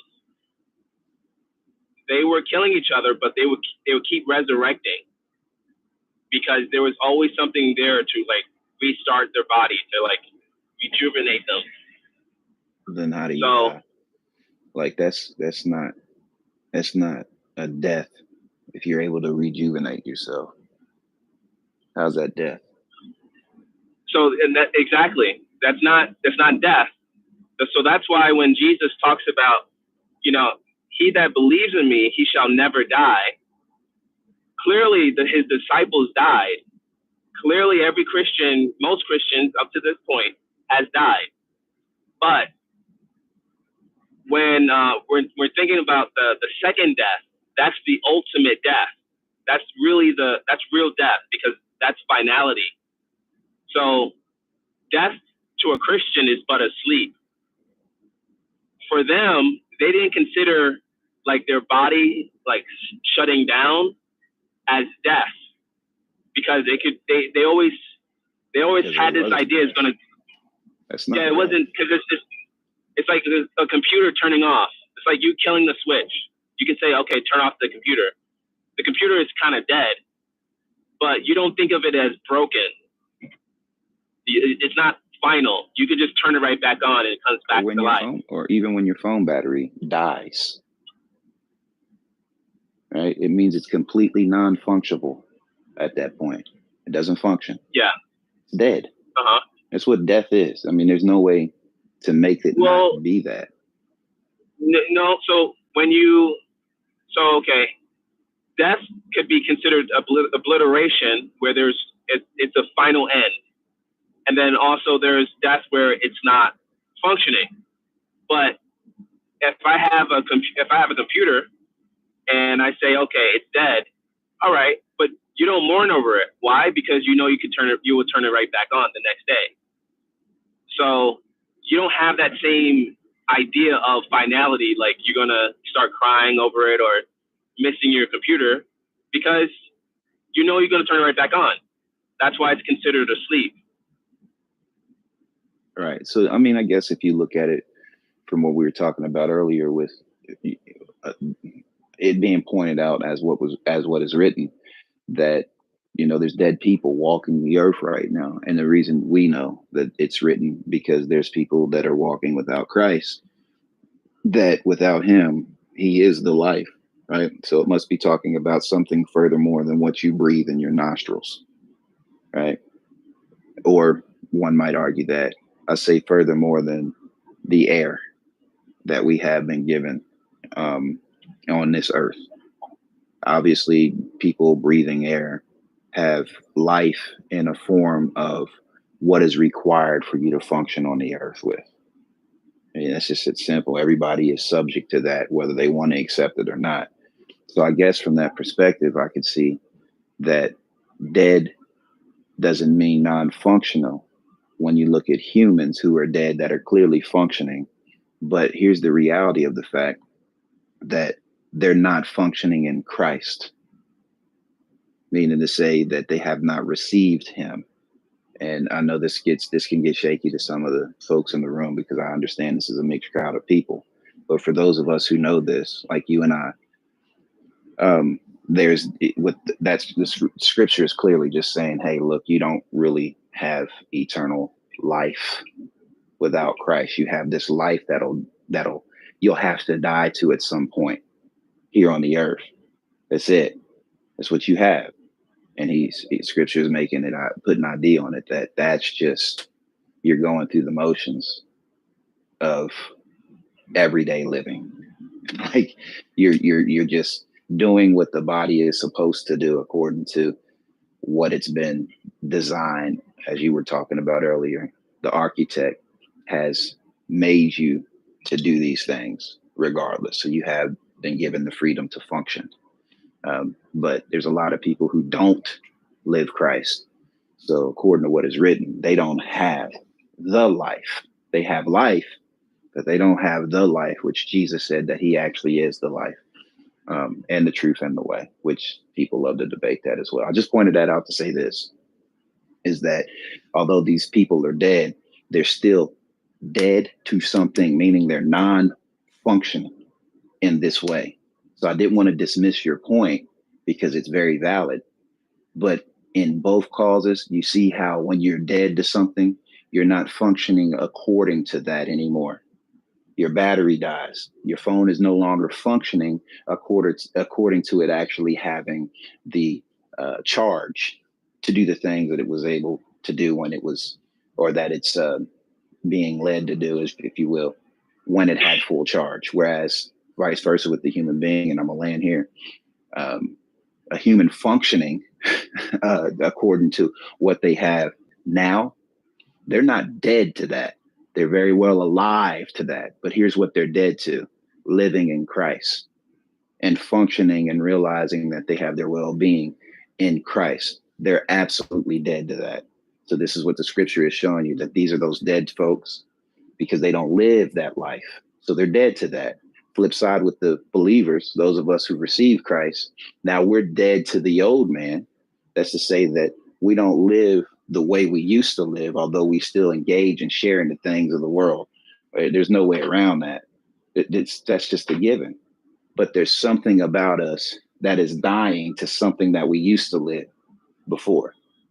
And that's that your dead is to be non-functioning in something that was.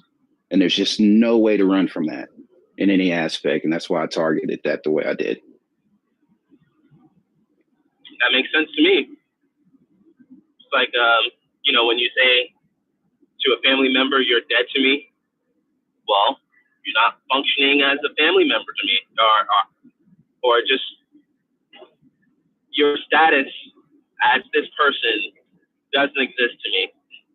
So yes, I agree with you. So, but on the various levels of what we mean by death, when it comes to physical death, there's that where your brain is not functioning. Then, of course, the spiritual sense, where you're not functioning as a Christian or as a child of God.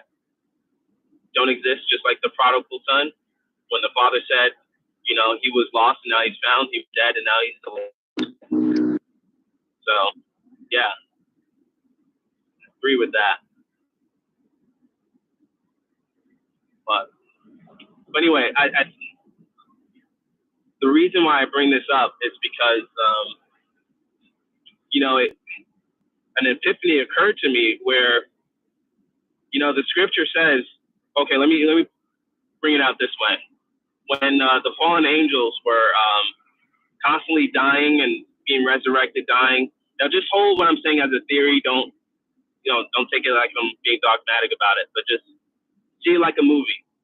See it like a movie. The fallen angels would die. Some of them would get resurrected, die, resurrect, and so on. The more that happened, the more determined they were towards doing evil, because the consequences of evil was not there for them. So let's say they kill someone because that person was annoying, disregard his body, throw him somewhere. That person would come back to life and, maybe someone finds his body, gives him like a leaf from the tree of life, resurrect him. Now he's more determined to take revenge, and no matter how many times they die, they're just getting worse and worse and worse. So when there's no finality in your head, you don't really see consequences. So you're just in a constant free fall towards evil, and that's what made them worse. So to correct that mistake, angels, they made a law for the rest of the universe that it's appointed unto man, or appointed unto any creature, to die once and then the judgment, and that the wages of sin is death. And when they say death, they meant like a complete end. So that's why the text says it's appointed unto man to die once, because they learned what would happen if you keep resurrecting people. Like, you abuse the system of resurrection. Does that make sense? Yeah, parts of what you said to me definitely makes sense completely. The how you were making mention of the angels earlier, and then you kind of spun it back in there without saying it exact in your comment now. I just don't I get what you're saying, but there's nothing sound biblically, right? If we were to attack it according to what is written, that seems to let us think or points us in the idea that angels die in the spiritual realm and they just resurrect in the spiritual realm. Matter of fact, there's no notion that I'm familiar with that even says that the angels died in the spiritual realm at all. From what I understand, according to what's written, they're waiting for their judgment. They haven't received death yet, but it's coming, is what it looks like. Because if they died already once, then the beast, the false prophet, and the devil, it would be a second death for them as well. The Bible doesn't say that. It doesn't even say that it's a death for the beast, the false prophet, and the devil at all. It says that they're tormented day and night in the lake of fire, and their smoke ascendeth up forever. When you actually go read that, it actually says that specifically. Well, you got to read it again. If you go to 20, I've read it over and over. 21. And over. Well, yeah, it says that too. I'm not disagreeing that, but if you go to chapter 21, it says, speaking about the lake of fire, it says, which is the second death. So they are thrown into the lake of fire, which is the second death. It doesn't say for them. Well, yeah, it's not. How can it be? Think of it like this. How is it a second death in two causes? They never died, and it doesn't say they're going to die. Who is it a second death for? Well, I mean, can you read it for me? People. Well, yeah, I can read it. Revelation. Yeah, just read it for me. Revelation 20, because you're talking about Revelation 14 and then also Revelation 21. So maybe you search up the word second death if you don't know the Revelation 20. I'll start there because I think that's what you made mention of first, right? Well, yeah. So second death is mentioned twice. So it is. It says that absolutely second death has no power over us, or at least that's those of us in Christ. Yeah, but the people that are going in there, it's a second death, because we die once and then we die again, and the Bible warns us you don't want that. And there's other passages. Yeah, there's more than two places that actually speak on this. There's another passage that speaks on it too. Yeah, but read about the people that go into the lake of fire and see who are the ones that. So this is what it says. I'll start at Revelation 20 and verse. Let me see. Here it is, 10, and I'm gonna read down to 15. It says, "And the devil that deceived them was cast into the lake of fire and brimstone, where the beast and the false prophet are, and shall be tormented day and night forever and ever." Did you hear that? It tells you in that reading who is tormented day and night forever and ever. Notice how I didn't say it's a second death at all yet. Yeah. right? Not So yet. then it says, Then go on. and I saw a great white throne, and him that sat on it, from whose face the earth and heaven fled away, and there was found no place for them. And I saw the dead, small and great, stand before God, and the books were open, and another book was open, which is the book of life, and the dead was judged out of the things which were written in the books according to their works. And the sea gave up the dead which were in it, and death and hell delivered up the dead which were in them, and they were judged every man according to their works. So everybody coming out of death and hell were judged according to their works. And then it says 14, and death and hell were cast into the lake of fire. This is the second death.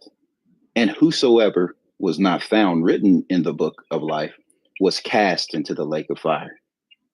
So it tells you what the second death is. It says Right. death and hell are the second death.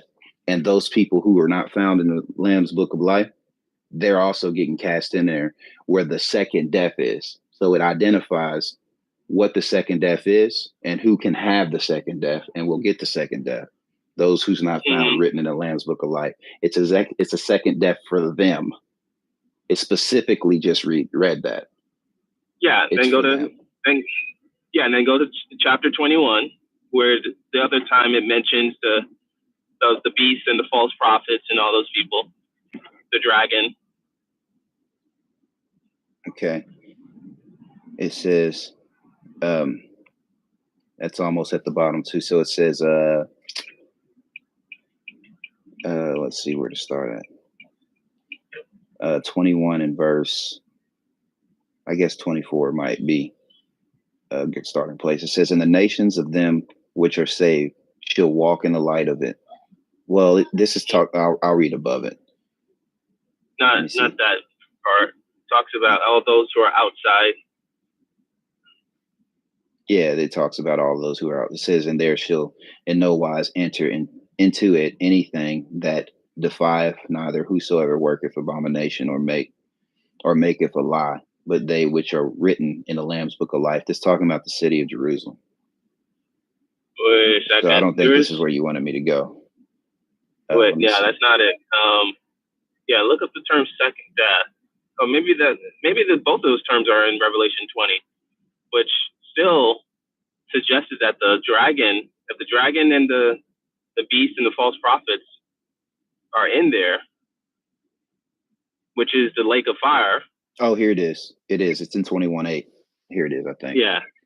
So I just had to go up. I was too far down. So it says, I'll read 7 and then 8. He that overcometh shall inherit all things, and I will be his God, and he shall be my son.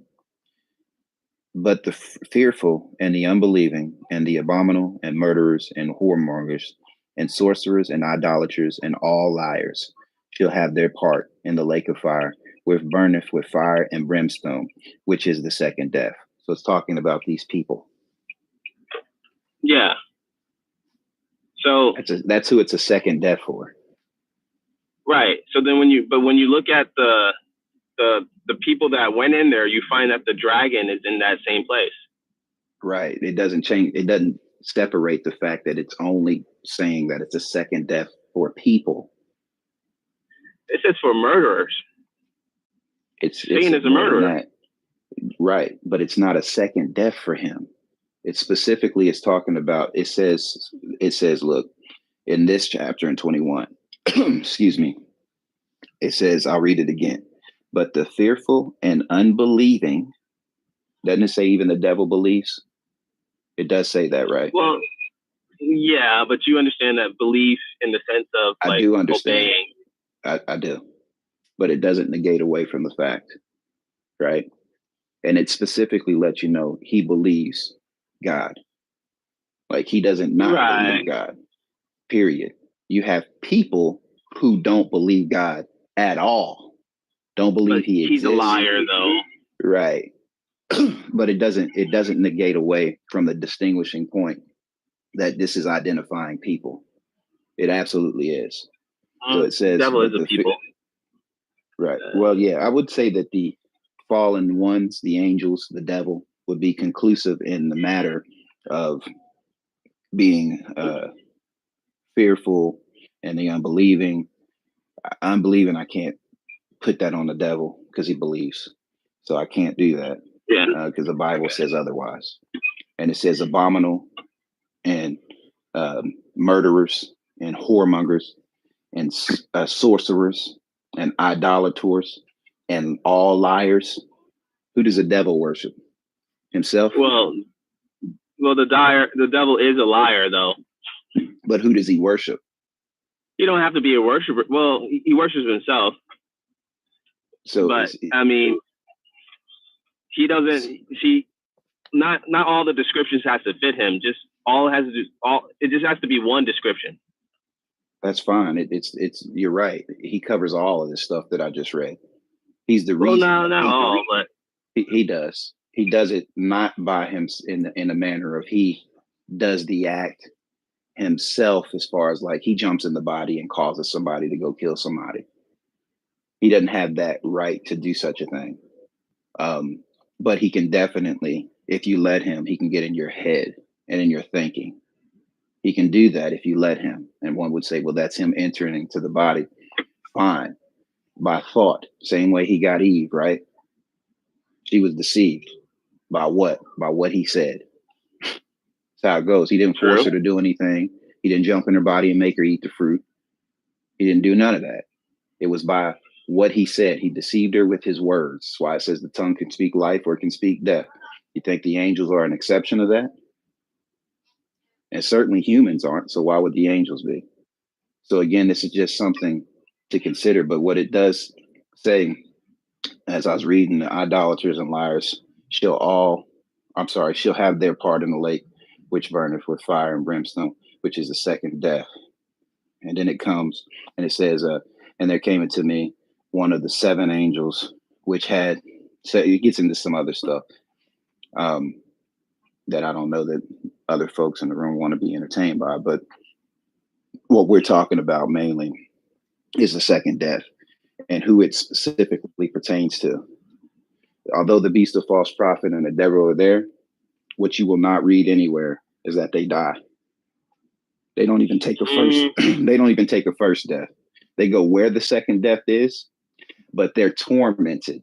I read the scripture day and night, forever and ever, and their smoke ascends up forever and ever. It specifically says that they are tormented in the lake of fire. Yeah. So this is where so I'm a Seventh-day Adventist. I don't know where if you're pretty much aware of their arguments or my argument for that.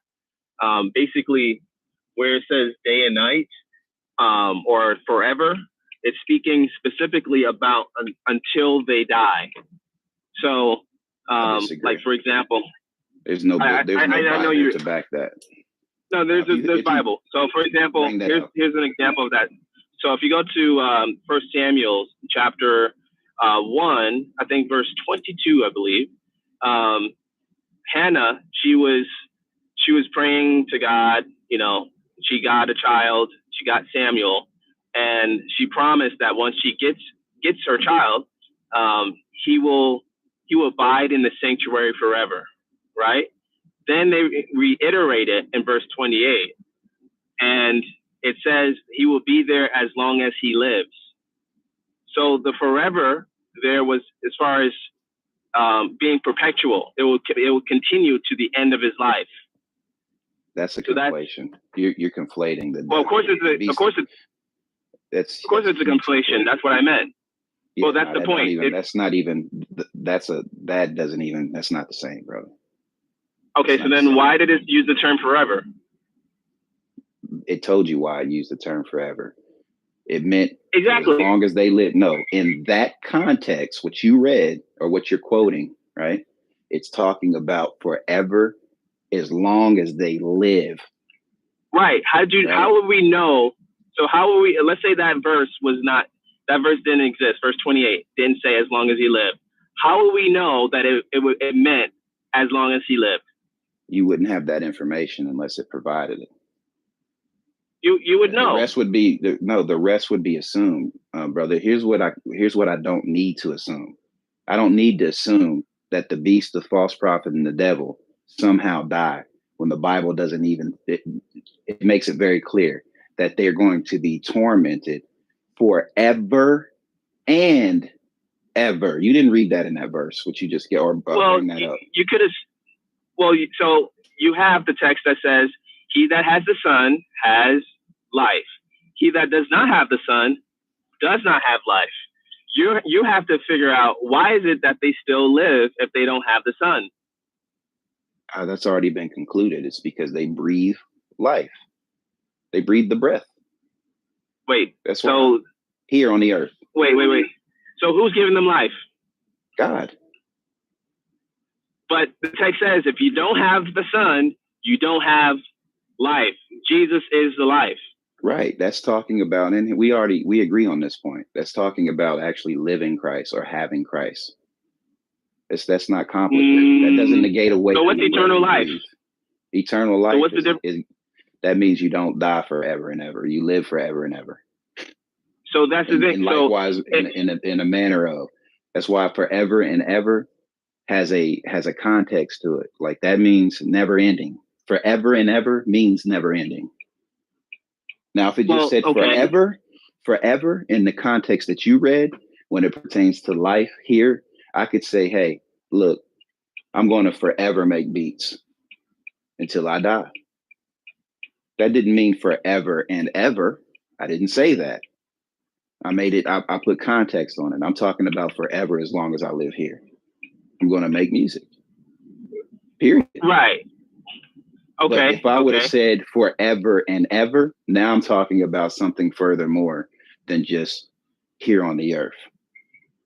And I didn't say until I die.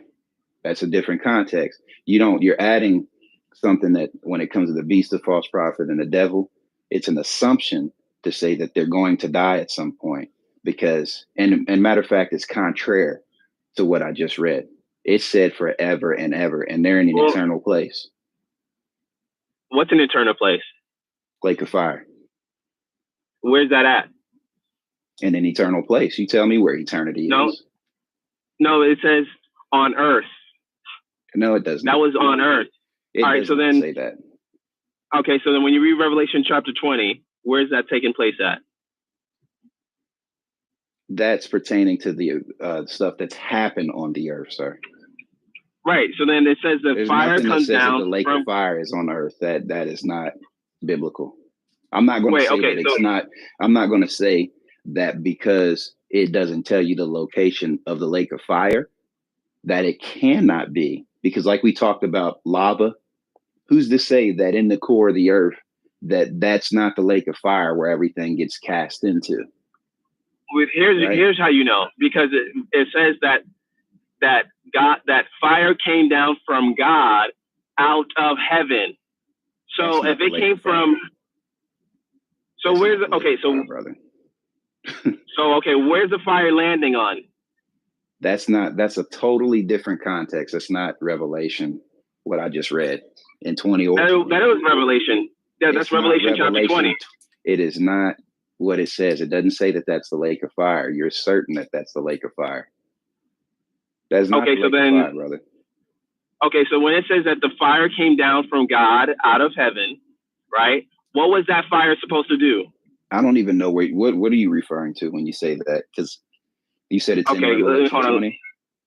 Yeah, Revelation chapter 20.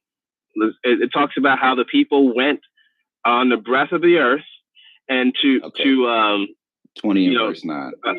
Let me pull it up. Yeah. Right. Let's see if that's the lake of fire or what it's talking about. Okay, Revelation 29. Give me a second to pull it up. 20.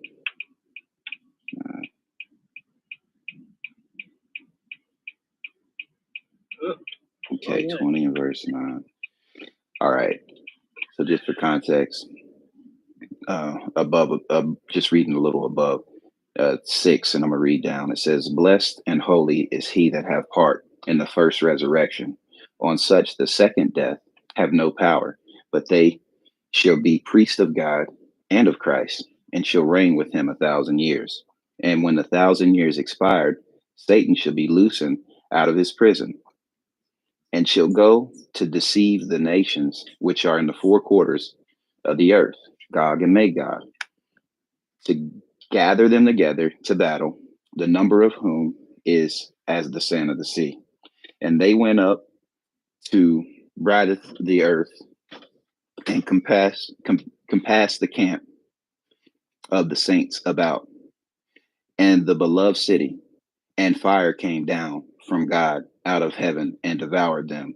And the devil that deceived them was cast. I see how you're conflating this. And the devil that deceived them was cast into the lake of fire and of brimstone, where the beast and the false prophet are, and shall be tormented day and night forever and ever. I see where you concluded that at. You're saying that this is how you're seeing it, that fire is the lake of fire, that the devil and the beast and the false prophet are already consumed in. What's interesting is when you actually read this and it talks about this fire coming down from heaven and devoured them. Here's who it devoured. And they went up to bridle the earth and compass the camp of the saints about, and the beloved city. So we know the saints and the city. You're right. This is on earth. It says, and fire came down from God out of heaven and devoured them. It's the them there are the saints and the city, because I just read that. Now, here's where it talks about what happens to the devil, the beast, and the false prophet. They're not devoured by this fire that comes down from heaven. It specifically said the saints and the city. I just read that. And then it said, and the devil that deceived them was cast into the lake of fire and brimstone. Notice how this didn't say, it says it's a lake of fire. Fire from heaven, sir, that hits the city and the saints is something that comes from heaven that devoured or that hits the city and the saints. This, with the beast, the false prophet, and the devil, says it's a lake that they're cast into. Notice how I didn't say that they're consumed by the fire from heaven. This is where I think that you might be conflating to say, well, I'm receiving that the fire from heaven actually is the lake of fire that not only gets the saints and the city, but it casts somehow them into the lake of fire. That doesn't make sense, because if he's sending the fire, think about this, and it's hitting the earth, that's not him casting anything into something. That's him actually sending down fire to consume them. That's different. If I put you in the pool, right? Or I cast you into the pool, that's one thing. If I go and splash water on you, brother, that's different. It could be both. That's not me throwing you into the water. It could be both. So if you're considering, you have to think a little bit more dynamically. If Satan is a person that can fly, right, and other angels can fly, and there's fire raining down from all different directions, it could pull you down to the ground where there's already a puddle of lava everywhere. But then remember, you said that the fire that comes down from God is not the lake of fire, and that the people that are destroyed by that fire are not in the lake. But when you go to Revelation chapter 21, verse 8, these are the people that you said I didn't say that they're not. Hold up, brother. I didn't say that. I didn't say that they're not in a lake of fire.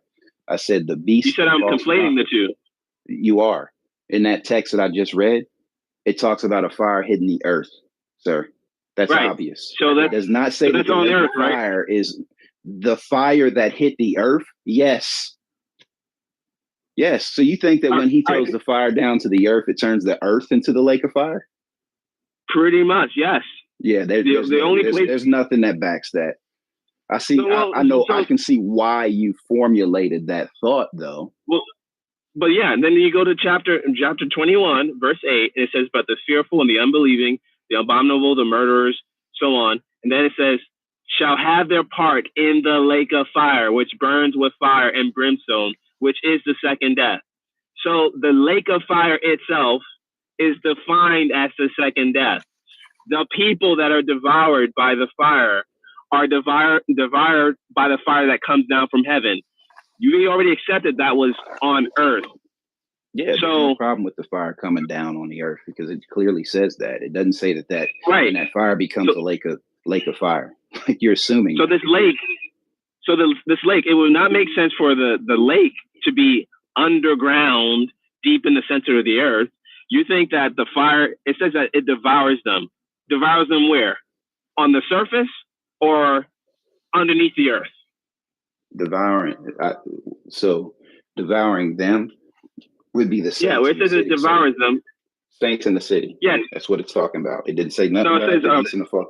Didn't say nothing about the beast and the false prophet being devoured by this fire from heaven. You're well, it doesn't have conflating. Well, it doesn't have to. Like, for example, that verse in verse or is it verse 9? It didn't say anything about the lake of fire. It didn't say that they were in the lake of fire.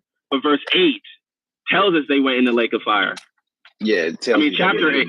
It tells you they get judged first and then go into the lake of fire, sir. That's right. So that's how I know you're conflating.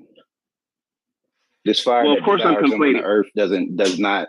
That's not them going before the Lamb and being judged according to their works. Okay, what does it mean? All right, what does it mean to be devoured, though? Consumed by. All right, so do you think that they are devoured, destroyed, and then God resurrects them to judge them? Yes. Again? It's not again. So then, well, yes. Well, you could say again, sure. You got a judgment that everybody is subject to on the earth. It's called death. That's the first death, right? And then after that, you have a second, or you have the judgment. Let me put it like that. That's according to what you did on the earth as well. So you'll be judged according to those works. What you just read, yeah, it's punishment because they're coming against God, right? That's obvious. Wait. Setting up war against God. Hold up. Because this is taking place after the 1,000 years. So yes, these people, they've been resurrected. So they died already. Resurrect after 1,000 years. Then they come after the city. Then the fire comes down and destroy them. You're saying that they're resurrected a second time to receive. This would be their third death, not Listen their to second what it said, death, brother. You're not. So I'll read it again, right? I'm gonna start at verse 8. And hold up, I'll read it 7. And when 1,000 years expired, Satan shall be loosed out of his prison. Listen mindfully, and shall go out and deceive the nations which are in the four quarters of the earth, Gog and Magog. Watch what happens. To gather them together to battle. Right, I agree. The number saying that those people are resurrected. That's why. No, brother. Where are you concluding that at? You go to you missed the verse before it. I can go to it says blessed are he, and it says blessed and holy is he that takes. Oh wait, verse 5. Verse 5 I meant. Okay. But the rest of the dead live not again until the 1,000 years were finished. This is the first so who is resurrection. Okay, so who is the rest of the dead in this context? Who's the rest? The people who had already died, sir. Yeah, who already died. Verse 4. This does not pertain to the group of people that it's talking about that he's going to gather for battle, sir. These are people who are living still on the earth. Wait, this is not them. It says, listen to what you had me read. It says, but the rest of the dead. No, but who's the but for? No, you got to read verse 4. It tells you, but the rest. Here's who the but is for. No, but the rest of the dead. It's contrasting two people. It's contrasting two people. So the people before it, verse 4 is talking about the people who are resurrected. It says, I saw thrones and they that sat upon them, and the judgment was given unto them, and I saw the souls of them that were beheaded. The witness of Jesus. This is the not witness a of resurrection Jesus. of the dead, brother. You're conflating. I can read above it, and it tells you. You want me to read above verse 5? It'll tell you. Yeah, it'll actually tell you. I know these are the righteous who have been resurrected. Brother, that is not the truth when it comes to, well, yeah, the resurrection part, sure.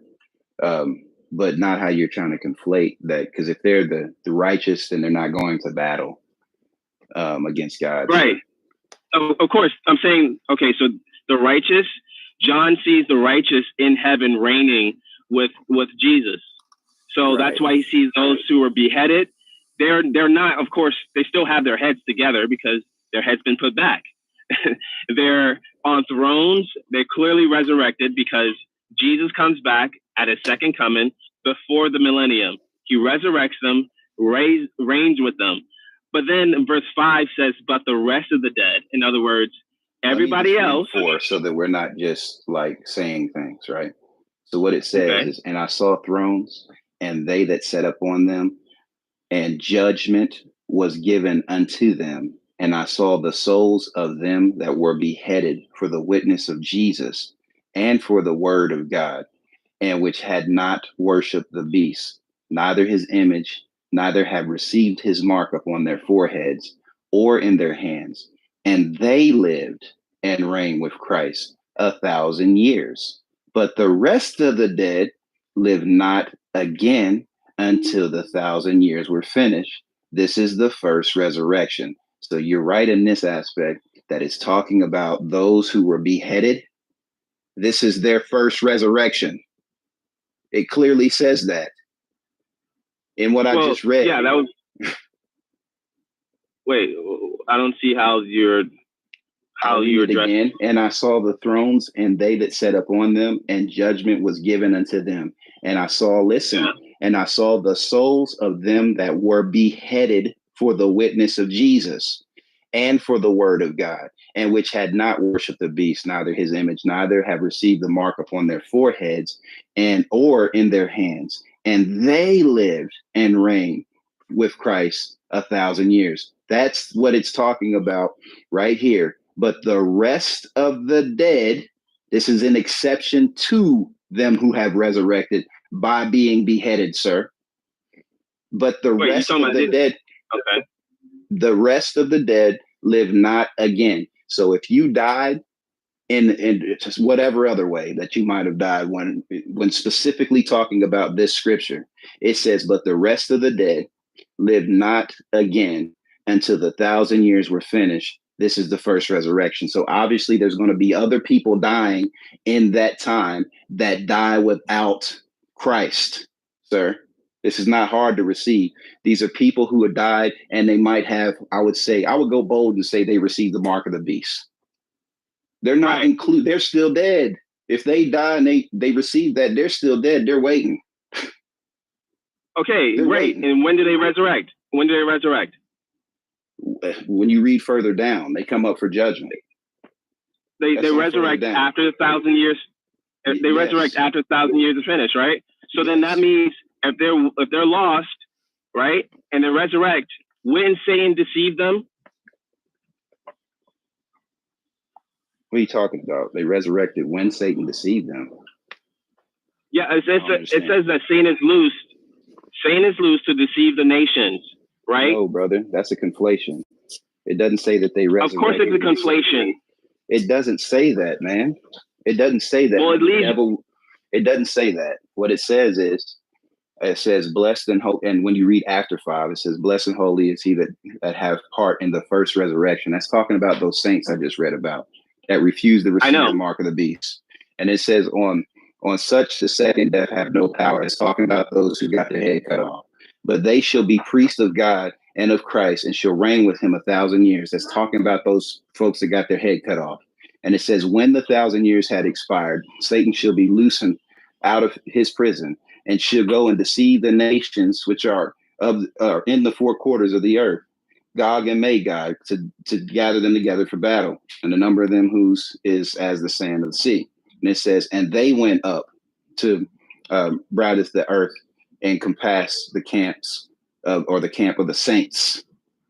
The camp of the saints. So, right. So wait, that whole nation, the Gog and Magog, you believe they were existing for the 1,000 years up to that point? I just read that they're going to reign with him for that 1,000 years who resurrected, sir. well, not Gog and Magog. Wait, you believe the nations were of the righteous? It says this, and they went up on the earth. Notice how it says, and they went up. That is a good point. And they went up on the earth to bridle the earth and compass the camp of the saints about. So yeah, it says it's the camp of the saints. No, it says that they went around the camp of saints. So these are not the saints. It just said it's the saints. The nations are the lost. Why would I go against what it just read? No, I know. It says that they went against the camp of the saints. They're not saints. So the nations are lost. They're a lost people. That's why he deceived them. These people would not be alive for 1,000 years. They resurrected. That's the point. Nah, brother, I think you're flipping that. It says, and they went up on the earth to bridle the earth and to compass the camp of the saints. That lets me know that there's a camp here on the earth at that time, that the saints, there's some saints here, brother. Wait, you're saying that they went up, the people that went up are saints, are good people? No, it doesn't say that they're people that came up. It tells you that, and it says, and when the 1,000 years are expired, Satan shall be loose out of his prison and shall go out to deceive the nations which are in the four quarters of the earth, Gog and Magog, to gather them together to battle. So it's Satan that goes out to deceive the nations, to gather them together. So he's looking for whoever he can get a hold to come to this battle. And obviously there's a lot. And it says, and they went up on the earth. It doesn't say, and they came up out of the earth. You're conflating, sir. Well, I'm just saying that's the obvious conclusion. So that's when it says obvious. Well, you believe they were born, right? How long do you think they were alive? I think that's irrelevant to the point. That's not telling you that they came out of the earth, sir. That's how you're taking that text. It doesn't say that. The only one that's really getting released is the devil to go and gather up these folks, right? So they're definitely here. He's not. So you think that he went to the grave to pull these zombies out to go fight against God? No, clearly God resurrects them. The reason why they're free, the reason why Satan is now free to do stuff is because he has people to deceive. Brother, you are wild. This is a wild understanding of this, which it's fine. That's your position on it. But it's quite clear that the ones who resurrected are the saints, sir. I read it. I'm not going to go against that. I believe what I read. Like it clearly said that these were the ones that refused to receive the mark of the beast, sir. Right. And then you said with him. But then the next verse was, but the rest of the dead live not. Right. Who's the rest of the dead? Are they the saints? That's those who had died, obviously, by receiving the mark of the beast or something else before that. That's the white car. I'm assuming you're taking us to the airport? Yep. Cool. Like they had to be the opposite of not receiving the mark. That's who the rest of the dead are. Right. So then if the rest of the dead did not live until after 1,000 years, does that not mean that they came back to life? No, it doesn't say that. They're going up for judgment, brother. So wait, to be dead and then come back to be dead and then live not. Here's the answer to your question. When you read further down, it says in the same verse, it said, and I saw a great white throne and him that sat on it, from whose face the earth and the heavens fled away.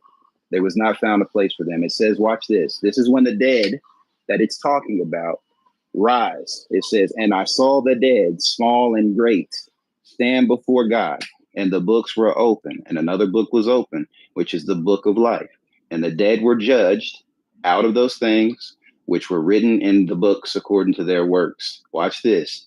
And the sea gave up the dead which were in it, and death and hell delivered up the dead which were in them. And they were judged every man according to their works. You don't even get them resurrecting the dead, resurrecting until you get down here later in the verse. Respectfully, the ones who got resurrected before, that were the saints, they were beheaded. That's the first resurrection for them. Them. It says, blessed who get to be part in the first resurrection, sir. That's the first resurrection. There aren't two there. It's just simply not. You don't get the dead rising until after this battle. Respectfully. Like, you can go read it and follow along the reading. I see why you're concluding that, though. So I'm not dismissing. I can see where you formed that, but it just doesn't align when you read further down. And I just read why it doesn't. The dead are not resurrected until later. So okay, so let's picture this. So the way you're reading this is, like, I guess, very linear or like chronological. Yeah. So in other words, so fire comes down, devours a whole nation of people, right? Boom, fire goes down. Mm-hmm. Now, then God resurrects the people while there's fire everywhere.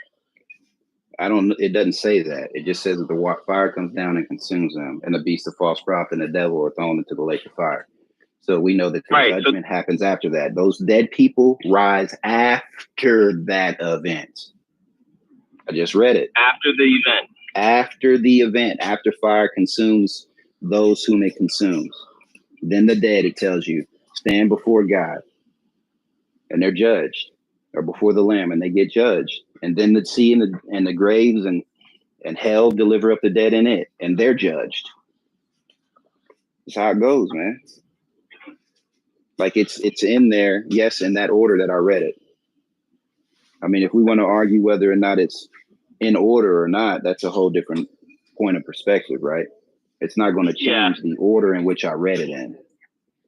Like, it happens according to the reading, just like I read it.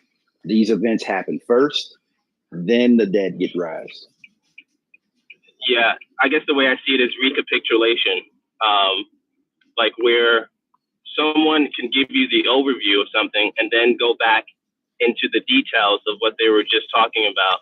Like, for example, Genesis chapter 1, that talks about God's creation event from day 1 to day 7, if you add chapter 2. And then it goes back into day 6 and expounds on more of the detail. Now, a person who's not, very considerate of literary devices, he would think that, oh, well, God created man in chapter 1, and then God created man again in chapter 2. So, but that's only if you just read it linearly, or that's not even a word. That's only if you read it, as though, like, the words are in chronological order as far as, like, the explanation. I believe that they are in chronological order in Genesis 1 and Genesis 2. Because it's talking about two events. One is the creation of not just man, but it's also talking about the creation of earth in Genesis 1. Genesis 2 is talking about how he formed the things that he created, sir. That's clear. When you go read it, he's forming. So create and form are not the same thing. And you get that understanding as soon as you start off reading. And God created heaven and earth, and the earth was without form and void. So his creation is created first, and then he forms things from his creation. This is the way it goes. Genesis 2 gives you how he forms it. Genesis 1 just tells you how he created it, and it doesn't give you an explanation of how he created it. It just says he spoke it. That's it. You're welcome. Genesis 2 tells you how he formed this stuff on the earth, even some of the beasts and the fowl of the air. All right. Talks about that. Thank you. All right, God bless. That's interesting. Okay, well, I mean, and that's an absolute fact. That's not even a thought or a theory. Like, it absolutely gives it just like that. One's create, one's form. That's a fact. I think they're the same word. They're not. Look them up. You're not going to find any definition that says they're the same. I've already done the research on it. form Look and it up. create is not. Are not the So same. in other words, Look it up. Look it up. so when he, all right. So, because when God formed, you said when God created man in Genesis chapter 1, man was not formed. It doesn't say he was formed, he was created. I gave you the example right there in the beginning. God created heaven and earth. Was it with form, sir? Or does it say it was without form? Well, no, verse 1 says that, in the beginning was God created the heavens and the earth. That's a summary the statement. Earth was without form and void. That's what it Right. says. So then that's an elaborative statement. So in other words, no, it's not. That's what is written. That's not elaborated. I don't even know why you would fix your mind to conclude that. Well, because that's how we talk. You give a summary statement in the beginning of your paragraph, and then you elaborate more on the later sentences of your paragraph. That's how we conduct our own paragraphs. Yeah, but that's not the conduction of God. That's the conduction of man. I mean, you're right. So what you said. Yeah, and then you can even see the evidence of that where he formed that firmament, and then he called the firmament heaven. And then he formed the dry land, and he called it earth. That's day 2 and 3. So but it in doesn't, that sense, take away from the fact, brother. You're kind of speaking past the fact that it tells you that God created, and He created without form, sir. There's on what no day? way to run away from that. On day 1. No, it didn't say He created it did not say He created the earth without form on day 1. I'll read it. This is actually what it says verbatimly, right? It says, in the beginning, God created the heaven and the earth was without form and void, and darkness was upon the face of the deep, and the Spirit of God moved upon the face of the waters. And God said, let there be light, and there was light. And God saw the light, that it was good, and God divided the light from the darkness. And God called the light day, and the darkness He called night, and the evening and morning were the first day. Did you hear what happened in the first day? Yeah, heaven and earth are conclusive in the first day, sir. No, I just read it. I just read it. What you just read is that God created the heavens and the earth. Boom. Then later on it says that the earth was without form, showing at the beginning of what His creation was going to be on. It says that there was no, basically it was empty and void. Then he goes on to say the Spirit of God hovered on the earth. He said, let there be light. And then He divided the light from the darkness, and that was the first day. Exactly. So He created all of this took place within the first day, sir. There's no way to run away from that. I don't know why you want to do that. There's other verses that says in Genesis 2, in the day in which He created all things. It starts off saying that. This is the account of heaven and earth in which He created all things. It says that in Genesis 2. It starts off saying that, I think, after like the first scripture. All right. So then if you keep on reading, if you read verse, let me see. I'll have to, let me stop driving real quick. Because Genesis already defined what was the earth. I mean, it still isn't negating away from the fact that it says that God created and He did this. Yeah. And this earth didn't have form and it was void. Like, it doubled down. It even said, not only am I telling you it's without form, I'm going to tell you it's void too. That's a double down. So you can't under no capacity make the mistake and say, create and form here are the same thing. They're absolutely not. They're not. All right, hold on. All right, so verse 8 is where He created the heavens. So verse 8, what does it say? Verse 8 in what chapter? In chapter 1. Genesis 1. It says, and God called the firmament heaven, and the evening and the morning were the second day. Okay, so then when He made the firmament, He called it heaven. So according to God, what day did he make heaven? That's a conflation, sir. Because you know, of course it's a conflation. No, here's why. Let me tell you why.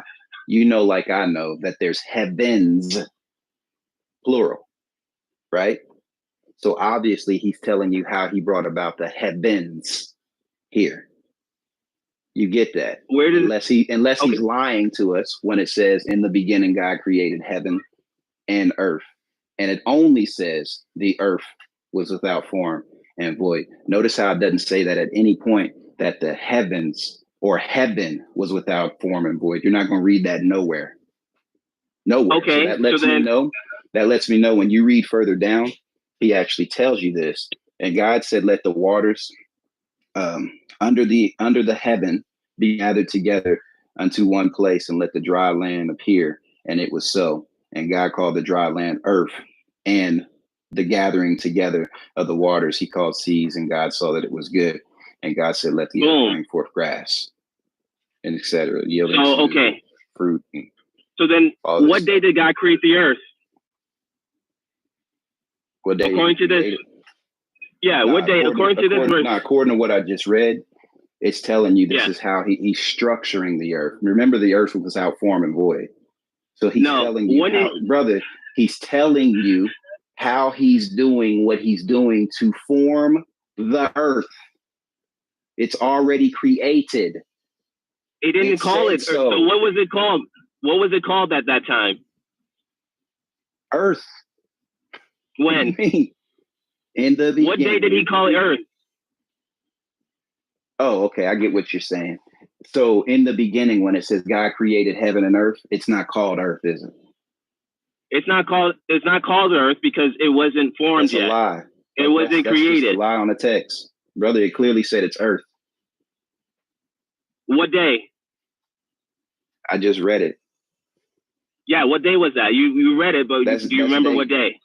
That I read in the beginning, God created heaven and earth. That's. Why won't you just say day 3? Parameters of the first. That's in the parameter of day 1. There's no way to escape from that. Okay, so you believe that earth was not formed on day 1, right? I read that it was not. All right, so you read that it was not. It was. But where did it say form and void? So now he's telling you how he creates the things in the earth, which cause it to have form. There's no way. So when I read the scripture, it said, and God said, let the earth, matter of fact, before that, and God called the dry land earth, and gathered together the waters called he seas, and God saw that it was good. And God said, let the earth bring forth grass. So he's telling you how he create, or saying that he speaks these things into existence that are in the earth. Remember, there's a scripture that says he created all things that are in heaven and that are in earth. Right. Remember that. So this is just giving you how he created it with his speaking, not the details of how he did anything when it pertains to how he brings forth this stuff. So cool, man. He created everything except water, right? That's an interesting point. I would say that I don't read anything that says that water was created, but it is substance. So I could probably, I think it's arguable. It might be a good arguing point. Did he create the water? And somebody might say, well, did he create darkness? You could do the same thing there. All I know is it's definitely there. That's it. I'm not going to say it's not a creation, though. Could darkness and water precede God? No, that's impossible. Why? Because he's God. He wouldn't be God if something was before him. That wouldn't be much of a God, would it? Yeah, but the text doesn't say that. Yeah, it precedes the creation. It precedes the creation week here on Earth. In other words, the Earth was lingering here empty for an indefinite amount of time. It was just a ball of water, or pretty much it had water covering the entire surface. The creation week is the beginning of him doing work on the Earth, or it was more so planet Earth. And then he brought up, of course, light. Then he also he brought up he created the atmosphere, which is the firmament or called heaven. And then the third day, he brought the ground that was under the water to the surface and made it dry. And then he called it earth. And then the separation of the earth and the water, he called it seas. So that's the creation week. But there was water existing for eternity, who knows how long past, like maybe millions and billions of years. We don't know. But it's not part of the creation week. You don't find God saying, let there be water. Yeah, but where the hell does it come from? Right. You can't, like, that's God. What I said. But how you're presenting that can very well be argued for the existence of God. Because if, like what he said, well, then you might as well say that, or you can say that water and space, if it was already there, how do you explain that? You say God created at some other point, but he just didn't explain when he created it. Just like how he doesn't explain when he created angels. You know he created them, but I don't disagree with that. It doesn't tell you how. It doesn't even tell you what day he made water on, if he made it. Well, right? Does it say that he did make it? It doesn't say that either. Yes, I don't understand why we would conclude either way. I mean, look, you can have a theological reason for it, but you can't have a biblical reason for it. Well, the biblical reason is that he created all things. Right. I was getting ready to say that. And if you believe that water is substance, then substance would have to have a foundation of where it came from. Well, I mean, the statement he created all things is false, because if you think that God is a thing, he certainly didn't create himself. Well, clearly, he is an exception to him. So he's not a thing. Who thinks that God is a thing? It doesn't. Well, God is a thing, though. Thing is like an object. Is like a thing that exists. I think things are just things. They're just something we can point at that says it exists. So and I could be corrected on this.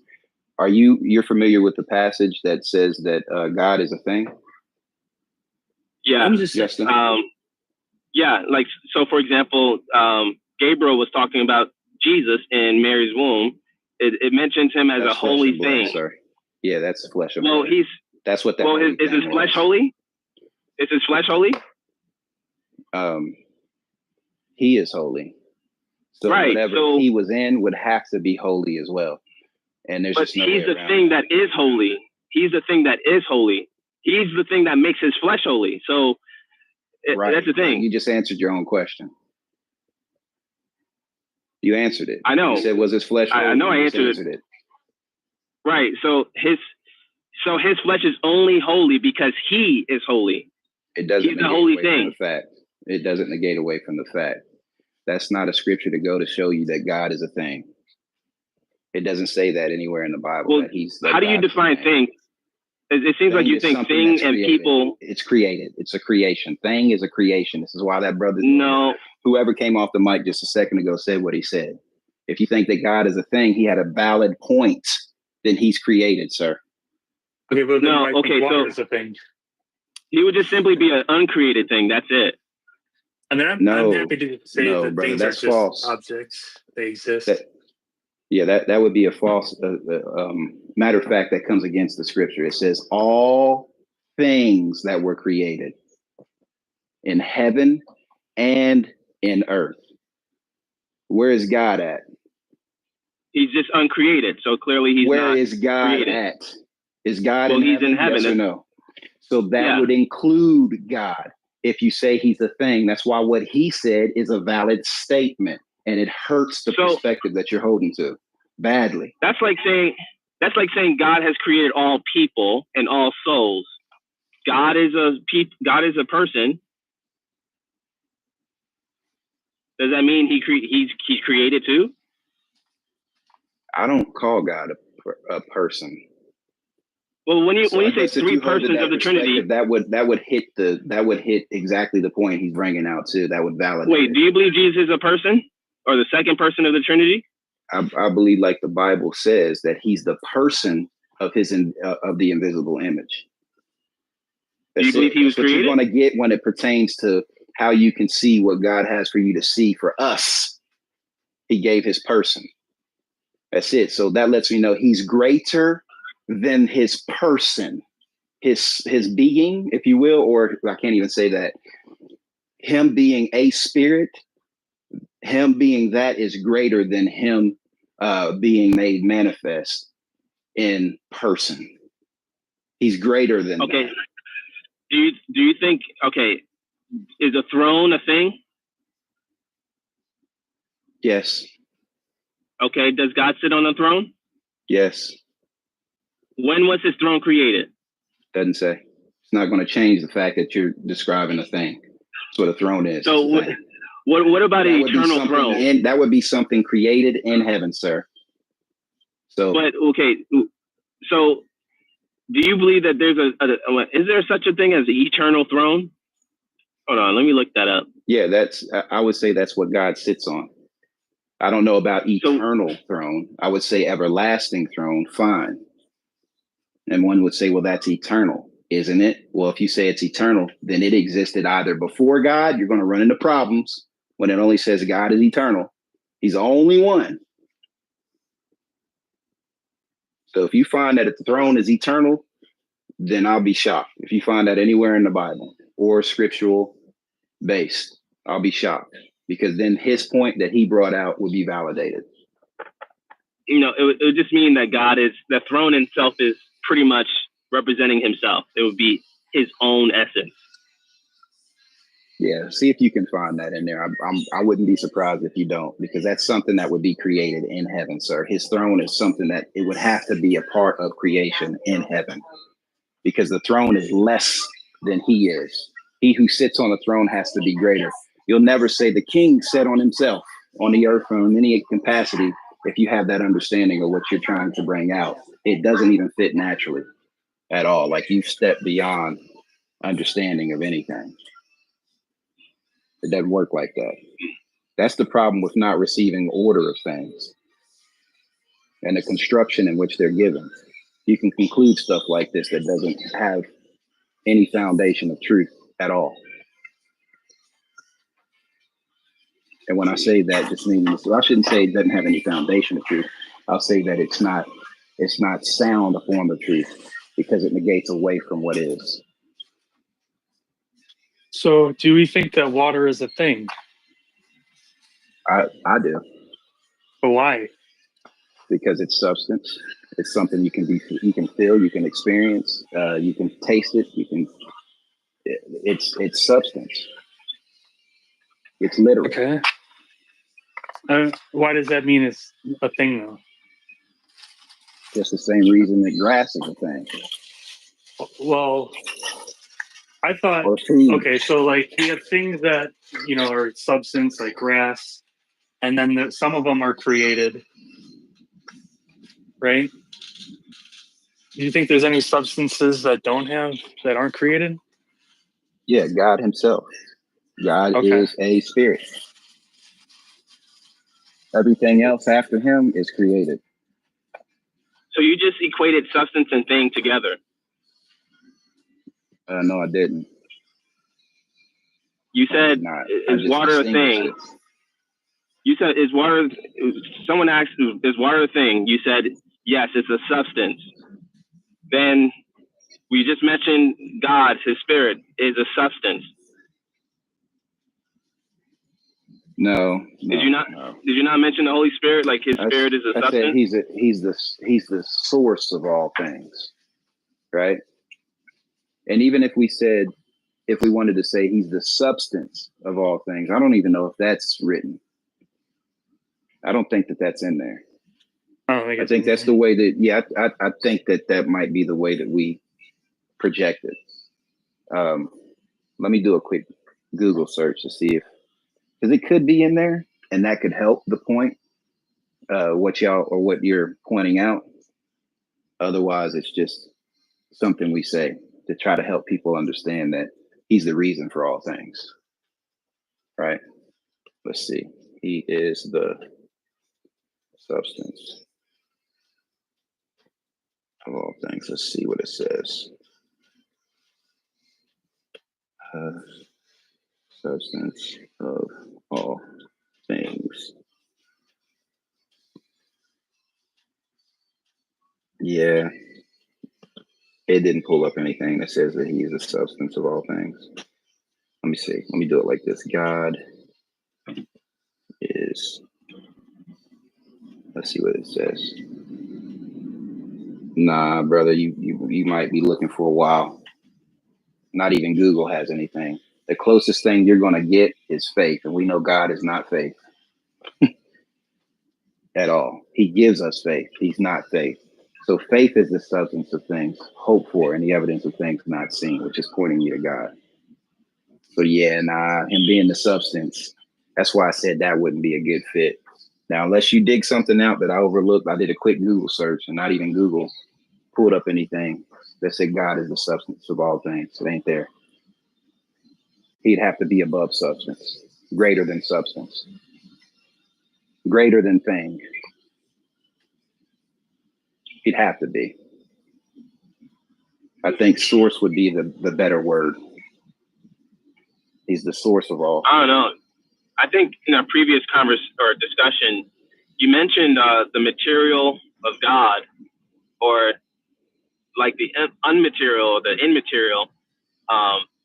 You can't make sense of that with God because he would have to be beyond the material that we have.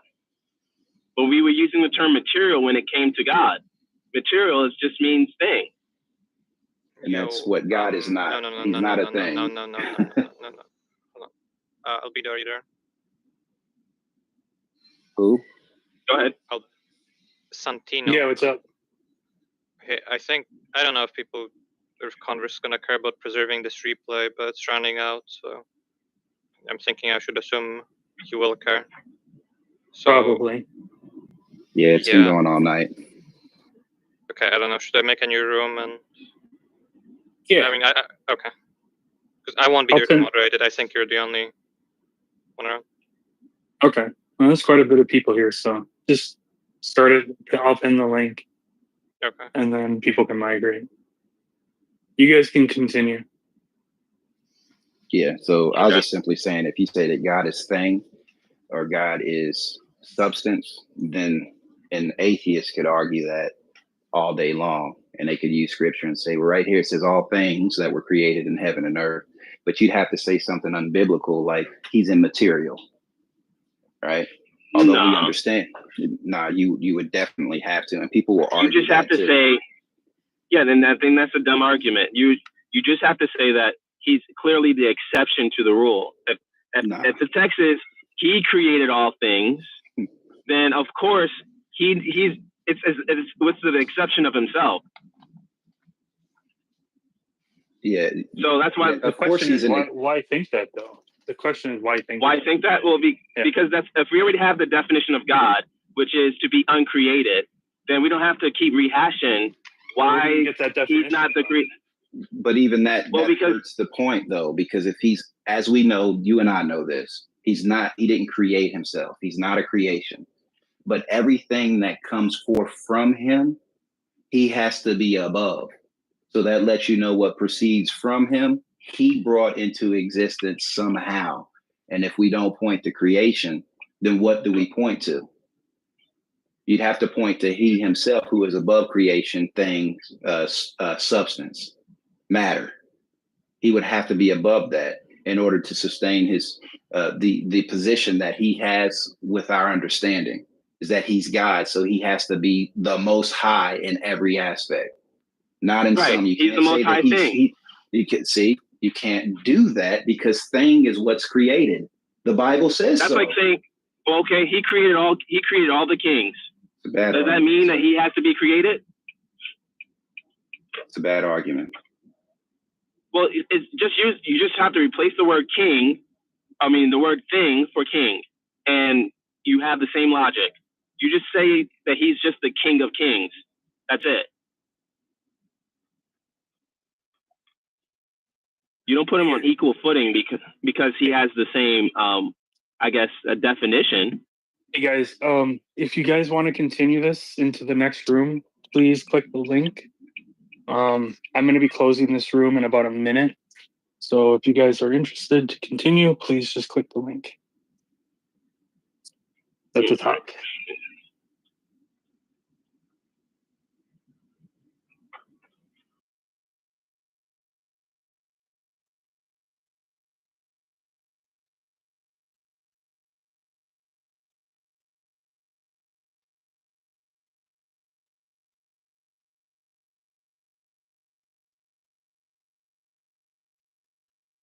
Good morning, Courtney.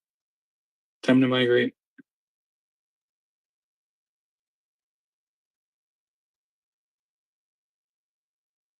James, we're migrating.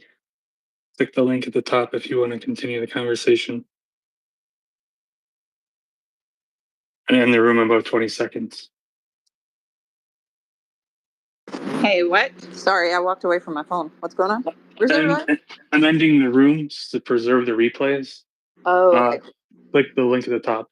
Okay, cool.